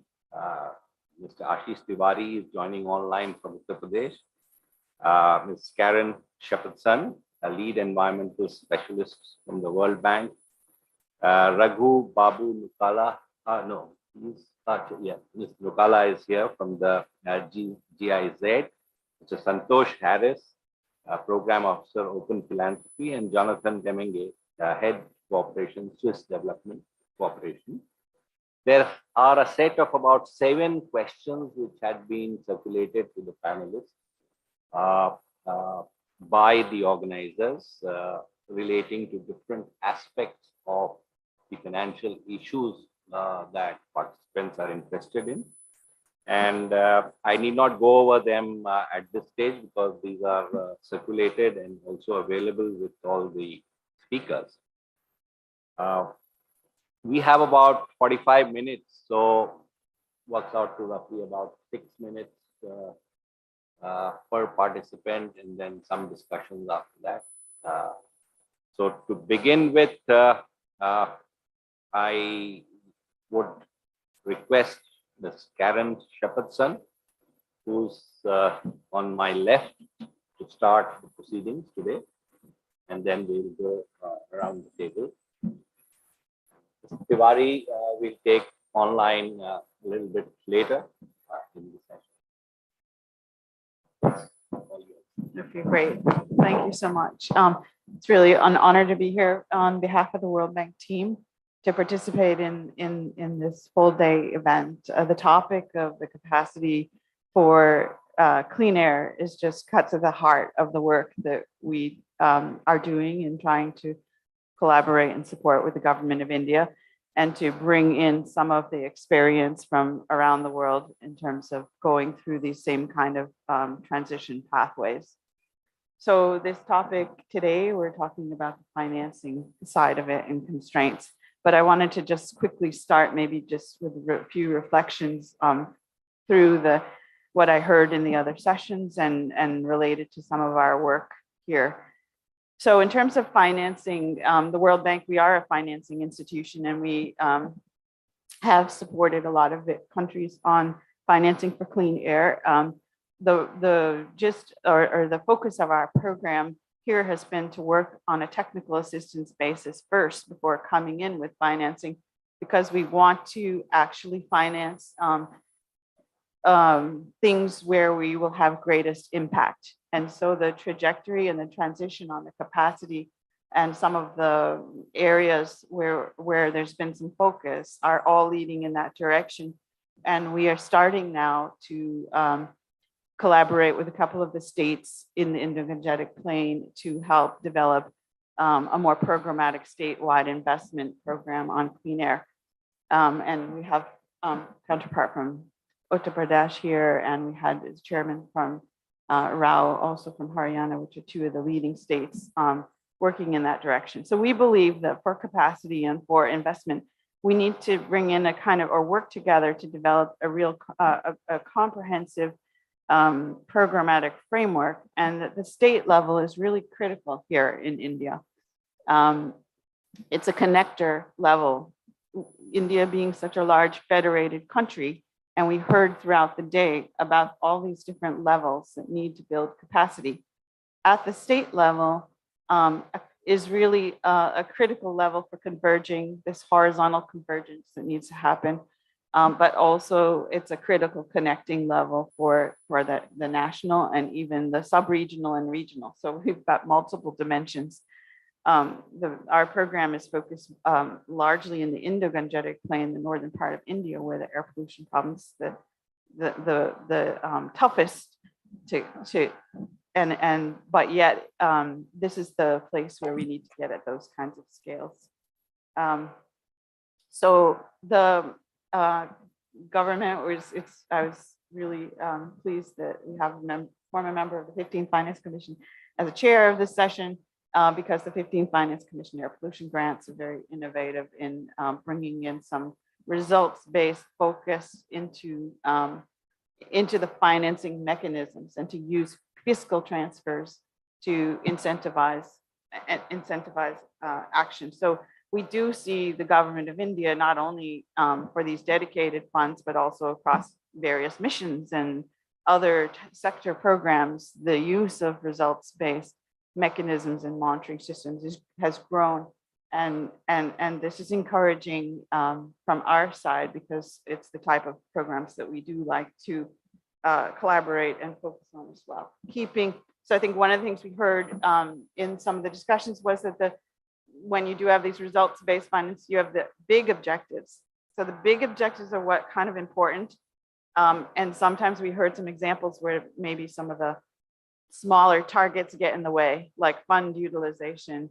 Maybe if that's your target instead of the ultimate objective, then you end up with some perverse outcomes that you weren't really looking for. So, so for financing, I think the shift to results-based mechanisms, but also making sure that there's the check-in to calibrate and checking and making sure that the sub objectives and the sub goals aren't really getting in the way, or at least stock taking around those.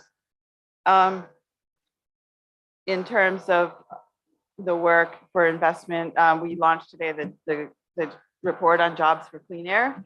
And this is all about capacity, the human resource capacity dimension that needs investment. And the financing for human resource capacity is something that needs to be looked at as not just an ad hoc on the side kind of thing that will work itself out on its own. It actually needs a structured program behind it, and it needs the funding to be lined up against that program, and it should have a monitoring and evaluation side of it as well, so that it can be adjusted and recalibrated. Another thing that we're working with the states, or a very important thing in the clean air agenda, is this is so multi-sectoral. And so it's relying on sources of funds coming from many different areas. So the convergence of funds is critical. So we're working with two states, Bihar and in Uttar Pradesh, on an expenditure review that's targeting just clean air. So looking at across their sectors. And in Uttar Pradesh recently, they also have done a similar exercise for their climate change 2.0 plan, state action plan. And then we're seeing in Haryana, they've done something like that for sustainable development, like a budget for sustainable development. But understanding really where is the money is a big first preparatory task that's needed before you can get to the next step, which is recalibrating and monitoring that, and then shifting the money into the places that need it the most. We're also working on the in the Indo-Gangetic Plain on introducing cost effectiveness planning tools, and so the gains model is being used, and that is looking at cost effectiveness. So what are the types of measures that will pull down the pollution at the lowest cost, and how do you do that first, to try to devise a path forward that will be cost effective.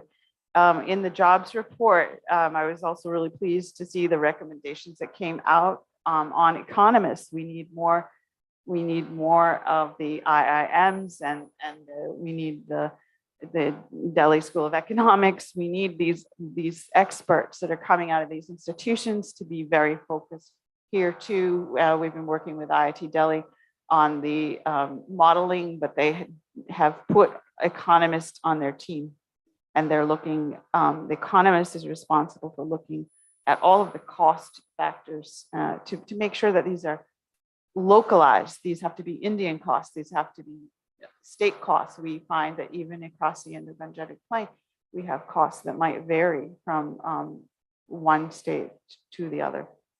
So yeah, and then we heard a lot about that this is about capacity that needs to be, we need permanent solutions, but we also need permanent capacity. So again, this is capacity that needs to stick and stay. So we need to find those strategies and take them to scale. In the World Bank, we looked at capacity for different things, and we boiled it down sometimes to 4 dimensions: the human resources, so the individuals; the institutions, so the capacity of the institutions. And I heard people mentioning that we need to work on that too, because they need to stay, because people change, people move, but institutions can stick around. It's the legal and the regulatory side of is also a dimension and another bucket of work for capacity. And then it's what we call socio political, which is generally the IEC, and how do you move people, and transparency of data and information and access. So all of how that's considered capacity, and financing then is a tool to implement. So hopefully I touched on some of the questions. I wanted to just maybe elaborate on a couple that you had put forward. One was around one was how to build the financing capacity. And I think I mentioned that we are bringing more economists into this field is important. Working with departments of finance at the state level, and of course, Ministry of Finance at the national level. So maybe continuing the dialogue in the 16th Finance Commission also will be really important.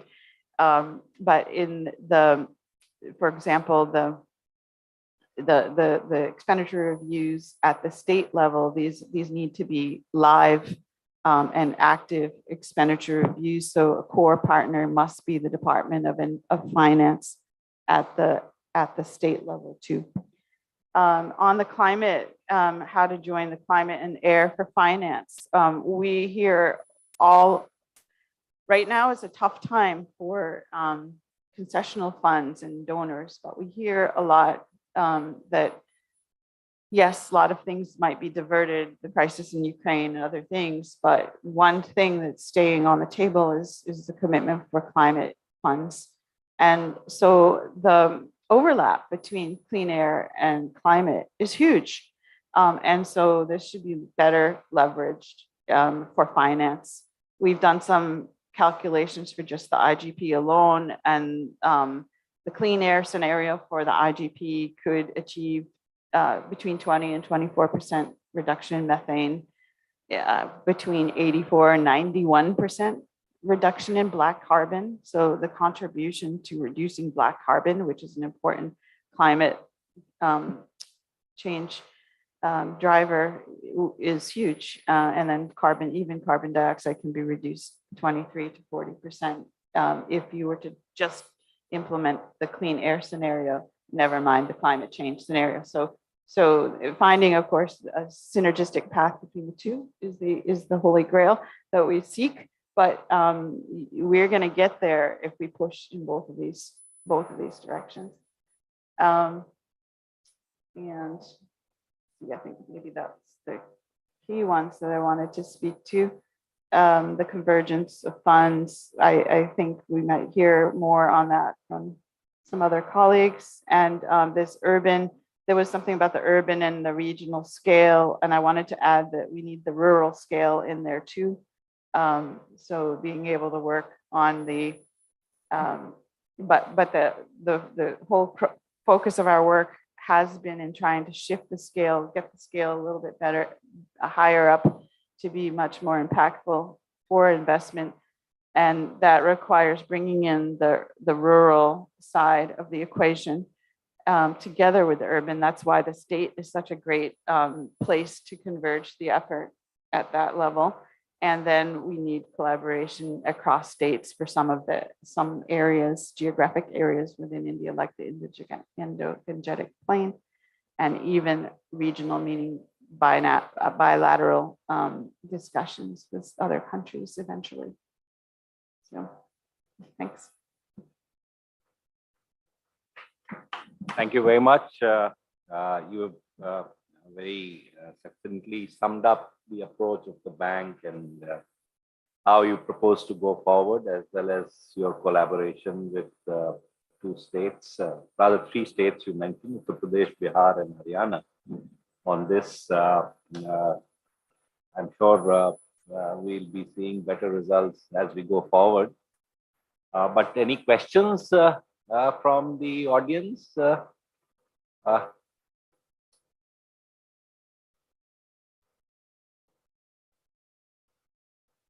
Yeah. Yes, please.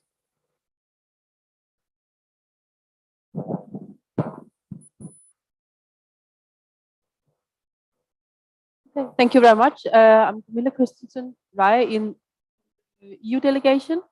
So my question would be related to the urban local bodies and you can say finance. Because in this 74th amendment, how do you see that the 74th amendment relating to the urban local bodies, to what extent it provides sufficient, you can say, responsibilities to the urban local bodies, but also the financial sources so they can actually implement their task at the level of the cities? Thank you. Would you like to answer this, or we take it? Can we answer your question a little later? Yeah. So we'll made a note of it. We'll address this as we go along. I'll move to the next participant, Mr. Ashish Mishra from the Secretary of the Department of Environment, Forest and Climate Change, Uttar Pradesh. He's online. Welcome to this conference, Ashish. And thank you, sir. I am Ashish Tiwari. Yeah. Government, yeah. So thank you so much. And it's a very pertinent issue on which we are discussing today. And in fact, one can think that if we have financial resources, then probably we can do anything. So this is what is the kind of a thinking which we have, and officers, urban local bodies have at the ground level. But see, what I'll start from where Karim has actually stopped. Actually, what is required is, like Karim mentioned, about a state action plan for climate change, and then the kind of assessment of requirements of financial resources for all strategies and all actions. And then there is a very Herculean kind of exercise which actually brings in the mapping of existing financial resources, and then kind of a assessment as what is actually the gap we are having. So this exercise actually gives you an insight of mapping of air pollution sensitive schemes, where you can go for convergence, where you can actually mainstream those schemes for air pollution, So that the whole exercise is very necessary. And before that, as a precursor to that exercise, a very comprehensive state level action plan is needed. This is a real knowledge gap at the sub-regional level, which states are facing. Like we all know that the theme of today's Clean Air, Blue Skies Day is the air we share. So the actions have to be taken at the airshed level. It is not the city level which is going to make any difference. So when we talk of a airshed level approach on air pollution, we should have at least a state level action plan and a regional kind of an action plan for control of air pollution. Once you have done with a very good plan, like UP, I'm very happy to share with you that under the technical assistance of World Bank, we are actually about to do our comprehensive action plan on airshed model. That is a precursor actually. But when this technical exercise is over, then the part 2 of action plan will be the mapping of financial requirements, mapping of schemes, which can be channelized, existing schemes, central, state, etc. What is the availability of funds at urban local body level? Maybe now the air pollution is a gram panchayat issue also, application of fertilizer, for instance. Then what is the kind of funds we are having at gram panchayat level? And then what is the gap? Because when we try to address the gaps, then there are 2-3 things. Like we may go for bilateral financing, like UP, for instance, having collaboration with SDC, Jonathan Demonge is sitting over there. Then we are having good collaboration with ZIZ also. So that kind of a bilateral funding can also be harnessed. But the challenge here comes, which and also from philanthropic funding sources, philanthropy organizations also. But the challenge is, if you don't have a comprehensive plan and proper allocation of various activities through those available funds, then there will be a lot of duplicacy. Like in the philanthropic funding, lot of duplicacy is there. In the same city, 2-3 philanthropy funds are being used for the same activities. So what I am trying to stress over here is that, first of all, we should have a comprehensive plan. And everyone, whether it is a philanthropy, whether it is a government scheme, whether it is a bilateral, whether it is a multilateral, it should work within that comprehensive plan. So that since funds is a challenge, we should use whatever funds are available, whatever financial resources are available in a very optimal way.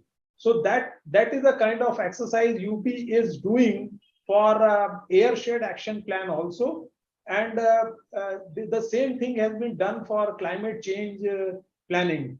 So financial resource side, this is the thing. Second thing is the resources on human side, because that is also related to kind of a financial burden for air pollution action plans. For that, we are going heavily on virtual monitoring system, where we don't need any kind of a human resource for monitoring and control of pollution sources. So UP is also developing a system wherein from a dashboard, we are trying to put smart meters in air pollution control systems of the industries, so that remotely we can monitor whether their APCS are running or not, they are functional or not, at least first stage of monitoring. So a virtual monitoring will also reduce your financial burden. And then the use of technology, we have to, when we do a kind of a mapping, I'll just very briefly tell you an example of integrated command and control centers which have been established under a smart city program. When we went there and studied that infrastructure, digital, software, etc. We thought that it's a wonderful infrastructure and it can be leveraged for air pollution control strategy. So we need to join dots also, because ICCC is there, but it is not being used for air pollution control. So then we developed a kind of an SOP for leveraging ICCC in the smart cities. We have got 17 smart cities in UP, and most of the smart cities are non-attainment cities, where pollution level of 2019 base year, last 5 years, is more than the national average.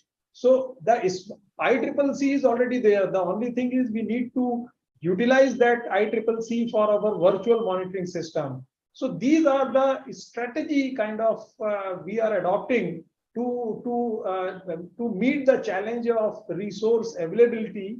And I again will conclude from here by saying that we need, every state must need a comprehensive plan, and the same kind of a strategy can go on a regional level also. There has to be a comprehensive regional plan, and the regional issues, the resource mapping. We had requested to Commission on Air Quality for NCR region. They have come out with a comprehensive policy for air pollution control in NCR region, but the real exercise, the fund, from where the funds will come, from where the resources will come, is still to be done. We are happy to collaborate with the CAQM also, so that we have already done our resource mapping for largely for climate and air pollution. We are doing under World Bank project, and the other, if other states also do, then kind of we have an understanding that for Indo-Gangetic airshed, what kind of financial requirements we have, and what we actually have right now, and what are the gaps. And if this is being shared to everyone, bilateral, multilateral, and philanthropy organizations, then probably they will also be having a better idea that where actually they want to, where actually they have to contribute to the government. So with this, I close here, and this is coming out from the hard experience of developing a very comprehensive state action plan for climate change. And I think this is the strategy existing on today, by which we can have a good strategy for augmentation of financial resources. Thank you so much. Thank you, Mr. Tiwari. Any questions to Mr. Tiwari? Yes.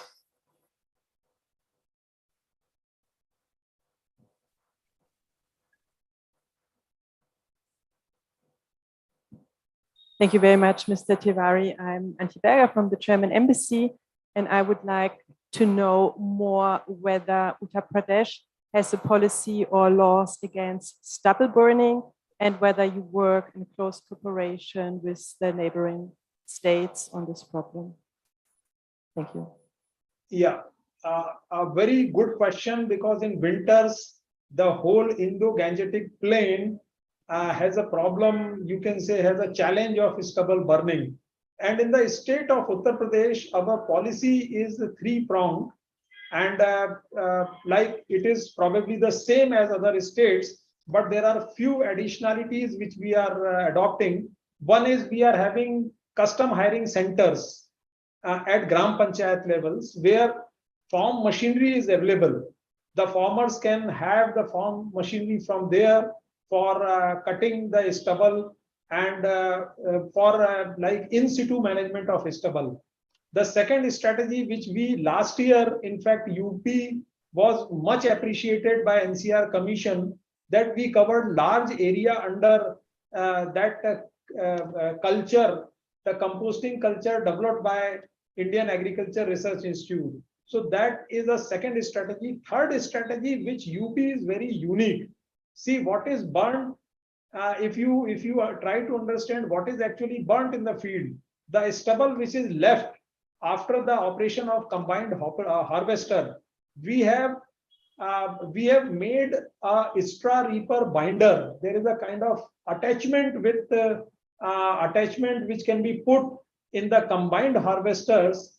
If you add that attachment, mechanical attachment with the machine, harvesting machine, then it cuts the stubble flush to the ground. So the UP government has banned all combined harvesters which are not having this kind of an attachment, which is called straw reaper with binder. And of course, then there are decentralized biocoal, biobriquette manufacturing industries. And thanks to National Commission on Air Quality, that they have allowed biomass to industries in place of coal. So it has got a good push for biomass, small scale biomass, biobriquette industry. They can supply biocoal and biobriquette to the industries. So this kind of, and of course then awareness policy and other things which also go hand in hand with this, the comprehensive strategy. Thank you. Thank you, Mr. Wari. Any other issue? We can move to the next speaker. May I request Mr. Raghu Babu Nukala from GIZ take the floor.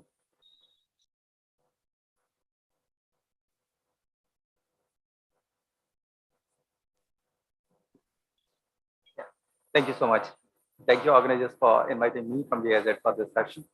Yeah, when I looked into the session title, addressing financial constraints and building capacities, two questions came in my mind. What is the finance we are looking for? Because we are asking about constraints. And the second question came in my mind is, whose capacities are we building? And then I came across this report. I asked Chandrabhushan, and he sent me his report, Jobs for Clean Air, which is quite an impressive document, which answers questions in the form of how do we build capacities following a systematic approach of NSQF. So that part has been well addressed, but a lot of other questions stayed in my mind. So when we also, like Karin mentioned, when even in GIZ, when we talk about capacities, we look into a broader perspective, not just people. We look at organizations, we look at networking of organizations, policy, legal framework, and far beyond. If I reflect that back into NCAP, what capacities are we talking about? NCAP documents talks about three major things. One is institutional strengthening.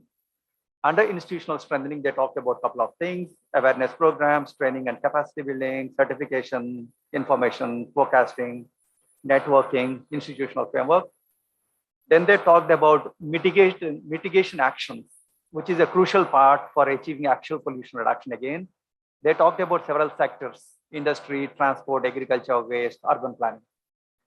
And the third element they talked about, knowledge and database augmentation, wherein they talked about monitoring, studies, impact assessments, emission inventories, and all that. So if we talk about capacity building in the ambit of NCAP, I think these are the three large dimensions which we need to look at. Now, that's going to be quite a big task. So while IFRS document has projected a 1,000 crore budget, the ministry's guidelines for capacity building allotted 4.96 crores for 4 years. Yeah, there's a guideline which is on public domain. Guidelines issued by Ministry of Environment in August 8th, capacity building and public outreach guidelines. So they have, I would say, I mean, don't expect too much from the government. That's what I'm going to also talk about. But the government makes a good initiation. There is an interest. The NCAP document talks about it. They make an earnest beginning. But is it always you to look at government or else someone else? And what has got capacity building to do with government alone? So let's look at that. So that's why I'm saying, first of all, we should look at the framework in a bigger sense. It's not just about people. It's about much more than people. And people related to something else, not just ULBs or a couple of things we talked about. Now, when we talk about jobs, there are jobs in various categories within those three major heads I talked about. There are people who are dealing with planning, approving, monitoring, managing, decision making. These are governmental agencies mostly. Then there are people who are doing studies and providing solutions. These are experts, consultants, institutions. Then there are people who are implementing. There are technicians, operators, engineers, planners. There are a lot of other people. Even general public are also implementing in some sense. And there are also NGOs, welfare associations, a lot more. And then you have another important segment. There are people who are reporting, who are communicating. Often we ignore. Right kind of reporting, right kind of communication is very crucial. In fact, we developed a training module for them, how to make a good communication on air quality management. So they again set of people. Now, within this whole thing, we need to start somewhere. And jobs, the Clean Air Jobs document has also talked about 20 lakh jobs and 9 lakh jobs to be priority and 1,000 crores for that 9 lakh, right? So somewhere we need to make a beginning. Now, if we look at our capacity building objectives, both at the institutional level as well as at the individual level, we need again to take a call. Where do we want to make a start? Because we have a 20-30% pollution reduction target fixed already. And this is agreed by, and everyone is putting their efforts onto this, 131 cities, 7 ministries, and who all are associated. So maybe we need to look at what capacities are we talking about here, institutional and individual levels. And so again, when we talk about institutional, that's again a different ball game, different thing. Maybe I can focus a bit more on individuals. In the individuals, we talk about awareness, skills, and knowledge. Now, skills is very high end, awareness is a bit low end. But as rightly pointed out in Jobs for Clean Air, there are several steps to reach to skills and the kind of certification, because there has to be a demand and a value for the skill. So that also requires for us to do a kind of a realistic assessment of what skills are we talking about, because we have to invest on developing skills. We have to develop modules, we have to develop digital applications, toolkits, a pool of resource persons, pool of institutions, and quality checking of the contents and the feedback mechanisms. So in fact, we do in GIZ all that, but in a limited way. But if you talk about in a holistic way for NCAP, we need to build this whole structure. Yeah, some attempt has been made in this book, but more has to be looked into that. So now coming back to us on where do we get financing? Of course, everybody is looking towards government for financing. Government, I would see more as a catalyst, more as a pusher, more as setting agenda. And we shouldn't go too much beyond asking for government for everything, because the jobs are not just driven by government. The Clean Air program is not for government, it's for people. It's for the benefit of every citizen. So why should government have to pay for everything, right? So I go with this argument. And the second argument I go with is the private sector engagement can create multiple benefits, jobs to start with, economic development as another opportunity. So why don't we focus more on the social benefits, the employment benefits and economic benefits, and drive it through the private sector, and look at government more as a facilitator and as a supporter, which they're doing anyway. So this August 8th order, I look at more as a supporting, facilitating instrument, not to get into criticizing side. Now, if I look at the market mechanisms, how can we create? Now, I've seen a lot of people, I'm working also on the green freight project, because freight is becoming a very crucial element in the cities. And there are private players who are trying to create, address the job requirements of the market. Now you can see a lot of e-commerce is going on, you need different kind of skill sets. So the private sector is slowly coming up to build those kind of job skills and match make between the job seekers and the job providers. So same way here, I think we have to create the job demands. It's not enough. So how do we create job demands? The job demands can come from the private sector as well as public sector. Now from the government, there is a push possible, like in the case of environmental clearance conditions, we stipulate training requirements as a condition. Similarly, we can create similar kind of regulatory requirements inbuilt into Clean Air program that skilled people have to be employed in certain jobs. Now, as far as government people are involved in decision making, monitoring, managing, controlling, now that can be made mandatory. And given a given time, everyone be sure can be made qualified to deal with his job. And this is very much in line with NSQF requirements. Every responsibility will require certain amount of knowledge, professional skills, and core skills. And without that, the responsibilities cannot be fulfilled. This is what NSQF notification says. So why don't we make it mandatory as far as the government agencies are concerned, that your skills, your knowledge, your training is an essential part, and give a time frame. Recently, we did a very good course for Central Pollution Control Board, and we got a huge response. Not because we did a training, because training is also misinterpreted in many ways. Sometimes we do a training pooling up people from here and there without clear objective, without clear approach. In this case, we followed a very typical German and a GIZ approach, wherein we followed a lot of practice, a lot of participatory way, A lot of didactics were applied in that, and we had a huge appreciation from the officers of the Pollution Control Board the way we did this, and they found it very impactful. We are doing a feedback in the next few weeks. They had also to write an exam. They got a SCGJ certification. They're happy with that because the training has a value. It's not only for organizational benefit. We also look at, does the training give a value to the person who is getting trained? Does he appreciate it? Does he have a value to his training? Yeah. So that's also very important. I learned from my German trainers, it's always important to also look at what is the person getting from this training for himself, besides what he's giving to his organization. Right. So I think that's the other part is for the market development. We need to look at also the demands from the supply side, from the demand side, from the implementation side. Now 2,700 crores has been earmarked for clean air program for until 24. So there are a lot of things happening on the ground, requiring a lot of skills. So that's another area to look at. How do we get skilled people into those implementation? As Mr. Tiwari also mentioned, for example, a lot of actions are going on. How can we probably look at? One other mechanism for which I said already regulatory measures. One I said market development. Third, I'm talking about promotional measures. Today, the Honorable Minister was mentioning about some kind of ranking of cities to encourage cities to come with best practices, to promote best practices and make cities proud of their work. So can we also build demands through some promotional measures to create jobs for this kind of an activity?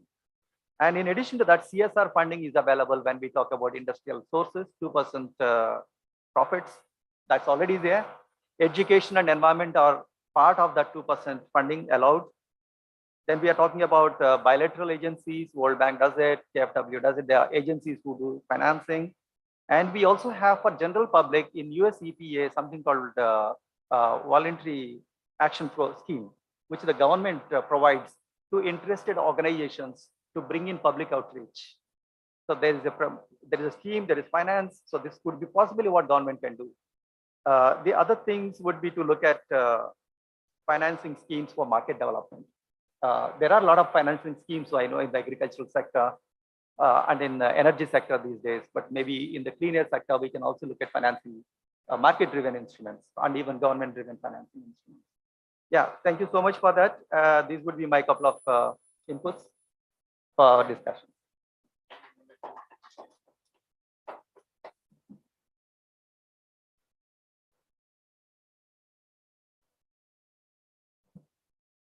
Any issues or any questions for him before we move to the next speaker?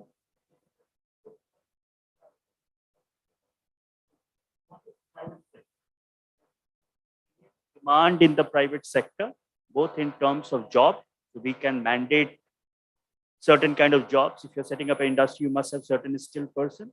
And in government, you said we mandate training, that this job will require this kind of skill development.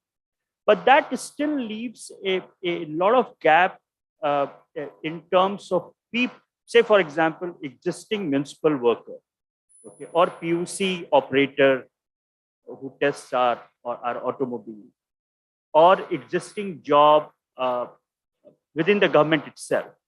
Okay. Where do we get money for them? If government is not the source, then who is going to fill that gap? Is it philanthropy and international organizations? No.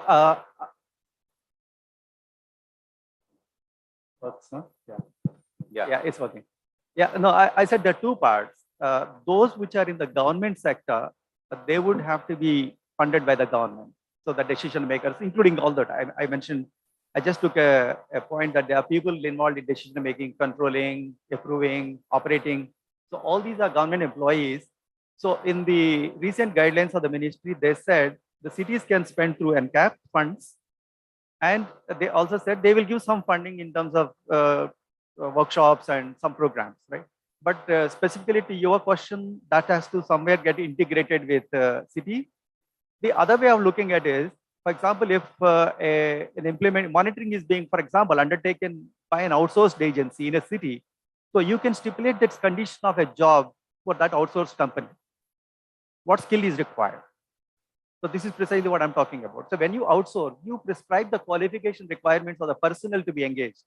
Now, right now we are setting up a sensor-based air quality monitoring system in Pune as a demo. And we have specified what kind of people are to be put in there. So automatically, either you get a qualified person or you force on building the demand for such a thing. Now, if we tomorrow have these kind of qualifications made mandatory, automatically the market will come up. But there is a lag between the developed market and the developing market. So that is where we need to look at multiple financing sources. So the government sources, I said, need not always be the only thing to be looked at, because when you look at the country, the volume of money you need is huge. So even the money that we have today for implementing is not enough. So the kind of projections you made in the document, that's half of the total budget for clean air. So, those kinds. So we need to look at other alternates. What are the other possibilities and alternates? That's what the message from my side would be, not to be constrained by us only looking at the government and then putting our hands up, but look at other potential positive impact opportunities which have a win-win. They give you employment for a skilled labor. They create job markets. So a lot of our educated youth who are unemployed will get an opportunity, and you get an investment opportunities for those people who are providing services. Now I look at more from multiple angles. Thank you. Thank you very much. We'll move on to Mr. Santosh Harish from Open Philanthropy. Thank you so much. Firstly, thanks for having me here. I'm really looking forward to reading the report. I think it's it's something that is much needed, and I also love to chat at some point about how philanthropy could sort of jumpstart some of those capacities. I'm a program officer with Open Philanthropy for the new South Asian Air Quality Program. Open Philanthropy is a new funder in the space. I am very new in the role of being a grant maker. Some of you may know of my work previously. There's a question here from one of the persons that was suggested that sort of was about the role of philanthropies and how they could support long-term development of effective governance for equality. So I thought I could take a stab at that. And perhaps I can start with the South Asian Air Quality Program at Open Phil itself, as many of you may not be familiar with it. This program looks at air pollution primarily from a health lens, which is to say that when we are evaluating grant opportunities, we don't look at air pollution as climate adjacent. The climate co-benefits would be nice, but when the thought process of creating this new program was that air pollution in South Asia, India, and the neighboring countries is an area that's important because of the enormous public health burden, is severely underfunded, something that I don't think I'd appreciated as much before I started this role, and is tractable, that there are actually opportunities provided by the policy framework in place, but also by the organizations, the research capacity, and so on in this region. So there is funds can actually make a difference. So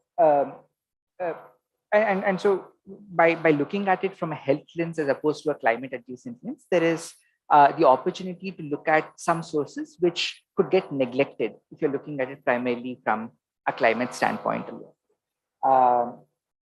So when we're looking at sort of on how philanthropy could support the sort of long-term development of effective governance, I think a couple of broad ways to think about it. Right? So one is long-term thinking requires investing in people. We need just many more people, as I think there's already been a lot of discussion today, and I don't have very much to add about that. But also growing the field in terms of organizations, right? And so here it's partly about sustaining those organizations which have already been very effective at what they do, but also taking bets on new organizations and helping those that have started showing promise scale, right? Another way to think about growing the field with organizations, also bringing folks in from adjacent areas of work. Some of these could be those that work on sectoral issues such as waste management and so on, but also those who work on things like public finance, right? On municipal finance, where I would argue that there is actually very little work done so far in, for example, figuring out how best to sort of utilize the 15 Finance Commission grants, where the challenges are and so on. There's just a lot that we don't understand about it still. Another way to think about sort of the of supporting long-term development of governance is in a few thematic areas, which I think is also sort of broadly corresponding to the way we've funded work so far and likely how we are going to do it. So one, I think, significant blind spot for air quality governance is in terms of policy tools, right? Karen talked about, for example, techno-economic analysis, looking at costs of different interventions. It's a very, very nascent area of work. One of the challenges for doing this for air quality is, as a policy researcher, which I was before I took this role,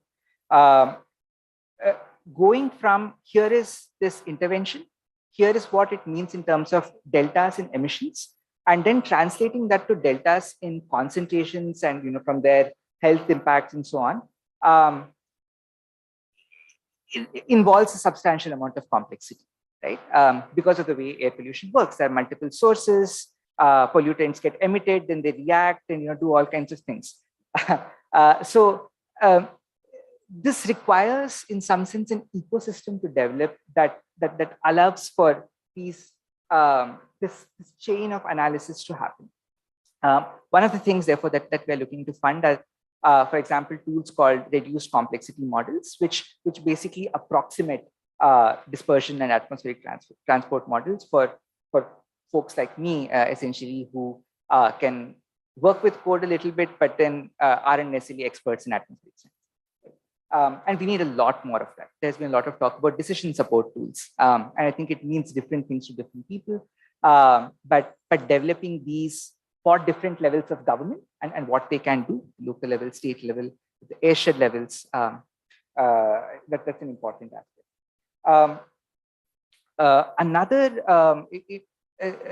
Similarly, I think doing the cost benefit analysis, I think it's an important area. The second thematic area would be those that can broadly get classified as problem defining, right? So emission inventories, monitoring networks, and so forth. Emission inventories are sort of fundamental to sort of running these models, doing policy analysis, and so forth.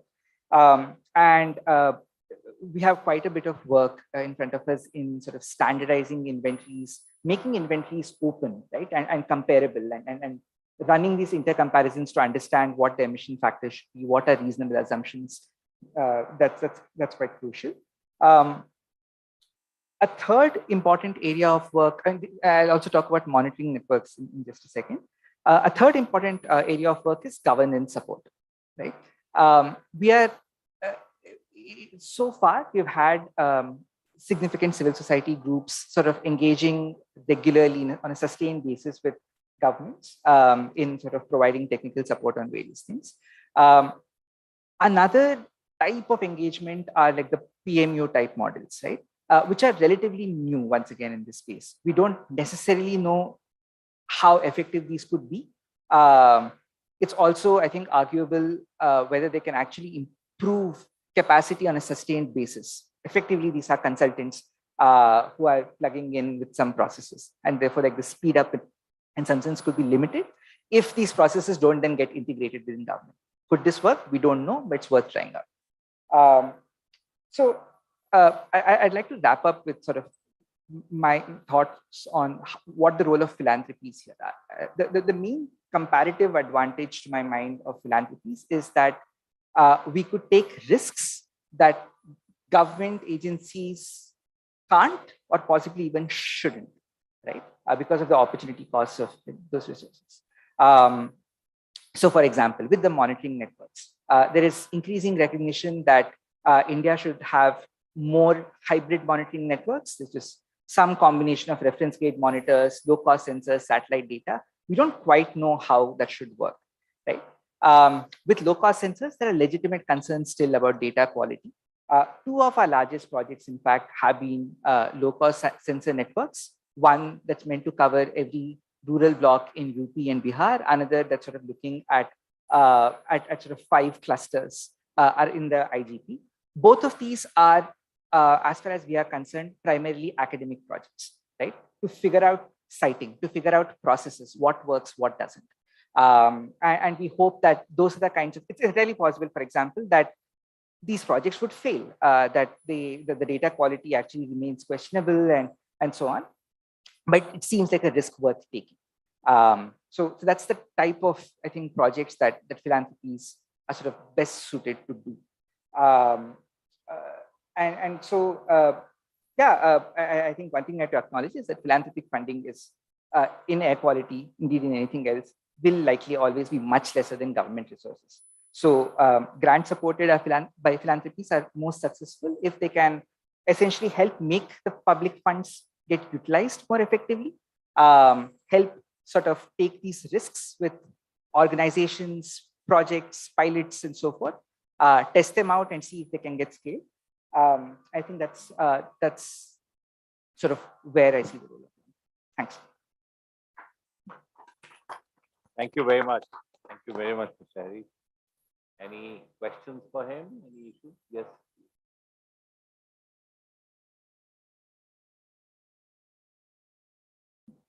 I do not have a particular question, but I'd like to just understand the sector in a better manner. So I'm just proposing a small case study kind of scenario. Then you can say how financing can help them. We go and studied one small MSME cluster and found out their emissions are very high. People nearby are getting health affected due to air pollution. We did the monitoring and found that they have all had emission control devices like ESP and all there, but the technicians are not capable of operating them. So the problem came from that cluster that technicians cannot do this thing. We don't have fund for training them. Help us get them trained. This is a very ground related problem. How will you? How can financing help them? The trainers, the courseware, development of training ecosystems, and certification.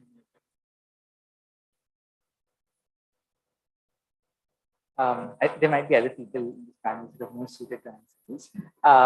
But my sense is that, so again, just speaking to the role of philanthropy, for instance, jump-starting some of this work could be something that the philanthropic funds could be utilized for, or indeed potentially other sources. This seems like something that has to be sort of partly solved by the market. I mean, it's in some ways it's the job of the industries to comply with the norms and make sure these pollution control devices are running and pay for the technicians and so on. So I think beyond that, the jump starting process, sort of, I think it's crucial to for the role to be ultimately played by the industry. It's also important, as has been discussed by several of the panelists, that there has to be an ecosystem which recognizes this as a skill set which needs to be promoted, developed. People have to be trained in that. Today, if you want to take somebody and give him training, even if you have the money, you may not find the right institution where you can get him trained. So unfortunately, the ITIs and the polytechnics, the course structures, in most of them are of very vintage years. They are not really tuned to the market conditions as they have evolved over the years. They are undergoing change, but as I guess this report would have pointed out, you need certain types of skill sets which also come into the institutional framework of all these training institutions and organizations. And then this MSME will have the place where he can send it, because it's not the question of finance for the MSME itself, because if he's running a unit, he has a source of funding. It's not that he can't afford it. It's just that he has to find the right place where he can send the person for training and for skill development. Because the problem with most MSMEs, which has been recognized, and I think there's a lot of literature on that also, from the economist's point of view, is that they don't factor in environmental costs into their costing. So that's the biggest problem. The real reason why in NCR you have today so much of air pollution, because people use low quality fuel, which you cannot prevent because that's cheaper than the power which they draw from the grid. So, I mean, these are issues which somehow the market has to factor out the cost and then attribute that cost to that industry. How do you recover this cost is the issue of finance, which I think needs a lot more elaboration. I think we don't have the time today, but I guess at some point we will need to discuss that in greater detail. We are actually racing against the clock. It's already showing 5 o'clock.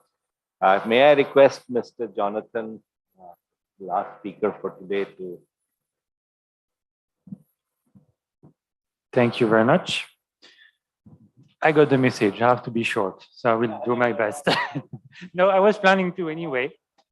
First of all, I want to thank you very much for inviting me here, not to speak, but because I heard a lot of very interesting talks during the whole day. But the consequences of it is that after 7 hours of lectures, it's very difficult to find new things, interesting things to say.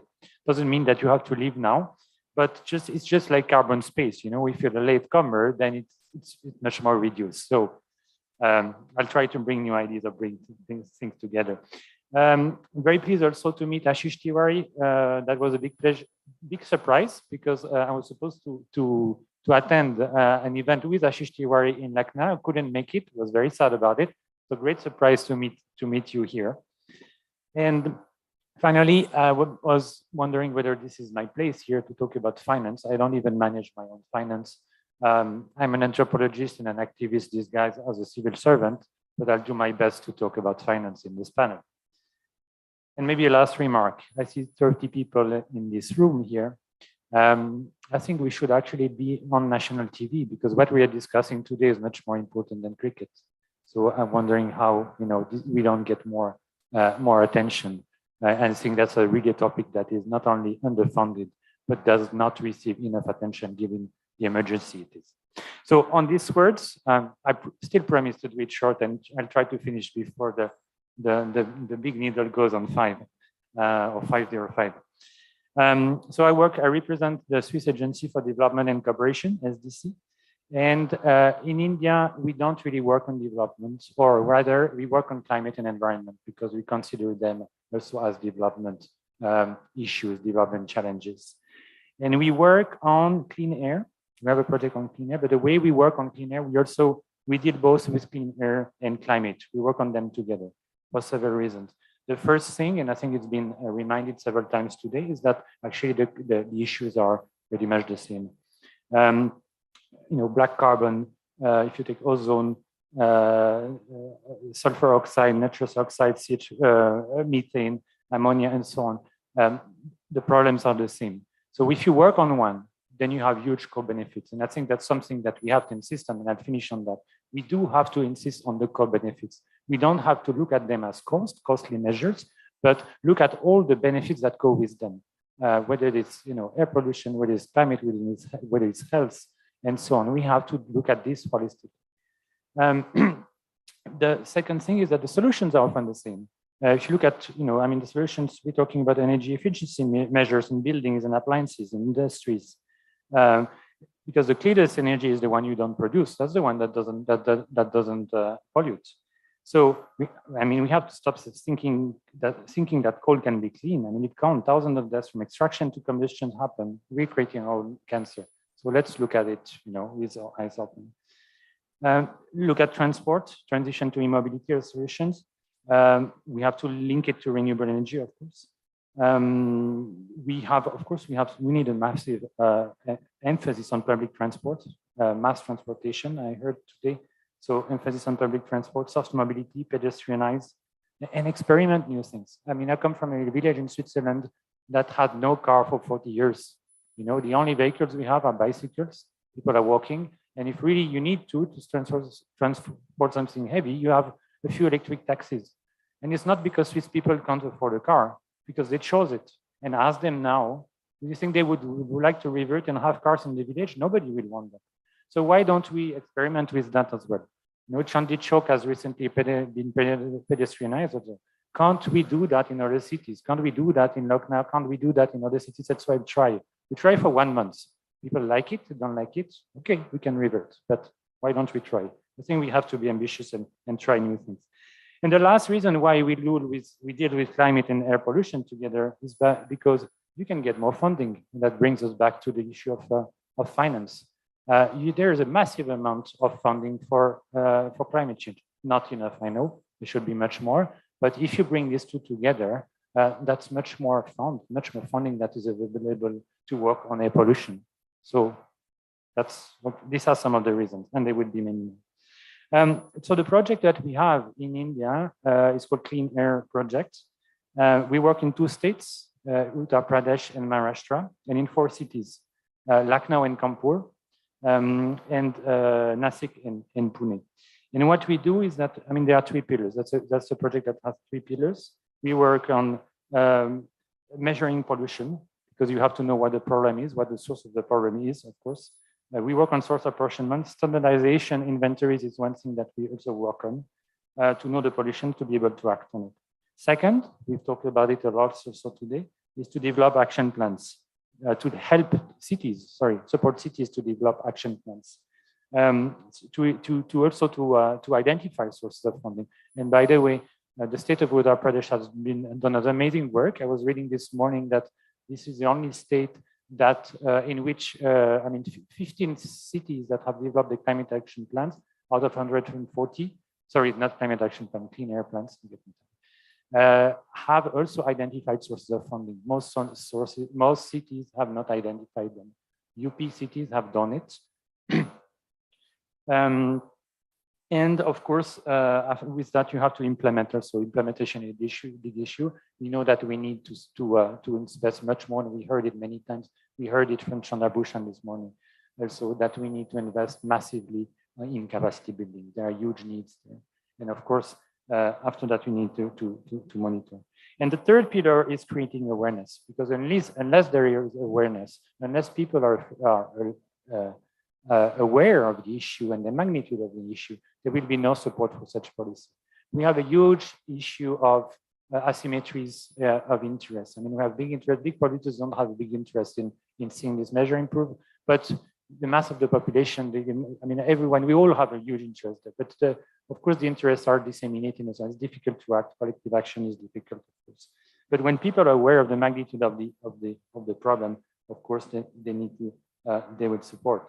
I would say we have a 4th pillar here now is coordination with pollution control boards, state and central, with the Ministry of Environment, Forest, Climate Change, central, and between multilateral and bilateral donors. And that's one thing we do now. We do meet, and we try also to meet, and we need to meet also with philanthropies and so on to see how we can work together, how we can bring our forces together, avoid duplication, as Mr. Tiwari mentioned before. And in terms of creating the financial capacities, I think it is seriously underfunded. That's a sector that really needs more air pollution.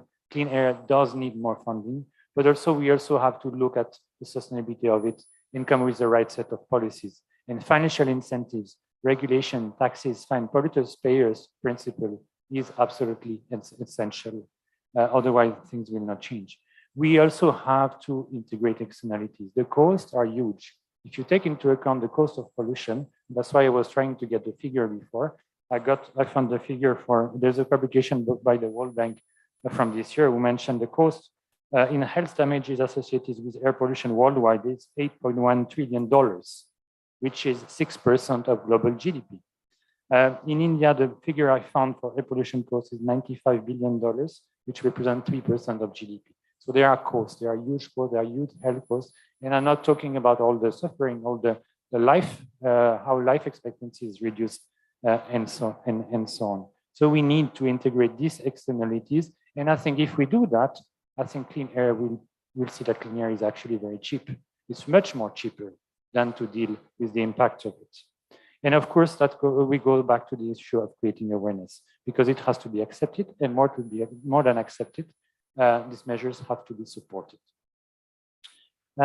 So let me maybe just conclude on that. I mean, we mentioned a lot of challenges that we have, that urban local bodies are facing. I think what we saw is that what is very important, of course, is a clear leadership, ambitious plans, and linking clean air to climate change is fundamental. Coordination to avoid duplication.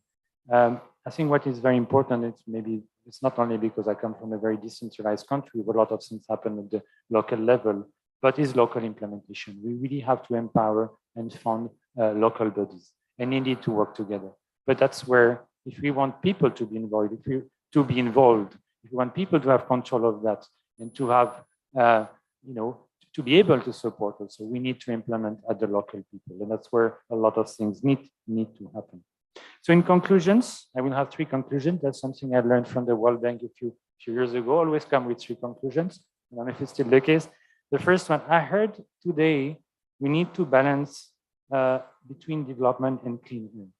And I think for me, there's something very wrong in that. I think if we go with that mindset, we'll never deal with clean air as a priority. We never look at environment as a priority. Can I say, would you say, for instance, okay, let's focus on development now, and in 20, 30 years, when we're developed, we'll try to get safe water, clean water, okay? We just go with polluted water, we drink polluted water, and in 30 years, we deal with that. We don't. So why do we do it with clean air? I mean, what is development if you can breathe? If you breathe, the air that you breathe is so polluted that you get sick, and you lose life expectancy, and that you die younger. I mean, it has to be clear that there's no trade-off between clean air and development, because clean air is part of development, is constitutive of development, and is conducive to development. You can't develop, okay? You can't learn, you can't develop, you can't become someone if you start from the beginning. If your intellectual faculties, your health are impaired because of polluted air. So there's no trade-off between the two. We have to look at them together, and we have to look at clean air as conducive and constitutive of development. The second thing, I think, is that there is no quick fix.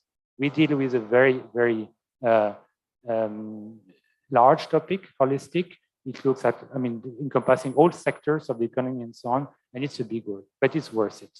It's really worth it. There's no other choice. We have to deal with it. And the third one, I think, if we really want to deal with clean air, with air pollution as a priority, we have to put the Ministry of Environment at the center. It's not a peripheral action. The role is not just to allow to regulate some kind of pollution and so on. No, it's a coordination role. And I think that's a transition we see in many countries. The Ministry of Environment is becoming, on pollution control board and so on, are becoming the most important ministries because they have this coordination role. And if we don't give this coordination role, things can't change. We can't do the transition. We can't be, reach a kind of more sustainable economies and so on, because otherwise it will always be peripheral. So thank you for that. I know I deviated a little bit from the topic. That's what happens when you invite an anthropologist, these guys are a civil servant, to talk about finance and clean air. Thank you very much. Thank you. Thank you. Thank you very much. Very interesting observations you have made. And despite being an anthropologist, you have been very relevant and you have thrown new light on this from your experiences. We can end with the session. Any questions for Mr. Jonathan, or we can wrap up? Yes, there is a question there. Thank you everyone for all your questions. I have just one question, perhaps to you, Ajay sir, and as well to others in the panel. What Santosh also mentioned about the PMU approach very commonly being substituted for long-term capacity building. So given the opportunity we had in terms of the 15th Finance Commission funding, do you see any progress on these funds being used first and foremost to fill the existing vacancies at SPCVs and then to create long-term capacities within the ULBs on the lines of all that's been discussed today.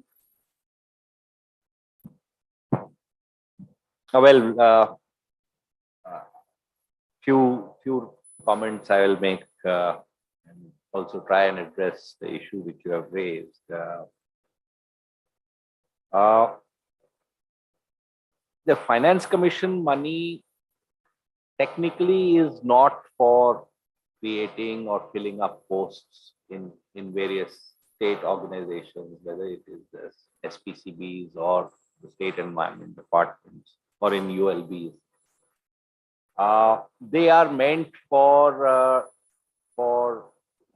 basically implementable action plans which are to be implemented at the local government level. So really you can't use that money to fill these gaps. But then what happens is usually a substitution effect, in the sense that since Finance Commission has come up with a fairly sizable sum of money which is being given for this particular challenge fund, that is for clean air in 54 urban agglomerations. It also frees the money which the municipality or the corporation would be spending, let us say, on clean air programs, had the Finance Commission award not come. So that way there is a substitution which takes place. But yes, on building capacities, I've sort of reread the recommendations, and then while the discussions were going on, and also just glancing through this report, I just saw it today in the afternoon when I came, so I haven't quite gone through it. You see, it is like a challenge fund which is given for attaining a certain level of performance in terms of reduction of air pollution based on 2019 baseline. So once a municipal corporation gets that money on attaining the targets, the utilization can be even for capacity building. There is no bar on the utilization for just for air pollution control measures alone. Capacity building can also be area of expenditure for the municipal corporation. So assuming that 12,000 odd crores has been given for this program spread over 5 years, and you take out 10% of that, which is 10% is the standard norm which people adopt for training and IEC and other type of programs, it's a fairly sizable sum of money over a 5-year period. It's 1,200 crores. So it's not a small amount of money which is available for the corporation. The related issue is of the PMU approach versus a long-term approach. Well, since Government of India, PMU seems to have become a standard norm for addressing any challenge or issue which is confronting the government. So you set up a PMU and it is meant to answer all your problems, whether it is in Sarva Shiksha Abhiyan or for National Rural Health Mission or for air quality control. So if you have a PMU, means you have the magic bandwidth which to address the figure. The problem, as you rightly mentioned, I mean, part of your question itself is that it doesn't have a long-term perspective. Now, this is an area where, for example, let us say NCR. My own experience has been that the problem of air pollution in NCR region, the entire North India belt, has been fairly acute for now almost 10 years. 2012-13 onwards, it has become increasingly worse progressively as we have gone. And unfortunately, I mean, sorry to say that, but I was there in the previous session also, and I didn't hear the presentations before that, but I sort of got the impression that we are still grappling with big data.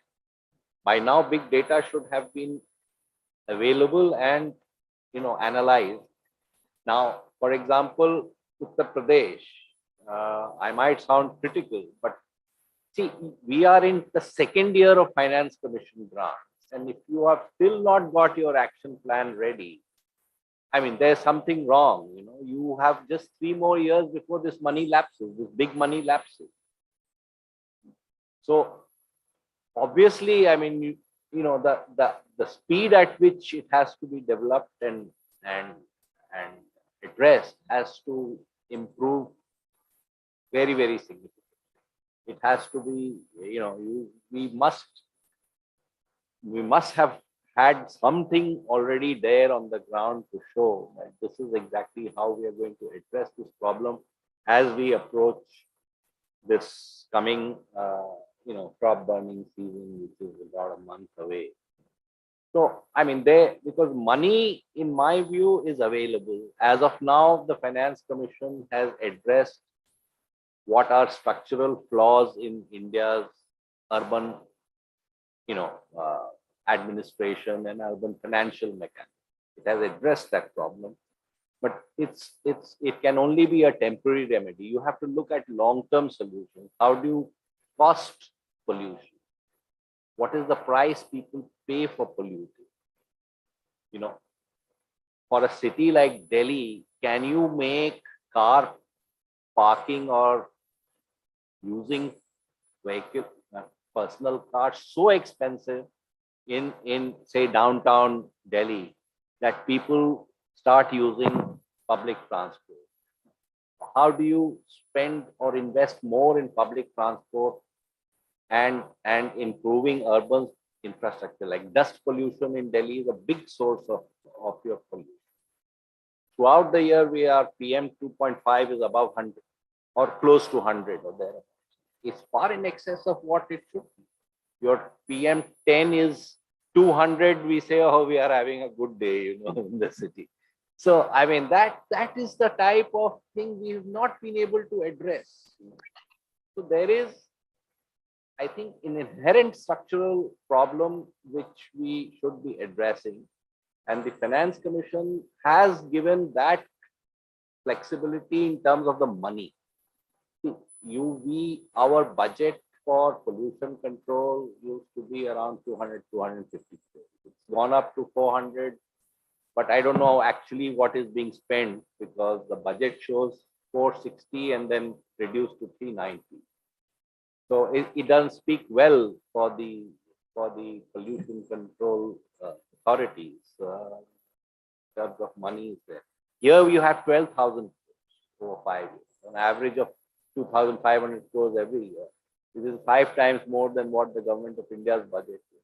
So it's an opportunity which needs to be seized and addressed as soon as possible. We'll miss the bus because I know the Finance Commission award lapses at the end of 5 years.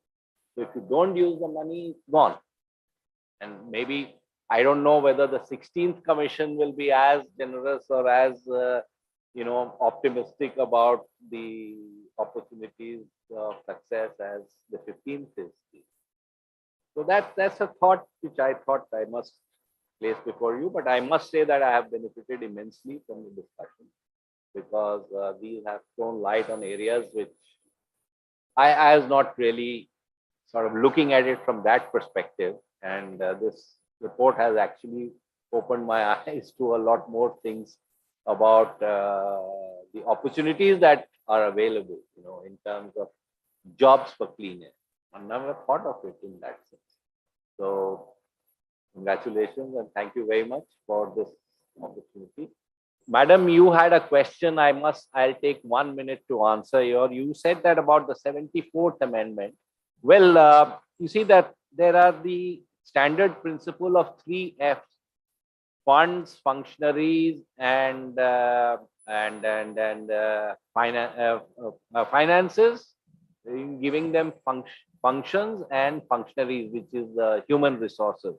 Unfortunately, urban local bodies have not got adequate financial powers, except property tax, which is a big source of revenue. But property tax in India itself is very, very low. It is barely 0.5% of GDP is the collection of from property tax. So our properties are highly undertaxed. We don't tax water and sewerage as it should be done. There are other market taxes, etc., which municipal bodies collect, but the total quantum of resources available with municipal corporations and municipal bodies, barring Mumbai and a few other big cities, is barely a quarter of what they need to run the affairs of the municipal body. So it is not the 74th Amendment has not really translated into a sort of a municipal or a decentralized government structure, which in theory we talk about. So that's the real situation. Right. Thank you very much. Because what my understanding is, I deal with the urbanization sector and the water sector in the urban areas. So that when we talk about capacity building, we may talk about capacity building of persons or institutions, as we have talked about today. But I mean, if we have given all responsibilities to urban local bodies, but actually not the finances, then I mean, it is rather difficult task, I would think, for them to some extent to perform. And then maybe we are misjudging this. We are misunderstanding it. We are thinking that we need more capacity, but in fact, if the funds are sufficiently matching their responsibilities, I think this is an area which one needs to look into to see if that actually will change the scenario and the way urban local bodies are able to fulfill their task. It's not maybe so much about you have high qualified staff, but if you do not have the funds, I mean, it's probably a little bit difficult to do the work. Thank you. Thank you. Thank you for your observation. It's very relevant. Sir, is there time for another question? One of the online attendees had. So they want to know what the present status of the crop residue management scheme in UP. Yeah. Yeah.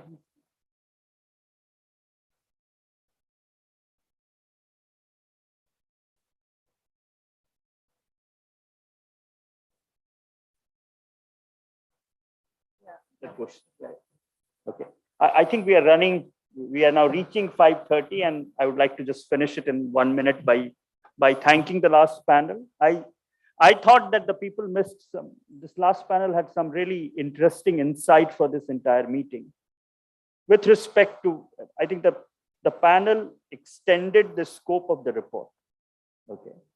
And I'm very happy that you did that, because our idea of doing this report was to start the discussion that tackling air pollution is also an economic opportunity for this country.